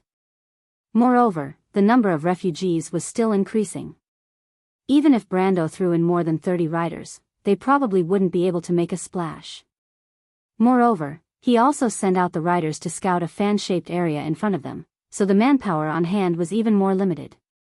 Fortunately, Erwin had a lot of men who had participated in the complete militia training and were brave enough to stand up and fight. Brando had more than 30 onyx longswords that he had just collected from the skeleton riders. He distributed them one by one, and it wasn't a problem to arm 40 or 50 people. Reto and Mano placed these people on both sides and at the back, and let them patrol back and forth, mainly to maintain order and security among the refugees. But this was a simple matter to say, but it was very troublesome to do. They were busy for half the morning for this matter, and Reto was just here to report the results. Mano, on the other hand, had another purpose. He and the Shire sorted out the armor fragments collected from the undead scouts last night and handed them to Brando for inspection. Most of them were broken metal rings, and only a few pieces of metal were left. Brando picked up each piece and looked at it under the sun, then touched the inside of the metal rings with his fingertips. He quickly found the familiar insignia, an eye. Brando put the armor fragments back in Mano's hand and replied, "It seems that the army behind us is the undead maggots' army." Just like in history, he suddenly saw Mano looking at him suspiciously, so he quickly coughed and said, "Undead maggot Marcus, he's a half-zombie. Among the military generals of Madara, he's especially good at gathering numbers, but he likes to march at night. When the time comes, you'll see an army of zombies all over the mountains." Reto and Mano looked at each other after hearing Brando's words. They didn't know why Brando knew so much about Madara, but it didn't seem like he was bragging. Besides, this young man didn't have to boast. Since the battle last night, he had already won the hearts of these old mercenaries. But Brando stopped and looked up at the sky. There were a few black spots in the sky to the southeast. He didn't know if they were the hawks in the mountains or the skeletal vultures of Madara. But he soon stopped thinking about it. As the standard scout troop of Madara, skeletal vultures were hard to guard against. They had excellent eyesight, and the necromancers could understand every movement on the battlefield through them. In the last few years of the First Era, between 421, the year of Lin Mao, and 426, the year of astrology, especially the Battle of the Oblique Forest in Cypher, Madara's skeletal vultures were everywhere. The players couldn't get rid of them in time even if they sent out the Wyvern cavalry. That was the peak of Madara's strength, and they were almost at the peak of their strength. However, it wasn't as if they hadn't come up with a solution after years of fighting. For example, in a dense forest like this, the skeletal vultures were severely weakened. Their monotonous coloration made it difficult for them to distinguish the battle environment in the complex terrain. Not to mention Brando's 400 to 500 men, even 1,000 or 2 of them would be like a pebble thrown into the sea. This was the reason why Brendel chose to enter the Silver Sparrow Mountain instead of following the refugees into the Valley of Sharp Rocks, which was easier to traverse. He didn't say it out loud because he was afraid that these experienced mercenaries would have other thoughts. Although he would rather believe that these people were still hot-blooded, he still had to be cautious. Brando thought for a while and continued, "Marcus likes to march at night, but he won't be idle during the day. He will use the elite ghouls and zombies to chase the refugees away, but the first thing he needs to do now is to defeat the White Mane Swordsman. But I don't know where Luke Besson is." In fact, Brando was most afraid of being discovered by the skeletal dragons. He knew that Tarkus had 3 skeletal dragons with him, and it would be a disaster if the skeletal dragons found them in the valley. However, Tarkus should be resting in Fortress Reden for a period of time. After occupying the graveyard, he should use the time to expand his forces. After all, the biggest obstacle had been removed. From Fortress Reden to the Dragos region through the River of Sharp Stones, there would be no more obstacles in between. Brando couldn't help but look at the direction of the valley as he spoke. At this time, he was already a young general or a rising star in the eyes of Redo and Mano. Even the way they looked at him was a little different. Although they were mercenaries, they didn't have any thoughts of becoming a noble's retainer. But the heavens knew that Brando was just a fake noble. Although the young man purposely corrected the way the Shire addressed him, he still felt a chill down his spine when he heard the latter address him as master in such a serious manner. He might as well just accept the way he addressed him. He thought about it for a while and could only blame it on the factory settings not being set properly. After finishing the morning's work, it was peaceful for the rest of the morning, but the refugees were getting bigger and bigger. Other than a group of refugees that caught up from behind, there were also some refugees that escaped from the valley. They brought news from that direction. Brando was right, Marcus's ghouls and 3 Cabias' skeletons were engaged in a fierce battle with the White Mane army. The outcome of the battle would be decided in the evening. The group of refugees expanded to about 1,000 people. In the middle, Brando asked them to stop and prepare a meal. Fortunately, Madara attacked the northwest and southwest districts when they entered the city yesterday. Most of the refugees had enough time to bring some necessities, so Brando didn't have to worry about food for the time being. But the young man wasn't unprepared. Deer Forest was a natural food storage base in his eyes. There were many different kinds of animals in the forest. Other than the aggressive bears and wolves, there were also wild boars, deer, badgers, and rabbits. There were also plenty of pine nuts, mushrooms, and wild vegetables in the forest. As long as one had the heart, they could easily feed 1,000 or 2,000 people here. Although they might not be able to live a good life, it was not a problem to ensure that they had enough food and clothing. Around 3 in the afternoon, the riders that were sent out in the front finally brought back the first piece of news. The news wasn't about Madara. Someone wanted to see him. P.S. I finally managed to make it at the last moment. Originally, I was supposed to write this chapter in the afternoon, but who knew that I would be so happy when I returned home on New Year's Day that I would eat a little too much. My stomach would only start hurting at night. Don't overeat. Today's monthly votes are awesome. Thank you for your support. Thank you from the bottom of my heart. Thank you for the generous rewards led by Blood Cicada and Phaser. I'll try my best to update it, and I'll continue to ask for monthly votes and subscriptions.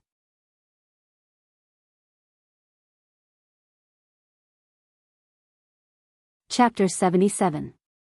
Brando met the person that the riders had brought to meet him in the open space between the Abies forest that was bathed in the afternoon sun.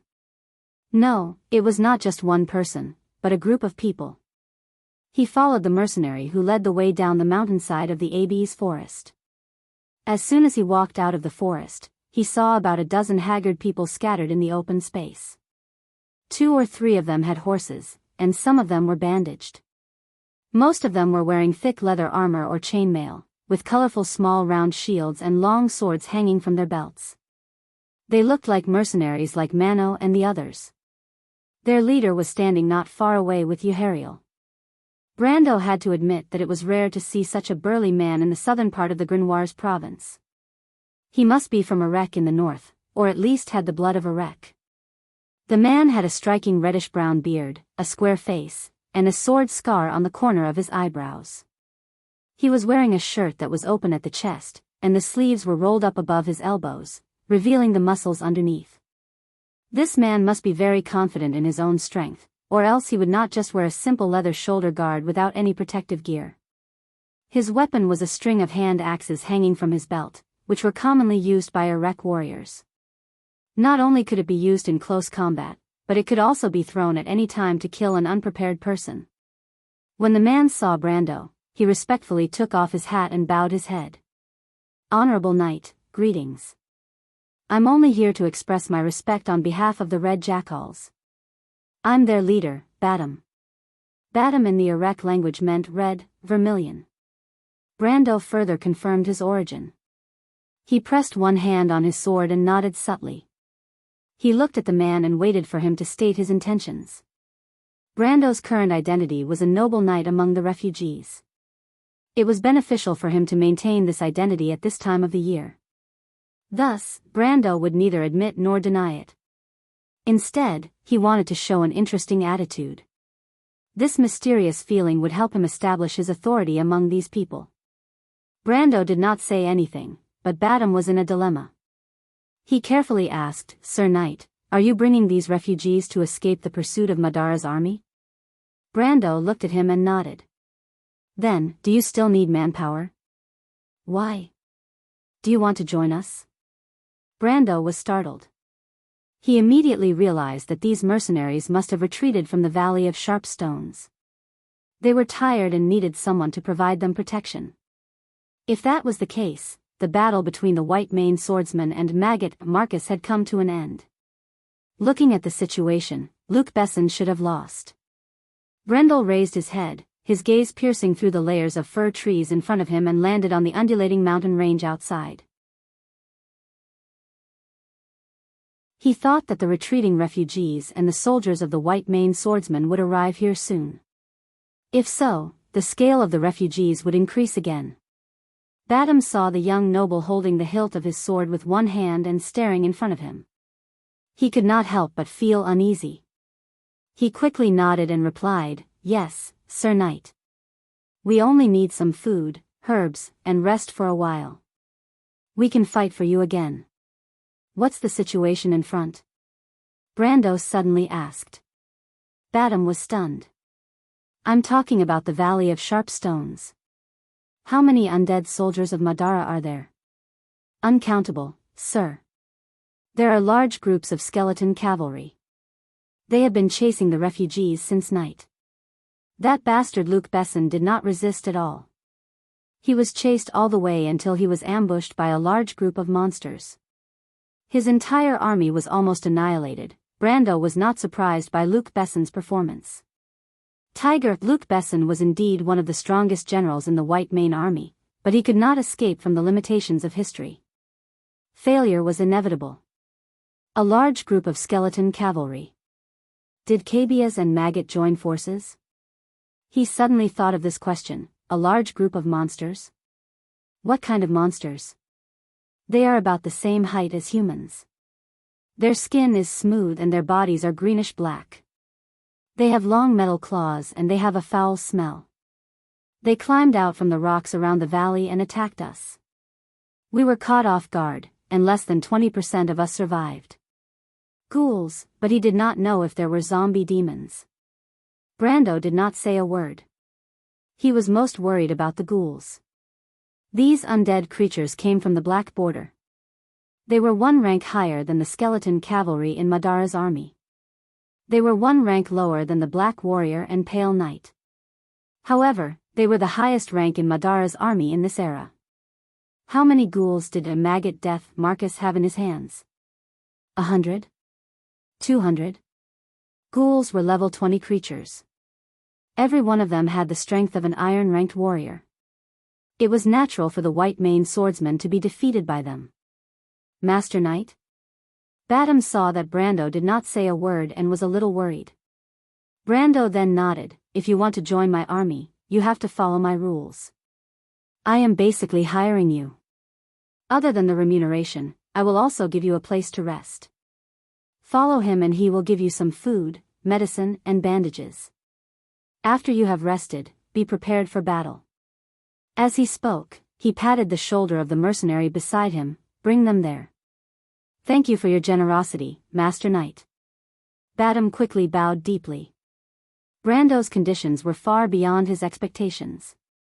He had been to many places, but he had never seen such a generous noble. The rider that followed him asked, "What about you, sir? You can go back first. Let me be alone for a while." Brando looked at the surroundings and felt that it was suitable for his needs. Brando did not want to be alone for a while. He wanted to complete an alchemy. Alchemy was not a mysterious skill in Wonde. Because of the magic civilization, many craftsmen knew a little about alchemy. However, to elevate alchemy to a magical art, it required profound knowledge and long-term accumulation. In the language of the game, alchemy was a skill before and after level 5. Before level 5, alchemy was more like chemistry. Craftsmen used this skill to obtain different materials.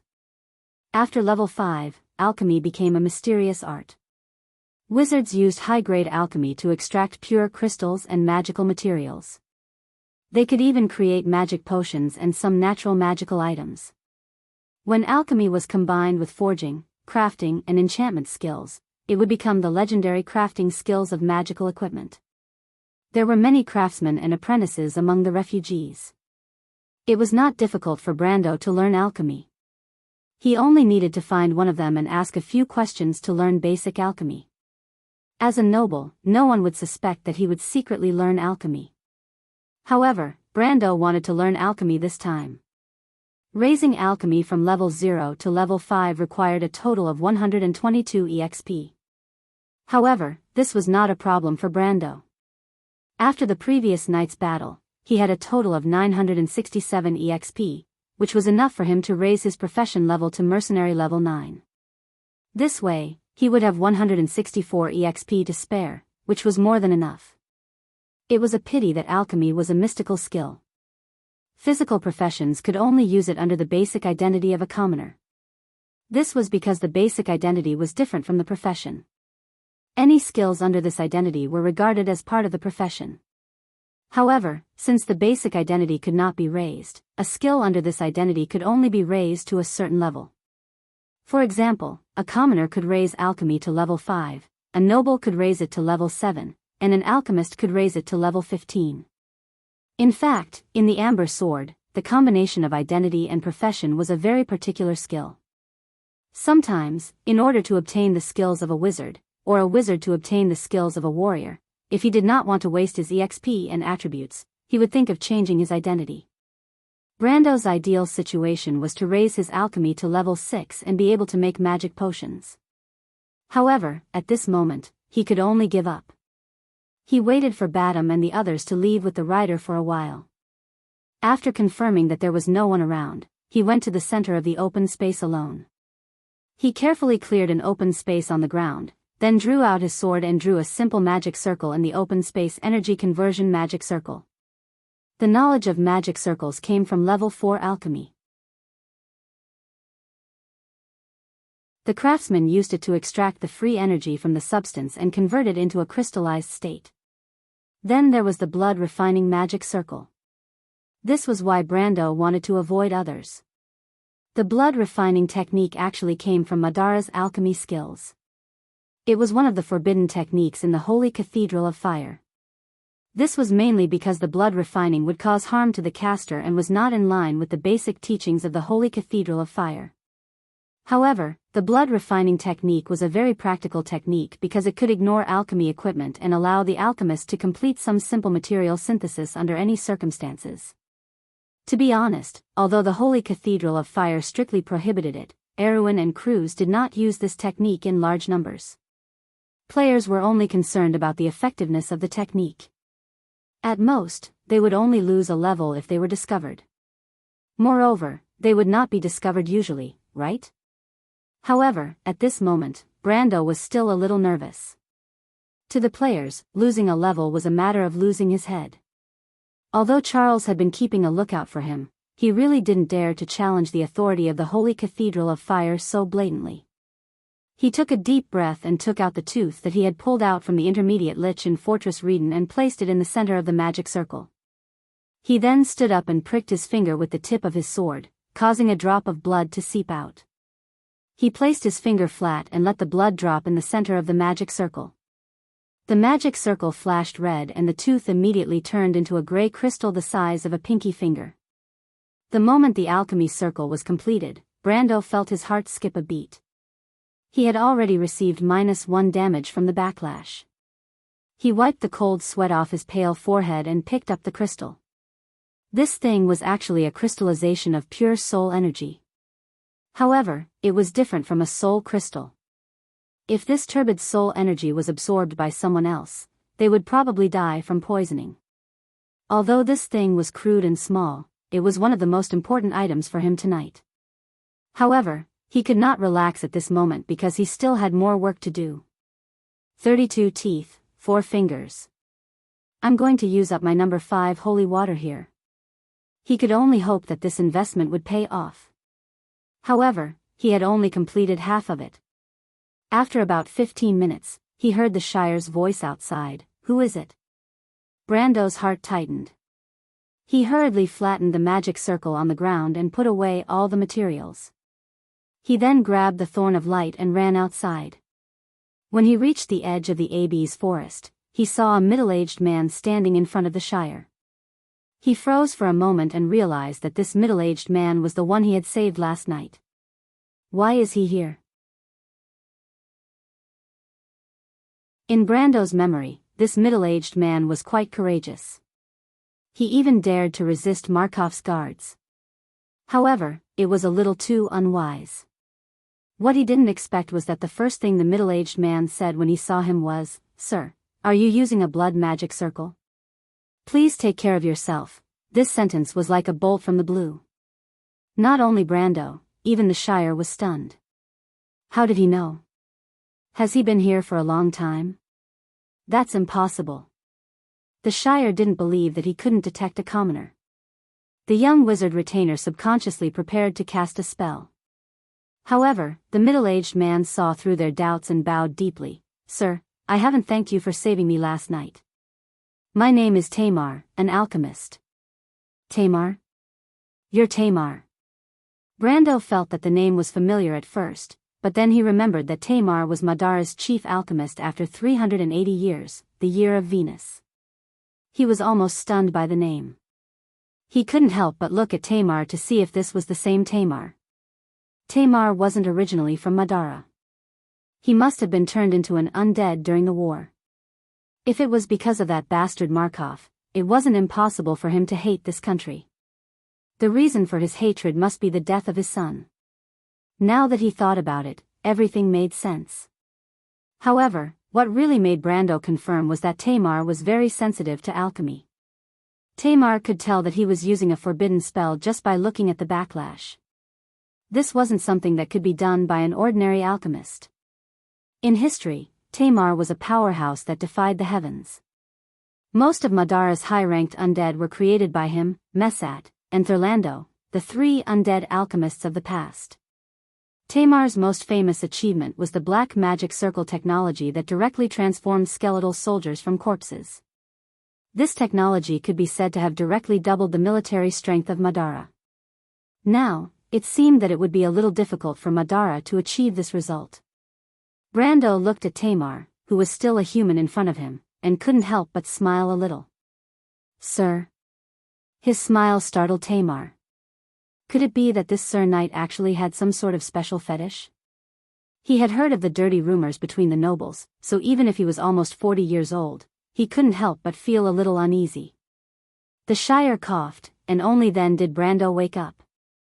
He hurriedly explained, "You're that master alchemist from Fortress Reden, Tamar?" Master alchemist? That was one of the top titles in the field of alchemy. Was he that famous? Tamar was stunned and quickly shook his head. "I'm just an unknown alchemist. Sir, I've been working for the noble parliament, but I didn't have much success, not famous. I've picked up a treasure." Brendel was overjoyed. P.S. Today's monthly votes are not good. Students, please support me. It's a little painful to look at. Look at how hard I'm working to update. Please support me. If you want to know what will happen next, please go to www.chidian.com. There are more chapters. Support the author. Support the original reading.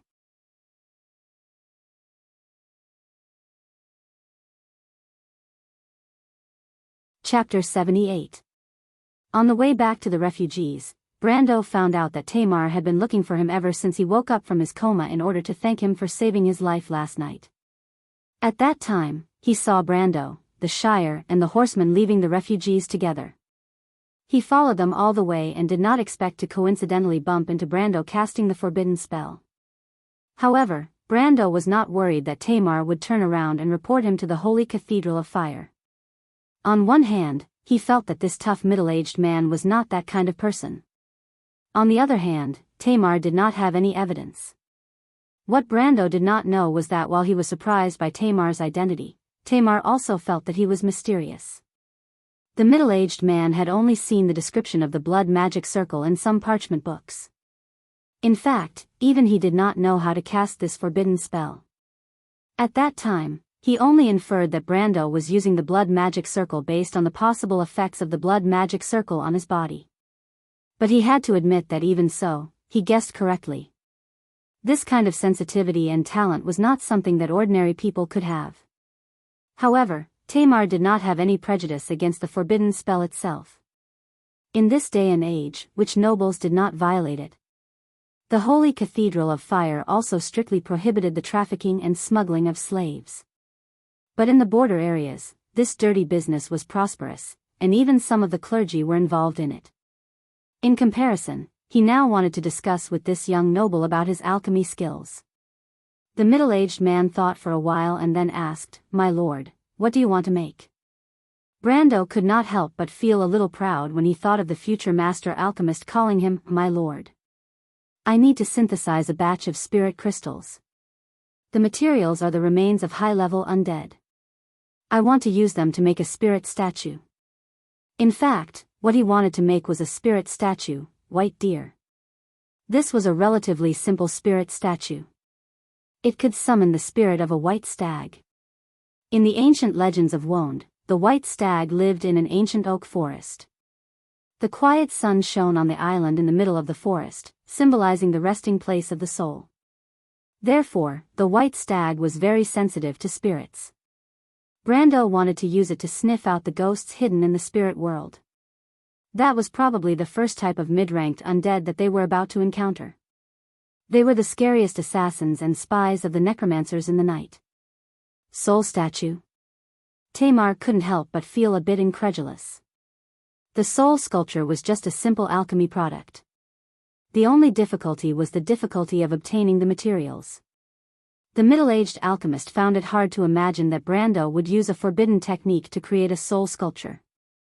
"Mr. Tamar, you don't have to be confused. It's actually because we lack alchemy tools." Brando saw through Tamar's doubts and answered. Tamar almost fell to the ground when he heard this. The blood refining technique was very powerful in the records. One of the main reasons why it was called a forbidden technique was because it could be used quickly and simply on the battlefield. It had an advantage that ordinary alchemy could not compare to. However, the backlash from activating a high-grade array using the blood refining art was also frightening. In the past, in the war between the Light faction and the Dark Kingdom, there were alchemists who used the blood refining art to summon powerful creatures to turn the tide. However, the core of the technique was the sacrifice, which was completely contrary to the teachings of the Light faction. Therefore, it was listed as a forbidden technique. But now, this young nobleman actually used it as a substitute for alchemy tools. Then again, a professional alchemist would carry his tools with him even if he lost his life. "Well, my lord. Actually, I also have some tools with me. If you don't mind, you can use mine." The blood refining art is a forbidden technique that is very harmful to the body. It's better not to use it. Tamar finally reacted after a long while. "Of course, I don't mind. Then, I'll have to trouble you." Brando, of course, would not be stupid enough to bleed himself. Although the number 5 holy water was not as powerful as the number 7 holy water, it was still a precious potion that could save a life at a critical moment. Brando was in a good mood because he could reduce the cost of alchemy and unexpectedly obtain a future master alchemist. For the first time in days, he felt relieved. This allowed him to walk with the Shire and Tamar while discussing alchemy techniques. The Shire was an apprentice wizard. Although he had not really mastered alchemy, the Highland wizard mentors in Karsuk's Black Tower were all master alchemists. He was very familiar with alchemy, so his knowledge was extraordinary. Brando, on the other hand, had level 5 alchemy knowledge. Even if he participated in Erwin's official alchemy exam, he could easily get the title of level 1 professional alchemist. Compared to Tamar, who was still wandering around the door, Brando was more like an alchemy genius. Tamar benefited a lot from the discussion, but the middle-aged man's wild ideas also made Brando nervous. He knew that Tamar lacked the opportunity and external environment. Otherwise, he would one day become a legendary master alchemist. After all, alchemy was a skill that required a lot of resources. The teeth of the mid-level liches that Brendel used before were sold for more than 300 tor in the black market or the wizard market. 30 of them were enough to make a simple statue of a white deer. While the three of them were discussing, Brando saw Freya walking along the long line of refugees. She looked drowsy. What's going on? Brando was stunned. He walked over and waved his hand in front of Freya's face. There was no response, so he patted Freya's head. Freya was startled and woke up abruptly. What are you doing? She saw that it was Brando and could not help but gnash her teeth. Brando. Where have you been? There are so many people coming. I can't handle it. Her voice was getting softer and softer. It did not sound like she was complaining, but more like she was wronged. Brando asked her to lead the refugees, and she did her best. However, as the number of refugees increased, she felt exhausted. In fact, just like Brando, she had not slept for the past few days. Compared to Brando, she was under a lot more pressure. The Shire and Tamar saw that Brando and Freya were talking, so they tacitly took a step back and continued their discussion. As for what happened between the young man and the girl with a long ponytail, they pretended that they did not see it. As the saying goes, the onlooker sees the clearer picture. Brando was completely unaware of Freya's special dependence on him. The young wizard squire, on the other hand, had the intention to watch a good show.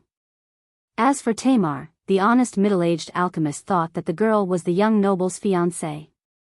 You haven't slept yet? There are so many people, how can I have time?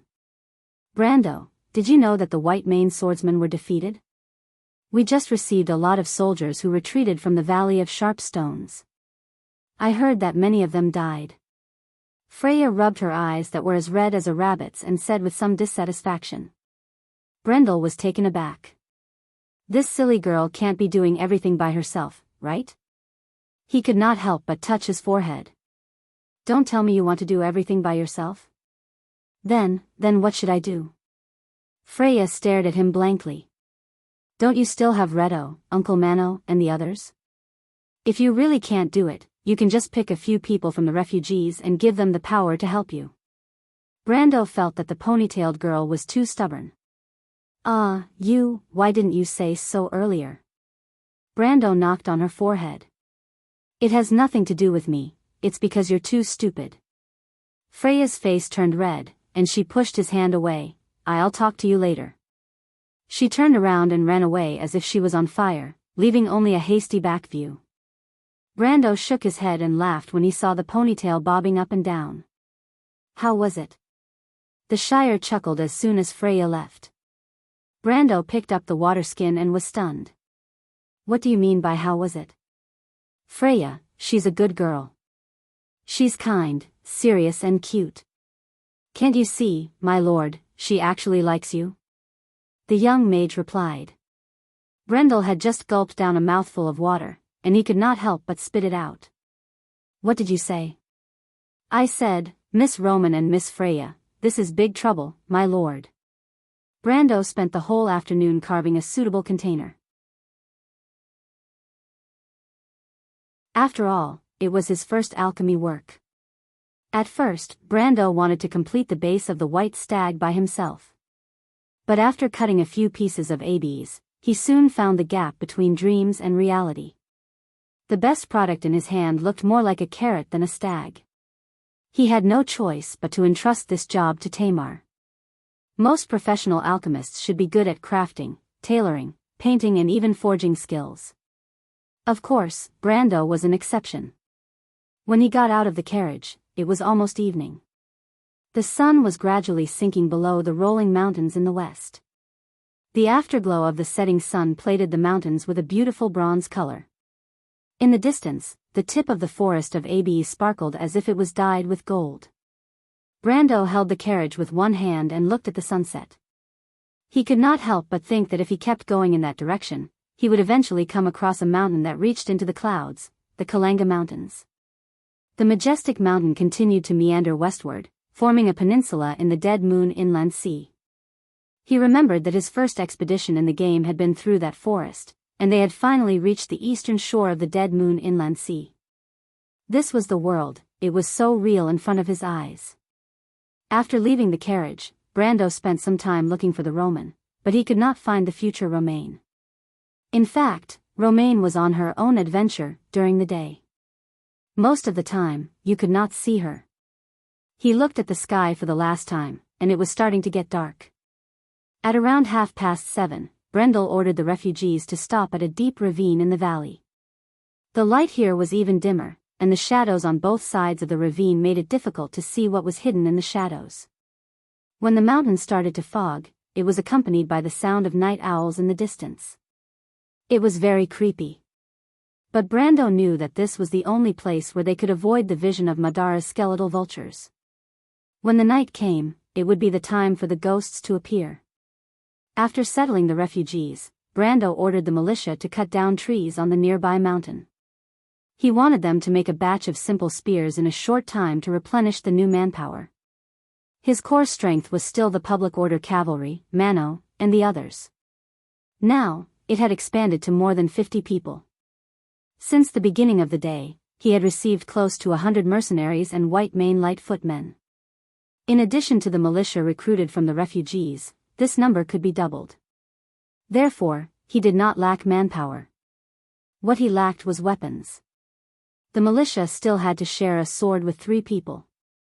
This reminded him of the revolutionary ancestors in his world.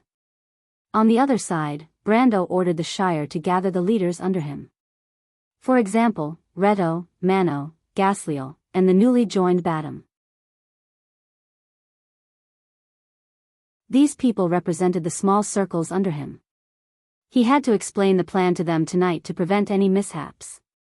At 8:00, the last ray of light disappeared into the horizon. The 12 stars of the Witch King's constellation were the first to appear in the eastern sky. Brando and the others stood at the top of the valley. He looked down at the refugees who were busy setting up camp and said, "You have seen the situation today. The White Mane Army and most of the refugees met with misfortune in the Valley of Sharp Rocks. I'm sure most of you have heard about it. Madara's tactic is not to chase us away. Instead, they want to kill us so that the news of the fall of Fortress Reden will not reach Vermeer. Then what should we do, my lord? At this time, the undead army has far outnumbered us. Our riders said that they saw a sea of skeletons in the west. They move slowly during the day, but when night falls, they are everywhere." Mano raised his head and asked. "And zombies," another person added. "Of course there's a way, but it's impossible to escape. Due to Luke Besson's failure, most of the death maggots and Kabia's elites are already in front of us. We need to find a shortcut from the other side." Brando replied. "So, have you heard of the remains of the saint?" Everyone was stunned. PS equals ___ equals monthly votes dropped to 3rd place, and it seemed that it was still slipping towards 4th place unstoppably. Students, please support me. My heart is bleeding as I look at my ranking dropping. But why do I feel so much colder today? My hands and feet are almost numb from the cold.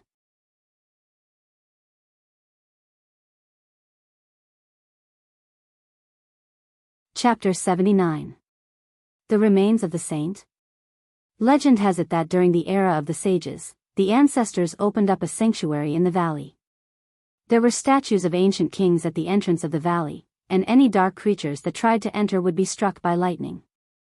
Even the power of darkness within a 1-kilometer radius of the valley would be suppressed to a minimum. Then, during the Dark Era, the humans, elves, and dwarves came out of the sanctuary and defeated the Twilight Dragon, Calamity, under the leadership of the Azure Knight. Only then did the Year of Chaos begin. "It is the remains of the saint, the guardian valley of the kings, your highness." Oberway replied. "He can find such a place?" The princess had already changed her cup of tea, but she did not pay much attention to it. Even the white porcelain teacup with golden edges that she liked was ignored. She only used her slender fingers to fiddle with the silver spoon. That young man should have known about it beforehand, but he did not know the general location. Oberway replied. But his method of finding the way is quite ingenious. Your Highness should have heard that the Witch Queen of Bunasan inherited the power of fate and the stars from generation to generation. There is also a faction of great wizards in the Tower Council who believe that the power of the stars and fate exists, and it came from the blind goddess Elaine. I thought that was a story that only existed in myths. Not necessarily. Can I continue to listen? But Your Highness, your court teacher, Sir Panasan, should be waiting for you. The princess smiled and said slyly, We are already late, Sir Oberway. So please continue, I want to hear how they spend the night. Oberway smiled as he had already expected this, so he continued, Then our story will start from a legend, a story about a king and a white stag. The sky was completely dark, and the wind swept through the layers of clouds, causing the Abbey's forest to rustle like the waves of the sea. Freya looked at the dark sky with a worried expression, and the wind blew her hair into a mess. The girl held her best friend's hand and could not help but whisper, Is Brando really that confident? Even Leto, Uncle Mano, and the rest of the locals have never heard of such a place. Don't worry, Brando is the best. Romaine looked at the stars behind the clouds and answered matter-of-factly. You didn't even think about it, did you? I didn't need it in the first place. Freya couldn't help but feel angry when she talked to this woman whose mind was blank. Only then did she realize that her nervousness seemed to have lessened a lot. She couldn't help but think that the Roman and Brando seemed to have some similar qualities that made people feel at ease. But Brando was calm and confident, and the Roman was carefree. The ponytailed girl suddenly felt that she didn't know what she would do if she didn't have them by her side. But it was at this time that the refugees suddenly exclaimed. Freya and the Roman turned their heads together, and they couldn't believe that a breathtakingly beautiful creature had suddenly appeared in the middle of the camp. It was a completely transparent white stag. Its body showed the most perfect proportions of such an elegant and noble creature. Its limbs were slender, its body was strong, and the long horns on its head were as sharp as swords. It didn't seem to be a creature that should exist in this world. It jumped up and stood on a rock, and its body was surrounded by light spots that fluttered up and down like fireflies. It wasn't just them, even Reto, Mano, and Badam stood up at this moment. Brando was further away, holding the stag's pedestal in his hand. He stood together with the alchemist Tamar and watched the stag jump up the rock in a few leaps, nodded at them, and ran away. The finished product is a little flawed, but after all, the conditions are limited. It's already very difficult to achieve this step. Brando said. He was very satisfied with his first alchemy product. The Shire and Tamar expressed the same opinion, but the young wizard still asked, My lord, do you think that the Valley of the King's Guardian is real? You know that thing? Brando was stunned. Of course, ancient knowledge is a compulsory course for wizards. Many schools of magic originated from the era of the sage. I can guarantee its authenticity, but the valley is in the fog, and its location is uncertain. I can only hope that Goddess Helene can help me tonight, so that my precious stag can find the way faster. Brando thought that of course, the place where the remains of the sage was also very famous in the game. Countless people had been there, and many more people speculated that there might be a huge secret hidden in it. But no one had ever found anything from it. He had also been there, but he only found the same thing as others. That was, he didn't find anything. Help? Tamar asked. It depends on whether Goddess Helene cares for us or not. Brando replied. What will happen if she doesn't? The Shire turned his head. Brando didn't answer this time. There were at least 3,000 to 6,000 skeletons and zombies following behind them.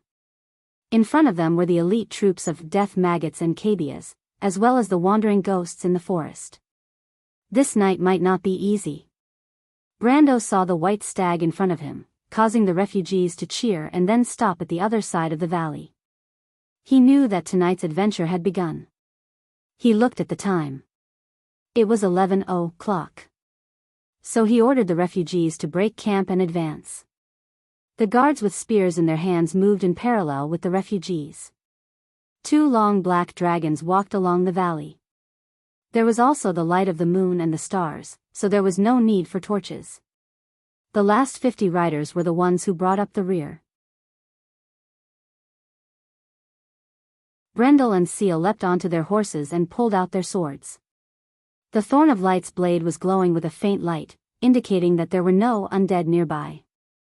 Let them follow the white stag, it will bring us luck. Brando held the sword in his hand and turned his horse to his knight. Mano rode his horse and followed behind him. He asked loudly, "My lord, can we really pass through that valley and be in front of Madara's army?" "Of course. I'm not doubting you, my lord, but this sounds a little unbelievable." "Indeed, but you just have to trust me at this time. I won't joke with my life. What about the undead army in front of us? From here to the north, there are at least 3 columns of Madara's army lingering in the mountains. Some of them came from the Valley of Sharp Stones, and some came from the Hunting Deer Forest. I suspect that they are the advance troops of the White Knight and the ghouls." One of the white-maned swordsmen asked. Brando recognized him. Luke Besson called him Terran. He had fought with him once in Fortress Redan, and he remembered that he used his sword to send him flying. Of course, he might have remembered wrongly, or it might have been 2 other people. The situation back then was too chaotic. And this officer seemed to have a deep prejudice against him. Although he was convinced by his swordsmanship, he still had to stand out and oppose him when it came to tactics. "Moreover, we have the maggot Marcus chasing after us." The officer continued, "If we fight them head-on, we will be dead." Brando looked at him. He indeed needed an officer from the white-maned swordsman to restrain his soldiers, so he was not angry. He only replied, "They will always have a loophole." "What loophole?" Terran held the reins and asked. Brando obviously would not reveal the secret of the gargoyle to him. Although some of them knew that he had the right to control the gargoyle, they did not know what he could do with it. "We will go behind that maggot, and they will pass through here in half an hour." He thought for a while and said on a whim. Everyone went silent. Even the mercenaries who were beginning to trust him couldn't help but wonder if this guy was crazy. But Reto said, "That's a good idea, if we can grasp the opportunity." Brendel turned around to look at the man in surprise. This was not an ordinary act of bravery. He had only done this once in the game. Sneaking through the gaps in the enemy's defense line, destroying 1 or 2 squadrons, and then sneaking behind another squadron. It was not impossible to do this, but it required a great deal of control over the situation, and also to be able to stop the enemy's eyes. Even if Brando was confident, it was just a casual remark. He did not expect Reto to see the opportunity and even dare to risk it all. Everyone was stunned again. But this time, it was Mano's turn to speak. He finally reacted and said, "Okay, if that's the case, I'll take the risk too. But to lead 1 or 2,000 refugees to pass through the enemy's defense line?" Other than Mano, Reto, and Brando, everyone else, including Freya, thought that the 3 of them were crazy. But Brando was very calm. He looked at the gargoyle in the sky and knew what he was relying on the most. Maggot Marcus knew that there was another group of refugees in the direction of Silver Sparrow Mountain since this morning. They had escaped before dawn and even killed a group of skeleton knights. But at first, he did not pay much attention to them. After all, most of the refugees escaped into the deer-hunting hills in scattered groups. Compared to the group of refugees who were with the white-maned swordsman in the Valley of Sharp Stones, they were the core of his and Kabia's operation. Humans were really weak. To him, the battle was as easy as he expected. The white-maned army was known as Erwin's regular army, but they were also weak in front of Madara's army. After chasing them for the entire day and delivering the final blow, the battle ended before sunset. Although the vanguard suffered heavy casualties, they were only cannon fodder. The ghouls and Kabia's skeleton cavalry did not suffer any losses. Compared to that, the battle last night hurt him the most. It would take a long time for more than 40 skeleton cavalry to accumulate. Marcus then turned his attention to the group of refugees. Lord Tarkus had ordered them to seal off the Valley of Sharp Stones. Every troop that participated in the battle did not dare to be careless. However, he immediately sensed an unusual aura. The enemy seemed to be very good at evading the detection of the skeleton vultures. Throughout the day, they only caught sight of the group a few times, but in the end, they still lost sight of them. This was not a good sign. Under the dim flame of the soul, Marcus spread out the sheepskin map and drew a few circles around the Silver Sparrow Mountain. Author's note: I did not disappoint. But what about everyone's votes? To be continued. If you want to know what will happen next, please go to www.chidian.com. There are more chapters. Support the author, support the original reading.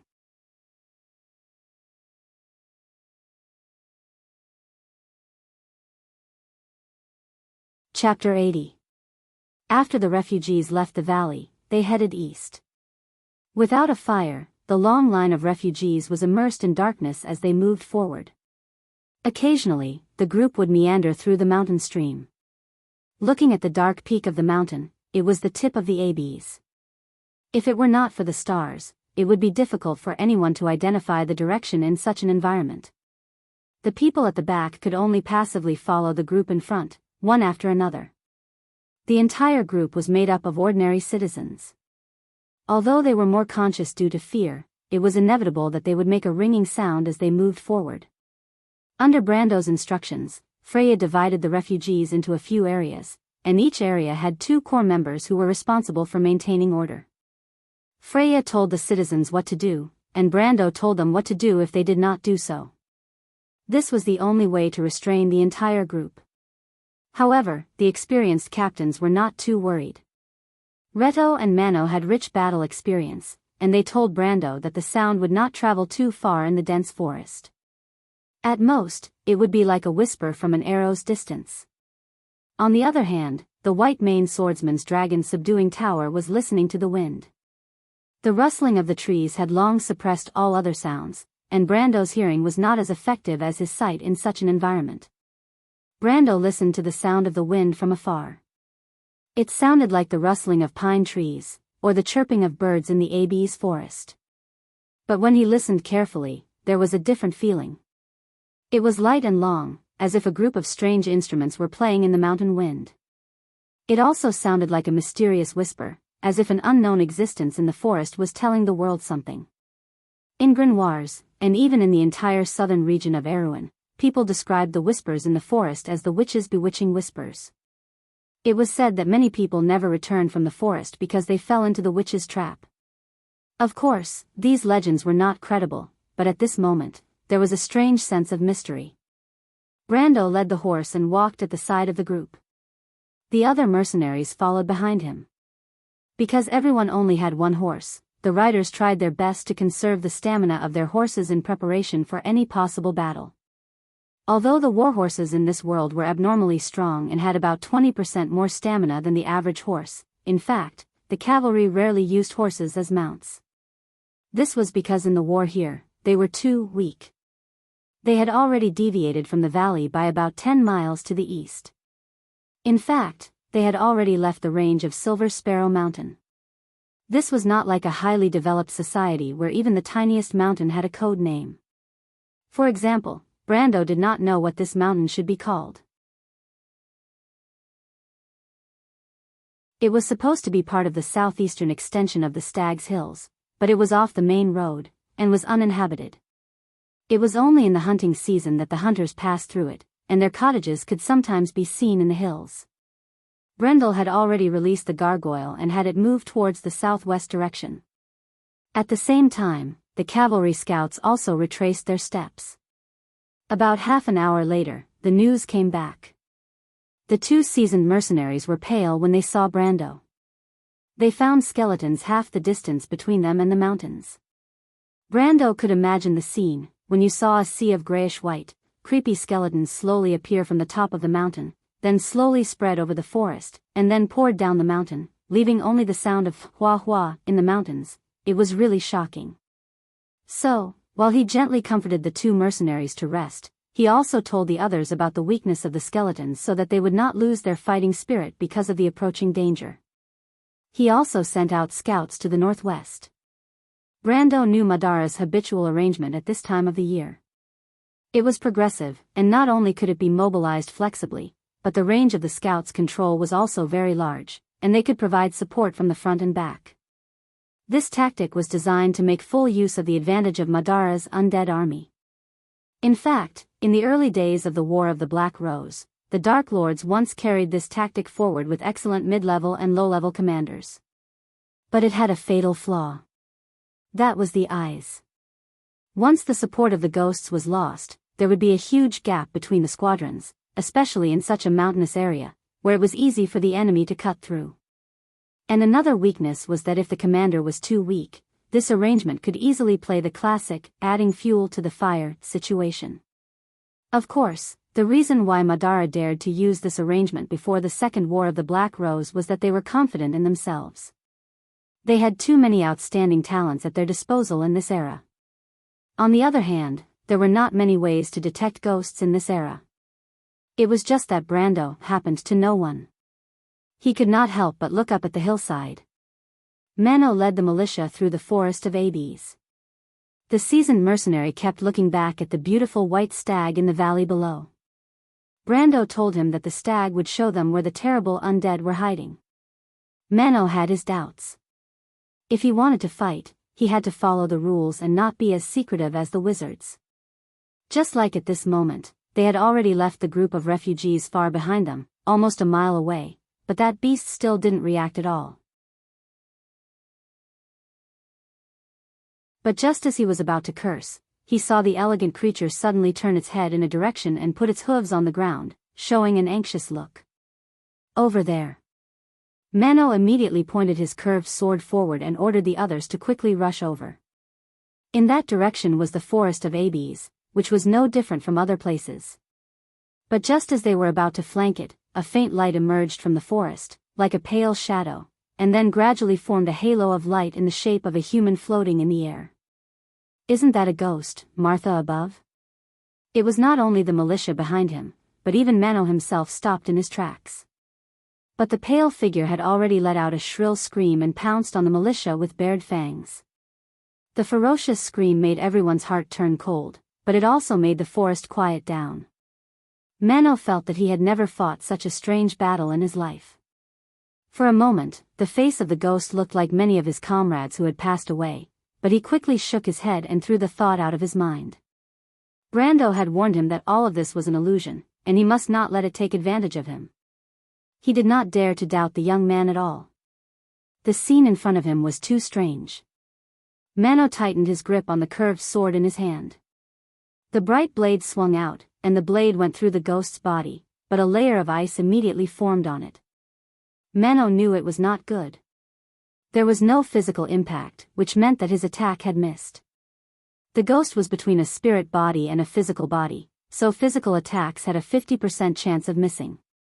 Mano did not have time to make any big movements to dodge. The pale fingers of the ghost had already reached for his face.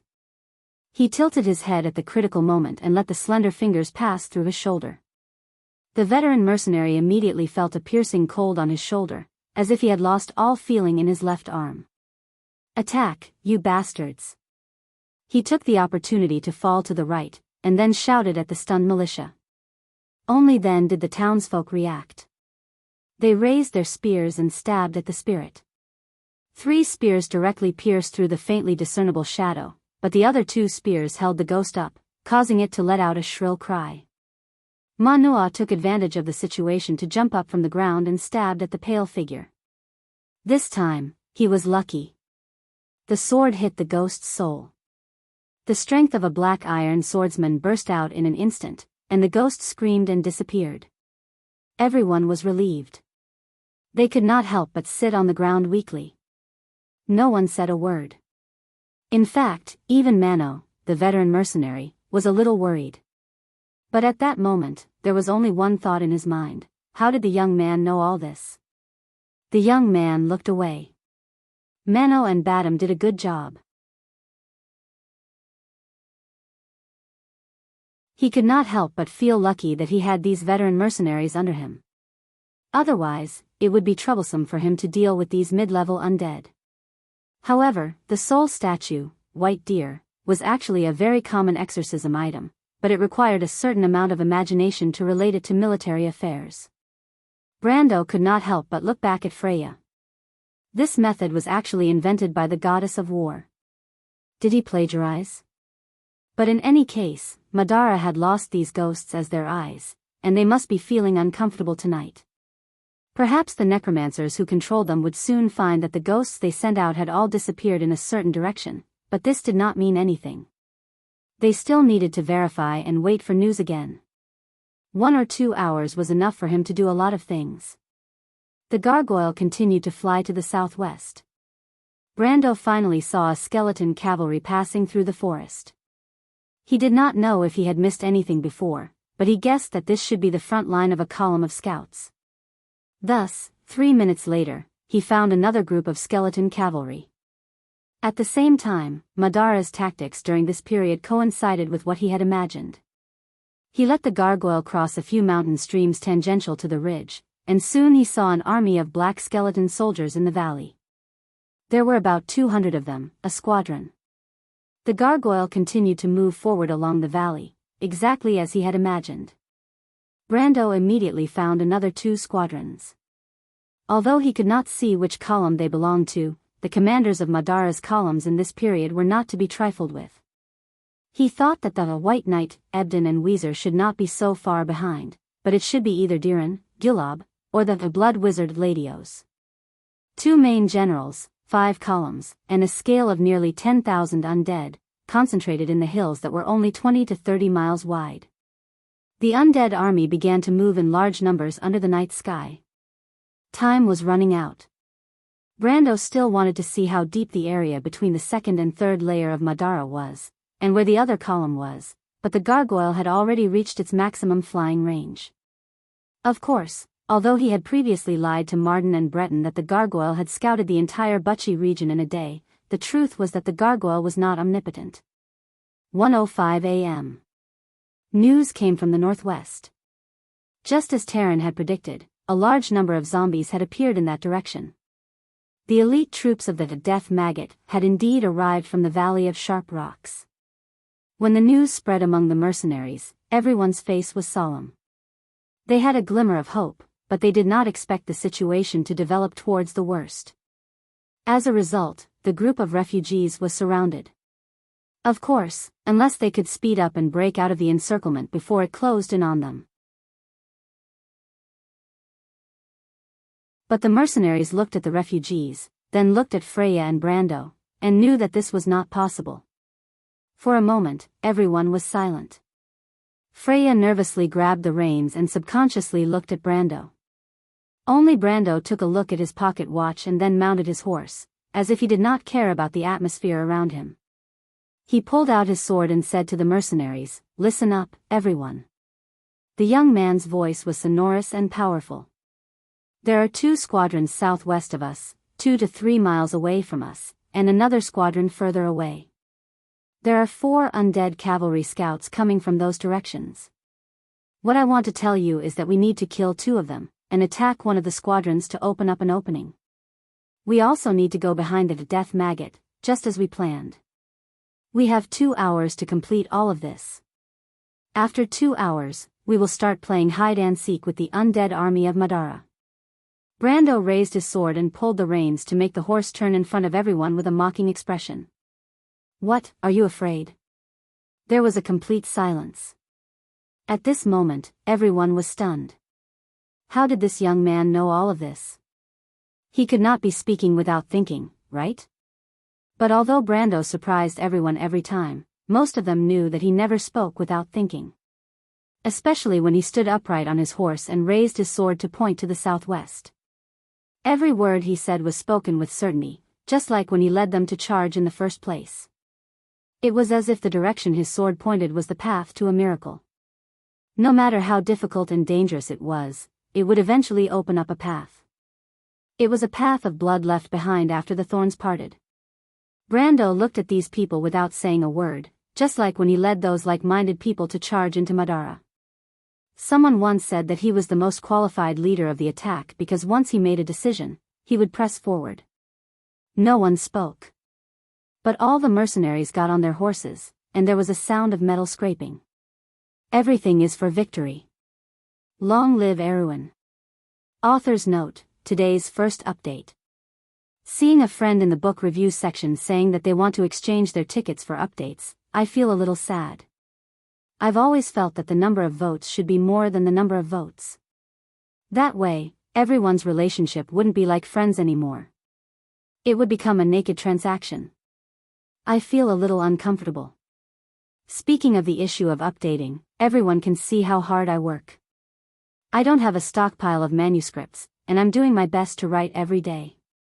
Especially for the explosiveness of the past few days, I've squeezed out almost all of my free time. That's all. Don't mind it, everyone. Just treat it as if I'm talking nonsense.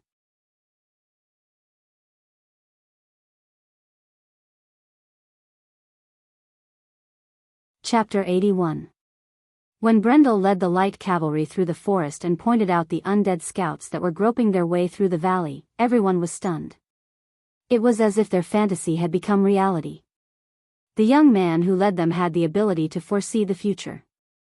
Only Leto and Terran guessed that it was the gargoyle, but they did not have much time to think about it. Brendel had already given the order to attack. More than 50 riders rushed forward under the young man's command, sealing off all possible escape routes for the skeletons. In fact, there was no escape route for them at all. Brando knew how they would react. When Brando arranged the cavalry's assault route, his image in the mercenaries' minds was not just described as an excellent general, but a magical one. The battle began with a horizontal sword wind, and 4 or 5 skeleton soldiers were cut in half. Then, Brando took the lead and killed the undead. Any skeleton cavalry who dared to stop him would be thrown 7 or 8 meters away as soon as they entered his attack range. Then, only the necromancer was left in front of him. He beheaded the necromancer with a sword. Then, he gathered the troops and attacked again. The battle ended just like the previous night. Only one of the security cavalry was accidentally stabbed in the left rib. Brando left him behind and let the self-defense regiment follow behind to take over. Then, they continued to move forward. In less than a quarter of an hour, they defeated another undead scout cavalry on the other side of the hill. After 2 battles, there were 3 casualties due to injuries. Brendel naturally had to bandage them one by one, even though it was just for the sake of using his cheat code. His first aid was extremely effective, and it was even more effective than some hemostatic drugs. But his subtle action won him a great reputation. Before that, his prestige among the mercenaries was already at its peak. Even Terran, who had always been against him, could not help but think that Brando was the god of war. Only the mythical god of war, Mars, had such supercilious strength. But Brendel felt that it was a little boring. The Madara cavalry's movements in this era were so rigid and inflexible, and they were not as flexible as they were after Insursta's reforms. To him, it felt like they were training AI in the past. The only consolation was that he had gained a total of 779 EXP from the 2 battles and successfully reached level 17. At the same time, when the refugees led by Freya began to abandon their carriages, Madara's side found themselves in greater trouble. As everyone knew, Maggot Death Marcus was a half-zombie. The rotten flesh on his body had to be maintained at all times to prevent it from falling off. However, it didn't matter even if his bones were exposed. After all, the apprentice necromancers under him would regularly replenish his bones. The rotting tendons and skin made the zombies stronger and tougher than the skeleton soldiers. But as a general, Marcus arranged the rotting flesh for aesthetic reasons. However, the news from the front line made him feel a little unusual. Before nightfall, his apprentices had sent out more than 10 ghosts to the south, but only half of them had returned on time. Was it that group of refugees? Or was it a trap? Marcus scratched his broken scalp in confusion, and countless fat white maggots spread out from his forehead. These little things quickly got into his eye sockets and the hollow holes on his cheeks. He chewed for a while. He marked the areas that the ghosts were responsible for on the map. There was a possibility that the group of refugees might be on that line. However, since the other party had the ability to counter his ghosts, it meant that it might not be that simple. He had to let those treacherous apprentices send out a second batch of ghosts and confirm the news. Marcus could roughly guess how long it would take, but before that, he could urge his zombie army to speed up so that Ebden and Weezer could complete the encirclement. There was a saying in Madara, no matter how clever a mouse is, it can never escape from a sealed oil tank. Under the siege of Marcus, Cabias, Ebden, Weezer, Diran, Ladios, and Gilab, no matter how cunning this small group of refugees was, they would not be able to escape in the end. When the sun rose the next morning, the south of the Valley of Sharp Stones would be completely covered in the shadow of the Roman Black Rose. Madara would be victorious. Marcus reached out his hand and stroked a ghoul that was obediently squatting beside him like a dog. However, this half-zombie general did not know that while he thought that everything was as it should be, the captain of the undead army in front of Brando was in a dilemma. In fact, about 15 minutes ago, the Black Knight Zasser had confirmed that he had lost contact with his two 10-man skeleton cavalry squads. He suspected that he had been targeted by an unknown Erewhon army. Therefore, he immediately sent out scouts to contact the 11th Squadron that was not far from him. However, no matter whether Zasser sent out ghosts or skeleton cavalry squads, there was no news in the end. Now, the Black Knight had realized that the problem might be a little big. When Brando and the mercenaries appeared on the hill, they saw that the undead squadron had stopped and was preparing to stand guard. Badam, Redo, and Mano did not see any clues, but Brando secretly frowned. The quality of Madara's mid-level and low-level officers was amazing. The young man could not wait for the undead commander to choose to draw closer to his allies in the other direction. This way, they could safely lead the refugees to pass through this empty area. However, the commander of the undead army made the most accurate judgment in the first place. What are they doing? Taran knew a little about Madara's tactics and could not help but ask. He looked at Brando again and no longer doubted his ability. Stay on guard. We killed their scouts too cleanly and gave them the illusion that an army 3 times their size was targeting them, Brando replied. 3 times? Then why didn't they draw closer to their allies? Aren't they waiting to be separated and surrounded? Their commander is waiting for the scouts of their allies. Aren't they afraid that we will intercept the scouts? Mano wiped his curved sword and answered casually. Brando glanced at him and thought to himself, do you think the scouts can intercept them just because they want to? If they did not have the gargoyles, the strongest scouts in the Amber Sword, they would not have been able to come and go so easily in the area covered by the undead army scouts. Killing the scouts is equivalent to telling them that there are enemies in this direction. The reason why we killed the 2 groups of skeleton knights was because Brando wanted to take down this squadron as well, Redo explained. Does that mean we don't have much time left? Mano asked. 1 hour. End the battle and clean up the battlefield, Brando replied. It was almost 20 minutes later when Freya led the self-defense team into the battlefield. When Zasser saw the ABs on top of the mountain shaking, he finally saw rows of soldiers holding spears walking down from the top of the mountain. He was startled for a moment. The soldiers' attire was different from any of the White Mane Army's legions. He could not help but tilt his head and asked with a hoarse voice, where are those soldiers from? The necromancer beside him immediately lowered his head respectfully. They seemed to be militia. Militia? Zasser was startled. How could the militia quietly eliminate 2 groups of skeleton knights? The Black Knight felt that there was something fishy going on. He could not help but stand up on his horse and made a gesture behind him. Change the bows, mark 140 feet, throw, release. The skeleton soldiers immediately took off the long bows on their waists and opened the bows. Then, they released the bowstrings with a wang sound, and black arrows flew high into the sky and into the forest of ABs. The mountain wind was strong, and the arrows were not very accurate. But to the militia who did not have much training, it was a great deterrent. The self-defense team that slowly walked down from the top of the mountain paused for a moment and immediately fell into chaos. However, they still had Freya.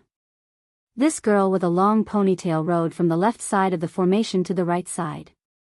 She tried to motivate the mercenaries and the White Mane Army's light infantry so that they could lead the militia to attack. Lower your body, lower your head, everyone. Remember what you learned during your training.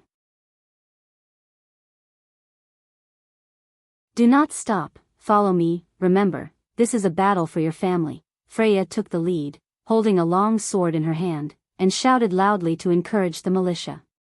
At least it seemed that her work was effective. Under her encouragement, the militia quickly regained their courage and once again reorganized their formation. They slowly pressed down from the top of the mountain. Zasser frowned and ordered another wave of arrows to be fired. After some adjustments, the skeleton soldiers were more accurate this time. A few of the first 3 rows of militia rolled down from the rain of arrows. But after 2 waves of arrows, the militia became calmer. After overcoming their psychological fear, the effectiveness of the projectile weapons was not as great as expected. Zasser immediately changed his hand gesture and pointed at the female knight. The 3rd wave of arrows was obviously aimed at Freya. But the armor on her body flickered with countless spots of light, and every arrow that flew towards her was deflected to the side. This miraculous scene stunned everyone, and the militia cheered in unison. They could not help but shout out Freya's name. Elven Praetorian Army? Seeing this scene, the Black Knight almost laughed out loud. Zasser wondered where this inexplicable army had come from.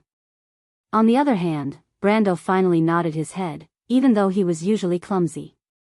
But the scene in front of him proved that Freya was the goddess of war in his heart. She was born for the battlefield. He took out his pocket watch and glanced at it. The time was just right. Then Brando pulled out the Thorn of Light, and the elven sword in his hand flickered with a fluorescent light. The sudden flash of light on the battlefield startled everyone, and people from both sides raised their heads and looked over. The elven sword. Zasser recognized the sword at a glance, and he almost screamed as he subconsciously pulled out the sword in his hand. Brando raised the sword high and shouted, "The Shire." The young wizard squire understood and immediately raised the ruby in his hand and pointed at it. Sharpness, division, blade structure. A layer of white lines immediately extended along the tip of the elven sword in Brando's hand. They flickered once and disappeared, leaving only the blade that had been enchanted. The Thorn of Light was already extremely sharp, and now it was even more indestructible. A new day has arrived, Sir Lord. Remember to pay my maintenance fee. Seal finished casting the spell and said with a grin on his face. Brando smiled faintly. Then he pointed his sword downwards, and his sword pointed towards the Black Knight's position, as if indicating that the battle was about to begin. P.S. I'm disgusted by some idiots who read pirated posts and scolded the author for asking for monthly votes. Depressed. Did everyone enjoy reading the latest chapters? If so, then support me. Thank you.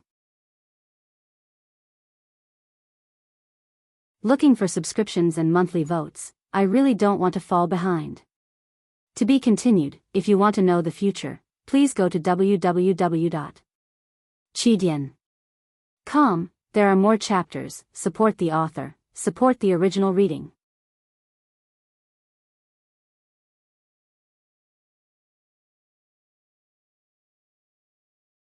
Chapter 82. Brando pulled out the Thorn of Light and pointed the leaf-shaped elven sword at the battlefield. He ordered his knight to prepare to enter the battlefield. They were more than 70 meters away, but they did not charge straight down as expected. The riders tightened their reins and kept their horses at a slow pace. More than 50 riders crossed a small forest and appeared in the vision of the skeleton soldiers from the other side. The Black Knight, Zasser, felt troubled.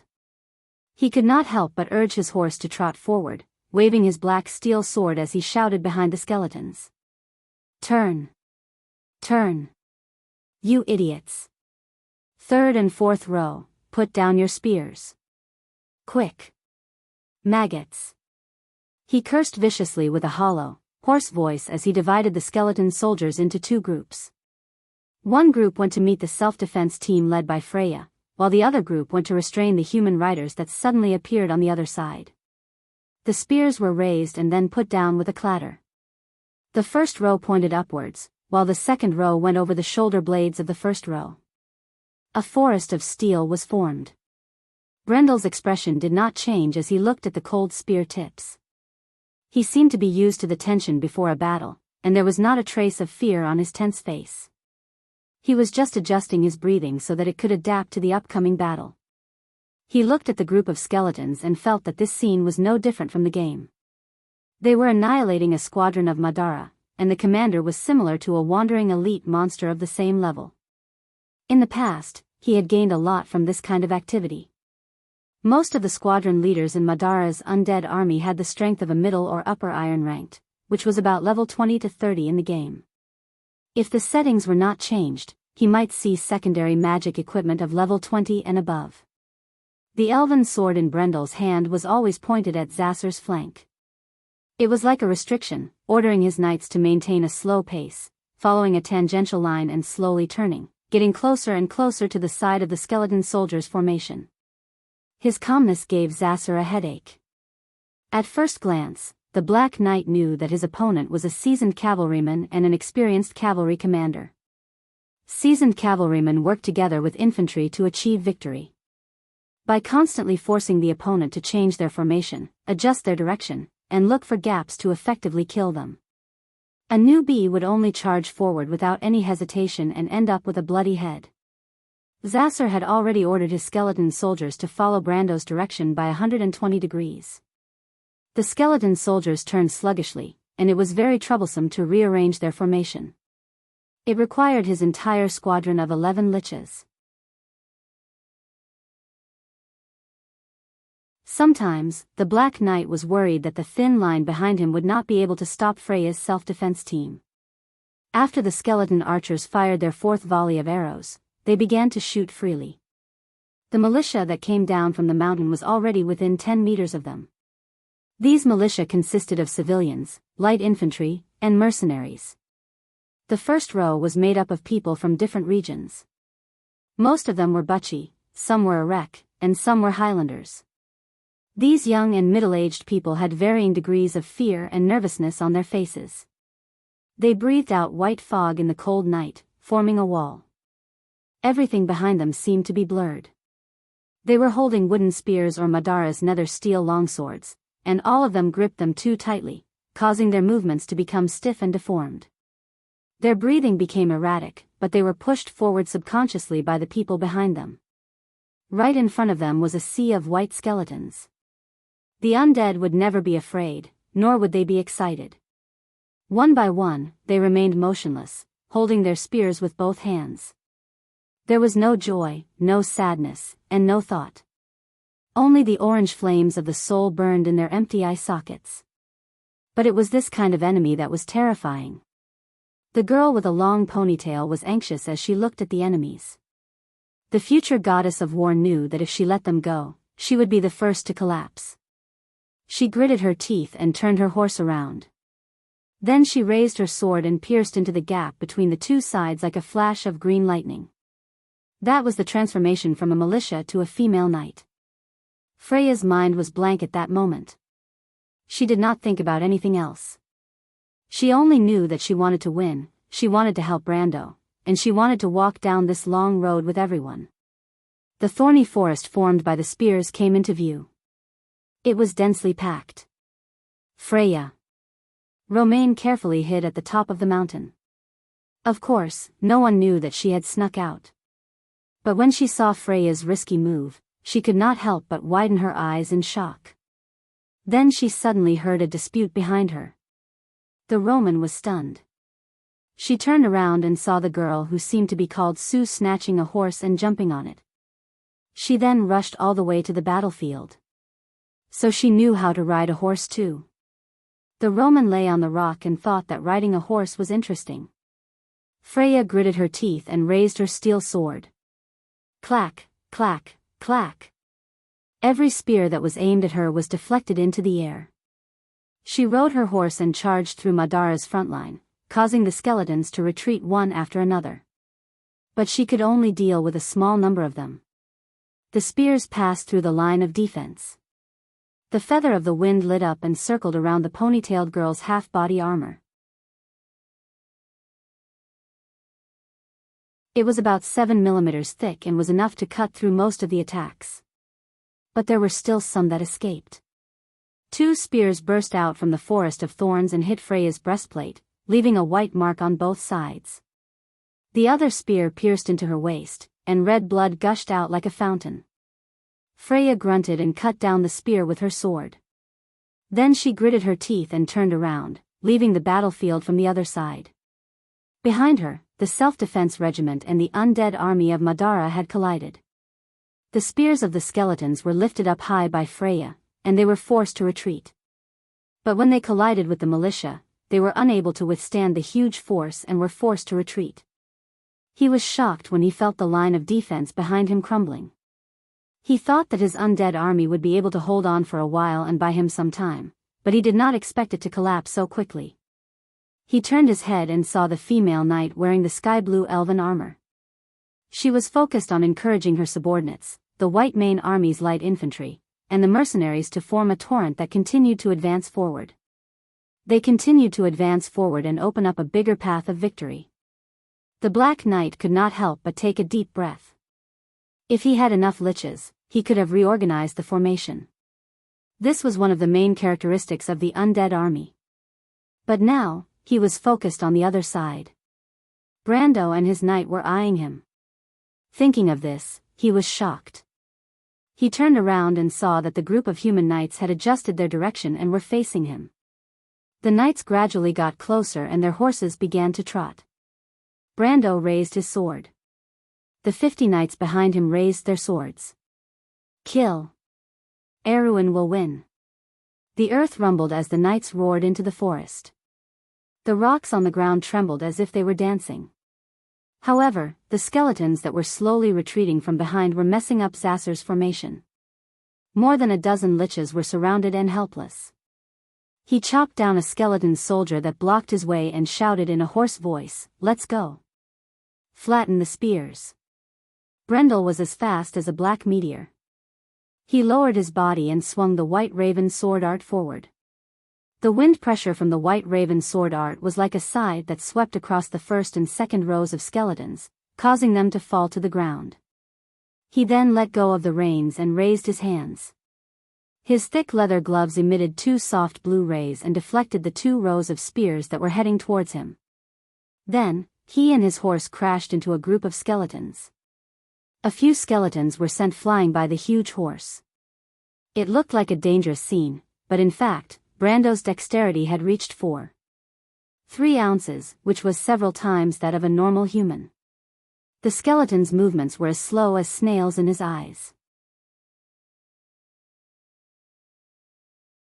The gap of a few seconds was a huge loophole that he could easily exploit. Protect the horses. With Brendel's loud roar, the entire cavalry crashed into the forest of undead spears.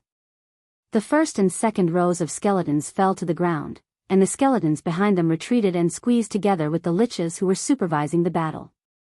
The mercenaries were very skilled. They deflected the spears of Madara's undead and cut into the enemy's formation. They used the momentum of their horses to penetrate the back 3 rows of skeletons. Then, they tried their best to move aside and let the second row of skeletons crash into them. Madara's formation was pushed back again and was on the verge of collapse. In the first charge, only 2 or 3 knights fell off their horses. Most of their horses were injured, but they could still fight their way out with their iron-ranked strength. It could be said that Brando's charge was a group of Erwin's sergeant major rank and above. The impact was so great that it was beyond his expectations. Although the attack did not penetrate the 200-strong undead army, it almost pushed them to the brink of collapse. Even Zasser could not believe that he had lost so quickly. The Black Knights saw 2 necromancers casting Veil of Darkness in front of Brendel's army, but Brendel ignored them as though he did not see them at all. Half of the necromancers' bodies fell to the ground in front of Zasser, burning with white holy flames. Another lich tried to hide further away and use decay, but he was cut in half by the young man's backhanded sword from 7 to 8 meters away. The lich fell on his back. Brando turned around again and swung his sword down. The elven sword passed through the skeletons, and the skeletons around him fell apart. White flames rose from the incomplete skeletons. The sacred flames connected as if the light of heaven surrounded the young knight. The demons danced and turned into ashes in an instant. It was as if he was walking on flat ground in front of an army of 10,000. Everyone couldn't help but gasp with their mouths agape. Brando raised his head again and locked his gaze on the Black Knight, Zasser. P.S. So sad, are the me people complaining about that half-zombie. I wipe my tears. Also, before the work is released, let me first explain, the unit of energy level is Oz, not Z. Fine, if you want to blame someone, blame this stupid font. It has nothing to do with me. Today, TAT encountered a very sad matter and lost a few thousand yuan. Please comfort me. To be continued. If you want to know what happened next, please go to www.chidian.com to read more chapters. Support the author, support the original reading.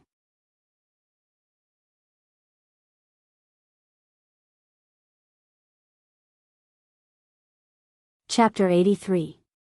Even an army of 10,000 could not withstand a single strike. What kind of momentum was this? Not only the Black Knight, but the militia and mercenaries in the distance were also stunned. Was this still a human? Even the legendary Knight of the Templar was not as good as this, right? The humans, who were already in the rhythm of the attack, suddenly cheered in unison. Their morale was greatly boosted, and they almost burst out 3 or 4 times their combat power, pushing the undead back. Seeing this scene, Zasser knew that there was nothing he could do, but the dark and proud blood in his body prevented him from admitting defeat. What kind of army was this? Judging from their attire, they were just a ragtag army. They were not even as good as the militia. They were just a temporary army formed by a group of frightened refugees. However, they had a group of impressive backbone and commanders. Zasser could not help but wonder who they were. Where did they come from? Aween was just a dying kingdom. How could the rising Madara be defeated by such an army in a country that should be buried in the dust of history? Even its own citizens had lost the reason to fight for this land, and Zasser did not think that he should accept defeat from the other side. The Black Knight drew his sword, and the soul fire in his chest could not help but burn fiercely. He immediately turned around and pulled the lich beside him, pointed to the position of Brando, and ordered it to use Soul Pierce to attack the enemy. Then he patted his warhorse's neck, and it began to trot. Together with the 3 black warriors, he separated the skeletons in front of him and went to meet the enemy. Zasser believed that even if he risked his life, there was still a chance to kill the enemy in the chaos. He wanted to take back the glory that belonged to him. This was the pride of Madara, the pride of the Dark Nobles. But at the same time, Brando also noticed the situation here. He immediately pointed to the Shire beside him. The young wizard immediately shot a white light from his hand and hit the lich who was casting a spell. But what Charles didn't expect was that after his spell hit the lich's ribs, it actually bounced off and dissipated into thin air. The Shire level was too low. Brando frowned when he saw the resistance effect of the spell. Since Brando was swinging his sword at the skull of a few skeleton soldiers, he was destined to not be able to withdraw his sword in time. However, Brando reacted quickly and raised his left hand. A bright sky-blue triangular formation appeared in his palm. The necromancer's secondary weapon, Spirit Pierce, was already out, while Brendel inserted 3 wind elemental crystals into his elemental pool and displayed the wind elemental card, Energy Loss. The sky-blue card symbolized the power of the wind. The wind was flexible and unpredictable, and the spells were mysterious. The wind-type card of Fate also had a similar power. A transparent, jagged spiritual wave shot out from the lich's forehead like a sharp knife. It crossed half of the battlefield in an instant and went straight to Brando and the others. But it immediately stopped in the middle of the battlefield. It was a strange scene. It was as if time had stopped for a moment. Then, like a storm, it refracted back with a sharp whistle. Along the way, there was a series of muffled sounds, and countless shriveled heads of the undead exploded. Even the headless necromancer swayed on the skeletal warhorse and fell down. Magic and martial arts. Those mercenaries who were less knowledgeable were still fine, but Reto, Mano, Badam, and Dragon's subduing tower were so scared that they almost threw away their swords. In their opinion, Brando was a young man who was not even 20 years old and had the strength of a middle-ranked iron rank. He was also an excellent and talented general. He was also very knowledgeable. He was already considered a rare genius. But now, they saw that he was also a wizard who could at least fight against a low-ranked lich. Could it be that he was actually a rare reverend? He was not afraid. The undead were destined to not be able to feel the reality of fear. But he was a little shaken. He did not know who the young man was. He held an elven sword, had excellent combat skills, and commanded calmly. How could such a person be unknown in Erewhon? While he was hesitating, 2 of the black warriors had already passed him and went straight to Brando. But the young man's expression did not change. In the blink of an eye, he blasted away the 2-handed sword in the hands of the first black warrior. It was as if the black warrior's strength of 5 ounces was fake. Then, he raised his sword high and slashed at the shoulder of the black warrior. The elven sword was like a silver, vertical line from top to bottom. With a loud bang, the black warrior and his horse were smashed to the ground. Brando turned around and punched the great sword of the second black warrior, causing it to fly to the side. Then, he clamped his legs on the horse's abdomen, causing it to move forward and grab the hilt of the black warrior's sword. His right hand pierced through the heart of the black warrior and pulled him down from the horse's back. He squinted his eyes and saw the -72 damage that rose above the black warrior's head. He could not help but think that the Thorn of Light's attack on dark creatures was really high. But these numbers projected on his retina made him feel strange. Sometimes, he wondered if someone had installed a microcomputer in his brain when he transmigrated. Of course, that was just a joke. Brando threw away the black warrior that was burning from the inside. He straightened his body and faced the third black warrior. He exchanged a blow with the black warrior and then cut him down from the horse's back. When the black warrior fell from the horse, Brando saw a silver necklace hanging from his sword. He reacted quickly and grabbed it. He was pleasantly surprised to find that it was a necklace that gave +0.3 strength. Actually, Brando felt that it was a little strange. The sub-magic equipment in the game should be similar to common equipment. Even the captain NPCs should have at least one of them. But until now, he had only seen the Roman spider ring, swift dagger, and this necklace. In fact, the magic equipment in the game were usually differentiated by their rarity. The black iron equipment's rarity was alchemy, also known as sub-magic equipment. The bronze equipment's rarity was low light, also known as low magic equipment. The brass equipment's rarity was magic. This level was a real magic equipment. For example, Brando's Ring of the Wind Empress and Freya's Ring of Flame, they had a significant characteristic, which was that they had at least one magic power that could be inspired. The silver equipment's rarity was ancient. This level was a rare magic equipment. For example, Brando's Thorn of Light. This type of magic equipment's power could even change the strength of the opponent to a certain extent. It was already considered a treasure. The gold equipment's rarity was fantasy.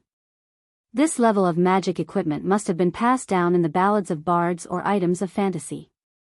But although there were many legends that had been passed down in the history of a country, there were only a few that had been truly grasped by people. The dark gold equipment's rarity was mythical. This level of magic equipment's rarity was mysterious. With Brando's knowledge, he had only seen it in the hands of a few core members of a few major guilds. Of course, in the game, an item that was mysterious was often a symbol of status. As for divine artifacts, apart from the Mercury staff and a few other ancient lost artifacts, most of them were in the hands of the legendary Almighty. They were either the rulers of a country or the gods in the heavens. For example, Saint Tossol's Ring of the Wind Empress, or the Sky Dragon's Holy Lance, Azure.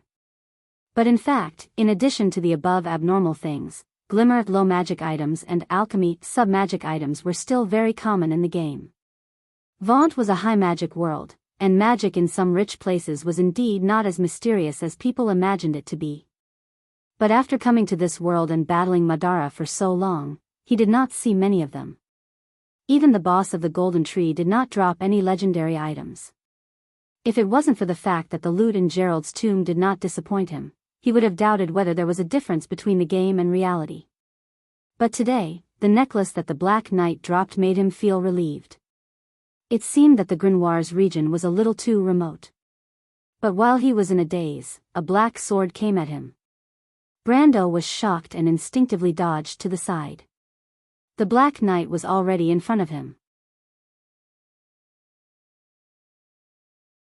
The young man could not help but look around. The Black Knight had lost his momentum. Even his guards were all dead. But the Black Knight still did not turn around and surrender. Could it be that he wanted to challenge him? He was stunned. Freya pressed on the wound on her waist with one hand, and she could not help but frown. But the ponytailed girl felt a little strange. She felt that she was more concerned about the damage to the half-plate of the Zephyr. She thought for a while and convinced herself that it was because the plate was too valuable.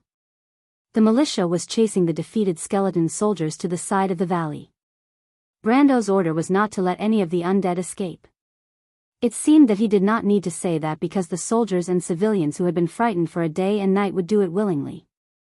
She and the rest of the militia were needed to maintain order in the pursuit of the undead so that they would not hurt their own people.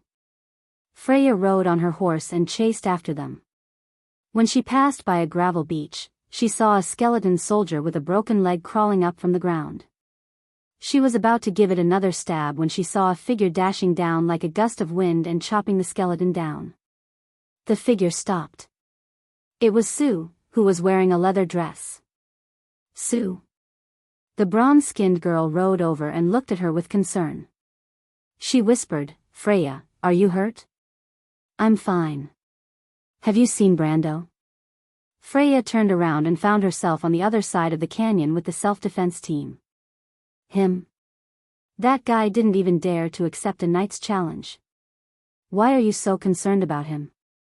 Sue thought for a moment and replied. Knight challenge? The female knight's long ponytail froze. P.S.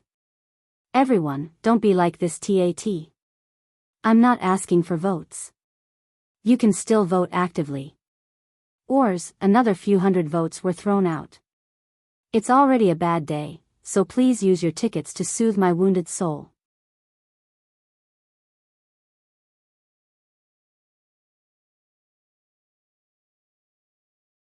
Chapter 84. A Knight's Challenge?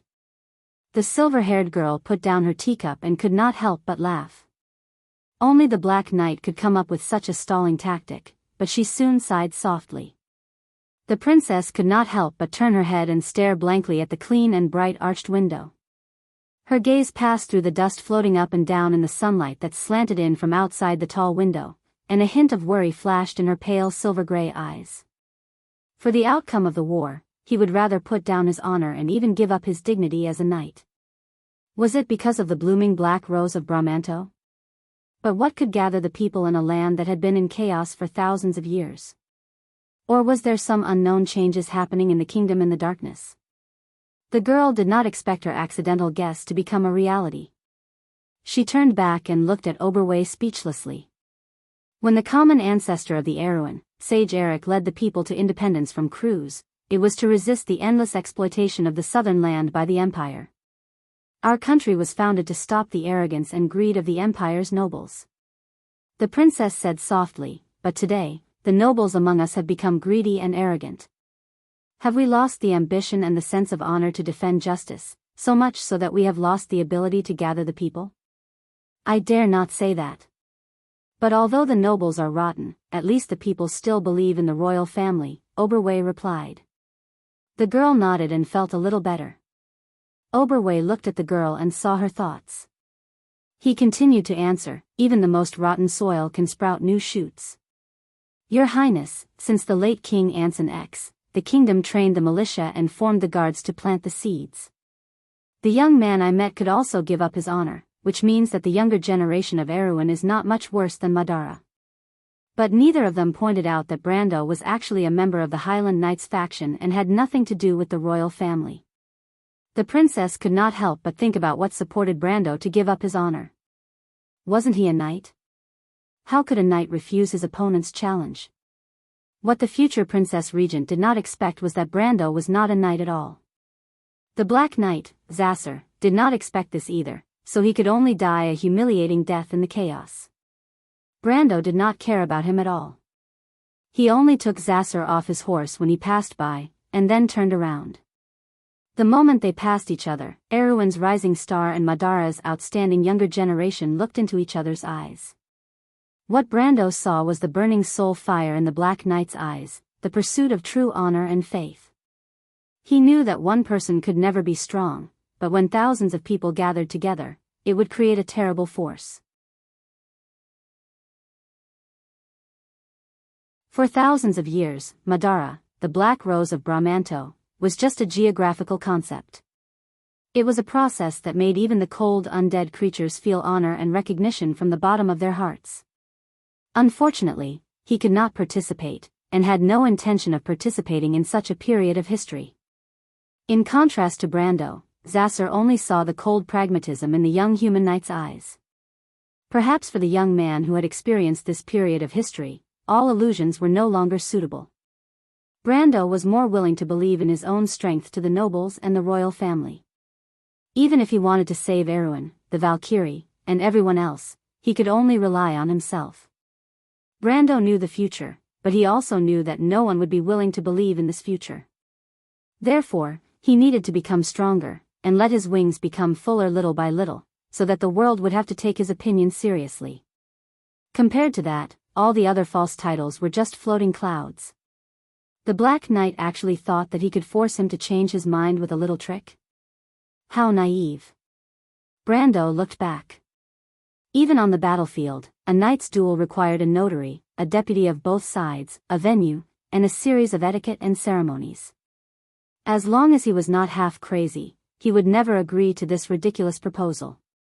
Perhaps in the eyes of the people of this era, knight should choose to respect each other. Of course, this was still a society that followed the spirit of classicism. Unfortunately, Brando was not just Brando, half of his soul represented another world. Fair competition? No, modern warfare emphasized unrestricted warfare and asymmetrical warfare. Therefore, this created the biggest doubt of the Black Knight before he died. When he saw the mercenaries swarming behind him and stabbing their shining blades into his chest, he died with his eyes wide open. How could he refuse? Was he still a knight? The undead army had been utterly defeated. Brando pulled the reins and let the warhorse trot a few steps to stop. Then he turned the horse around and saw that the others were looking at him strangely. It was no wonder. After all, as a knight in this world, refusing a challenge was indeed a big thing. Although these mercenaries had rich combat experience, it was inevitable that they would be influenced by the views of the world. But he raised his sword and said to the others, "You may be wondering why I didn't accept his challenge, but the reason is actually very simple. The challenge between knights comes from the mutual respect between nobles, not a holy challenge with deceitful thoughts. This is a blasphemy to the knight's rules." He added, "As for why I said this, think about it carefully." Everyone was enlightened, but Redo, Tower, and the others were more or less confused. Brando looked at their expressions and continued, "Of course, this is all nonsense. To put it more crudely, I'm not interested in a bet without a stake." This sentence was obviously to the mercenaries' liking. Many of them could not help but cheer loudly, especially Mano, who nodded repeatedly. He almost thought that Brando was his soulmate. But the young man still had some doubts when he looked back at Reynolds, but he understood that he could only explain so much. In fact, he did not need to hide anything. This night was so urgent that he had no time to sort out everything one by one. Just like now, he immediately gestured to the others to clean up the battlefield and let them quickly pick up the spoils and clean up the battlefield. At the same time, he jumped off his horse and walked to the corpses of Zasser and the Black Warriors. It was time to reap the rewards. The 3 Black Warriors had been burned into a pile of white ash from the inside out, except for their armor and some small items that they carried with them. These things looked disgusting, but in the eyes of players like Brando, they were equivalent to spoils of war. He kicked away the empty breastplate. The Black Warriors were tall, and their armor would probably have to be melted down again to be suitable for human wear. Therefore, this thing was worthless in his eyes. But his goal was not this thing, but the magical items that the Black Warriors might have carried with them.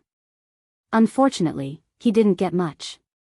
He only found a secondary snake-shaped ring with a rarity of black iron in one of the corpses. It was what the natives of this world called an alchemy item. +0. 1 dexterity, but it was better than nothing.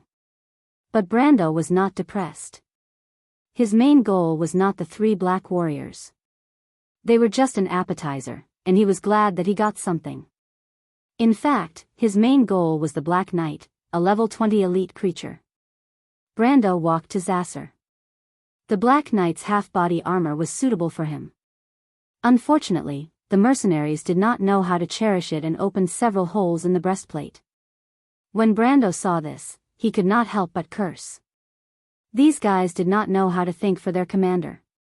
Compared to Freya, who was a militia commander, he, as a knight commander, did not even have armor to use. But even so, Brando still squatted down and opened the man's pouch. The first thing he looked for was the pouch, because most of the magical items and magic amulets were kept there. Brando's EXP did not lose its effect. He found a snake-shaped statue and 3 magic amulets. Magic amulets were good things. According to legend, they were originally made by the wizards in the ice forest in the north of Wonde. As long as you carried them, you would naturally gain good luck. But the craftsmanship of these magic items gradually spread after the Year of the 3 Hills and became an important craftsmanship. In the game, every magic amulet was at least bronze, because they had an important characteristic, which was that they were not limited by the total number of magic items that could be carried. Just like the 3 amulets in Brando's hands. The 3 magic amulets' attributes were +1 HP, +2 HP, and +0. 1 innate protection. It was the cheapest item in the market, but at least it was better than nothing. Brando put away the amulets and looked at the snake-shaped statue carefully. He immediately realized that it was a poisoned amulet. The poison amulet was a magic item. Most of them were made by the druids in the forest, but some of them came from the hands of the liches. Once activated, it would release a poison spell on the blade, 12 ounces, losing HP every minute and gradually weakening the user. It was not a good thing, but Brando could not help but curse in his heart. What a sneaky bastard, pretending to be a knight. Does a knight use poison? He could not help but think that he was not a righteous person. Otherwise, he would have suffered a great loss. He put the amulets away. After all, his current identity was still a Highland knight. It would be a big problem if someone who knew their stuff saw it. The rules of a knight in this world were very complicated. If they violated the rules, they would be stripped of their title. If it was serious, they would be burned at the stake. That was not a joke. Then Brando turned the body over and checked the neck and hands, which were the most likely places to have magic items. But he did not see a ring or a necklace. Instead, he saw a frosty glass bracelet. Of course, it was not a glass bracelet. Elemental bracelet. Brando was shocked and hurriedly pulled the thing out of the Black Knight's body. Although the elemental bracelet was only of a bronze equipment, it had a high energy level. The lowest level elemental bracelet that Brando knew of was at least 25 ounces, and the attributes of this item were also very practical. It could add a certain amount of elemental damage to close-range or long-range physical attacks. The amount of damage depended on the energy level of the bracelet. For example, a 25-ounce bracelet would add at least 4 to 4 points of elemental damage. In his previous life, the Thorn of Light's damage was only 9 to 9 points without doubling the damage. Brando suppressed the ecstasy in his heart. This item used to be as expensive as a silver, rare magic item. When it was at its peak, it was one of the equipment that he could only dream of. Attack was the life of a physical profession in the early stages.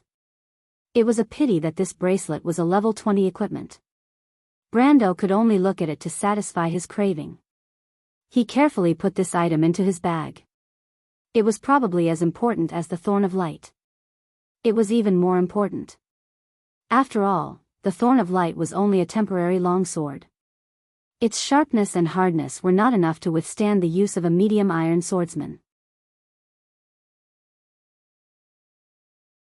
Brando actually had a replacement for the elven sword in mind, but he had not put it into action yet. However, the elemental bracelet was different. There were 2 slots for the bracelet. Brando thought that it would be difficult to find a better replacement before he reached level 40. And at level 40, he would at least have the strength of an upper silver. After putting away these important spoils of war and making sure that he did not miss anything, Brando sighed and stood up. The rewards from this battle were too great. Other than a total of 770 EXP, the equipment he obtained almost doubled the energy level of his equipment. Especially the elemental bracelet, which was unexpected good news.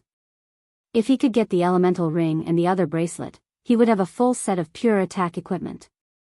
Brando was even confident that he would be able to find trouble with the young black dragon at Viro's Needle Hill Road before he reached level 30. After all, the map of Chi Dragon was a huge temptation to any player who used to play games. Brando was no exception. He could not help but blow on the edge of the Thorn of Light as if he had already obtained the dragon's treasure. Of course, there was still an insurmountable gap between reality and fantasy. Of course, he would not get carried away.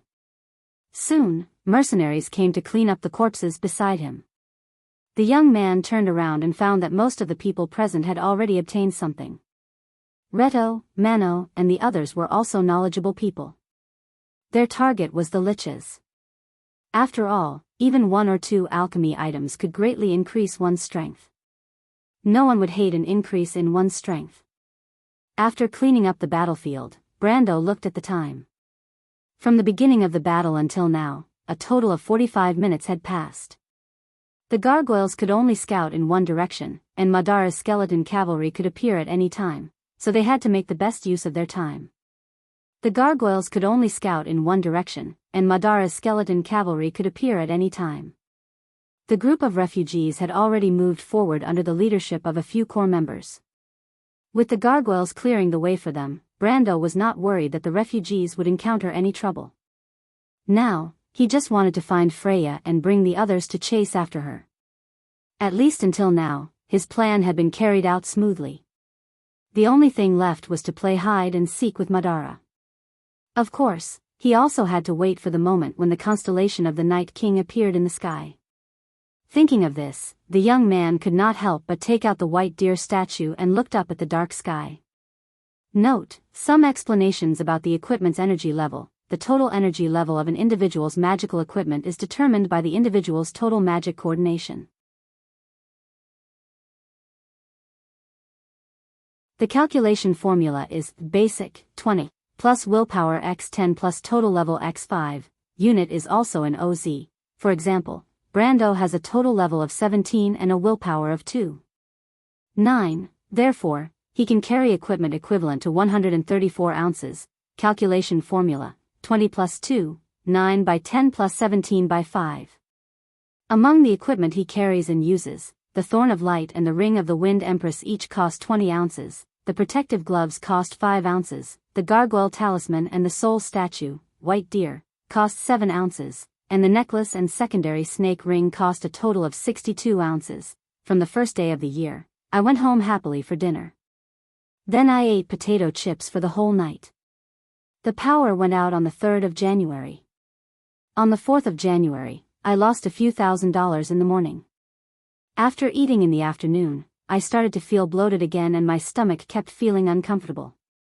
Then this morning, the power went out again until 1 p.m. Not only did my stomach stop feeling uncomfortable, it got worse. I had a stomachache for the whole day. At night, when my friends came to ask me to go out for hot pot, I did not go to TAT. I will try my best to make up for it when it gets better. Thank you for your support. Also, thank you Brother Razor for the $100,000 reward. This is the first time I have received a $100,000 reward. In addition, there are many friends who have tipped me and voted for me every month. Thank you. Your support is the motivation for me to persevere. Also, Amber Group 1 is almost full.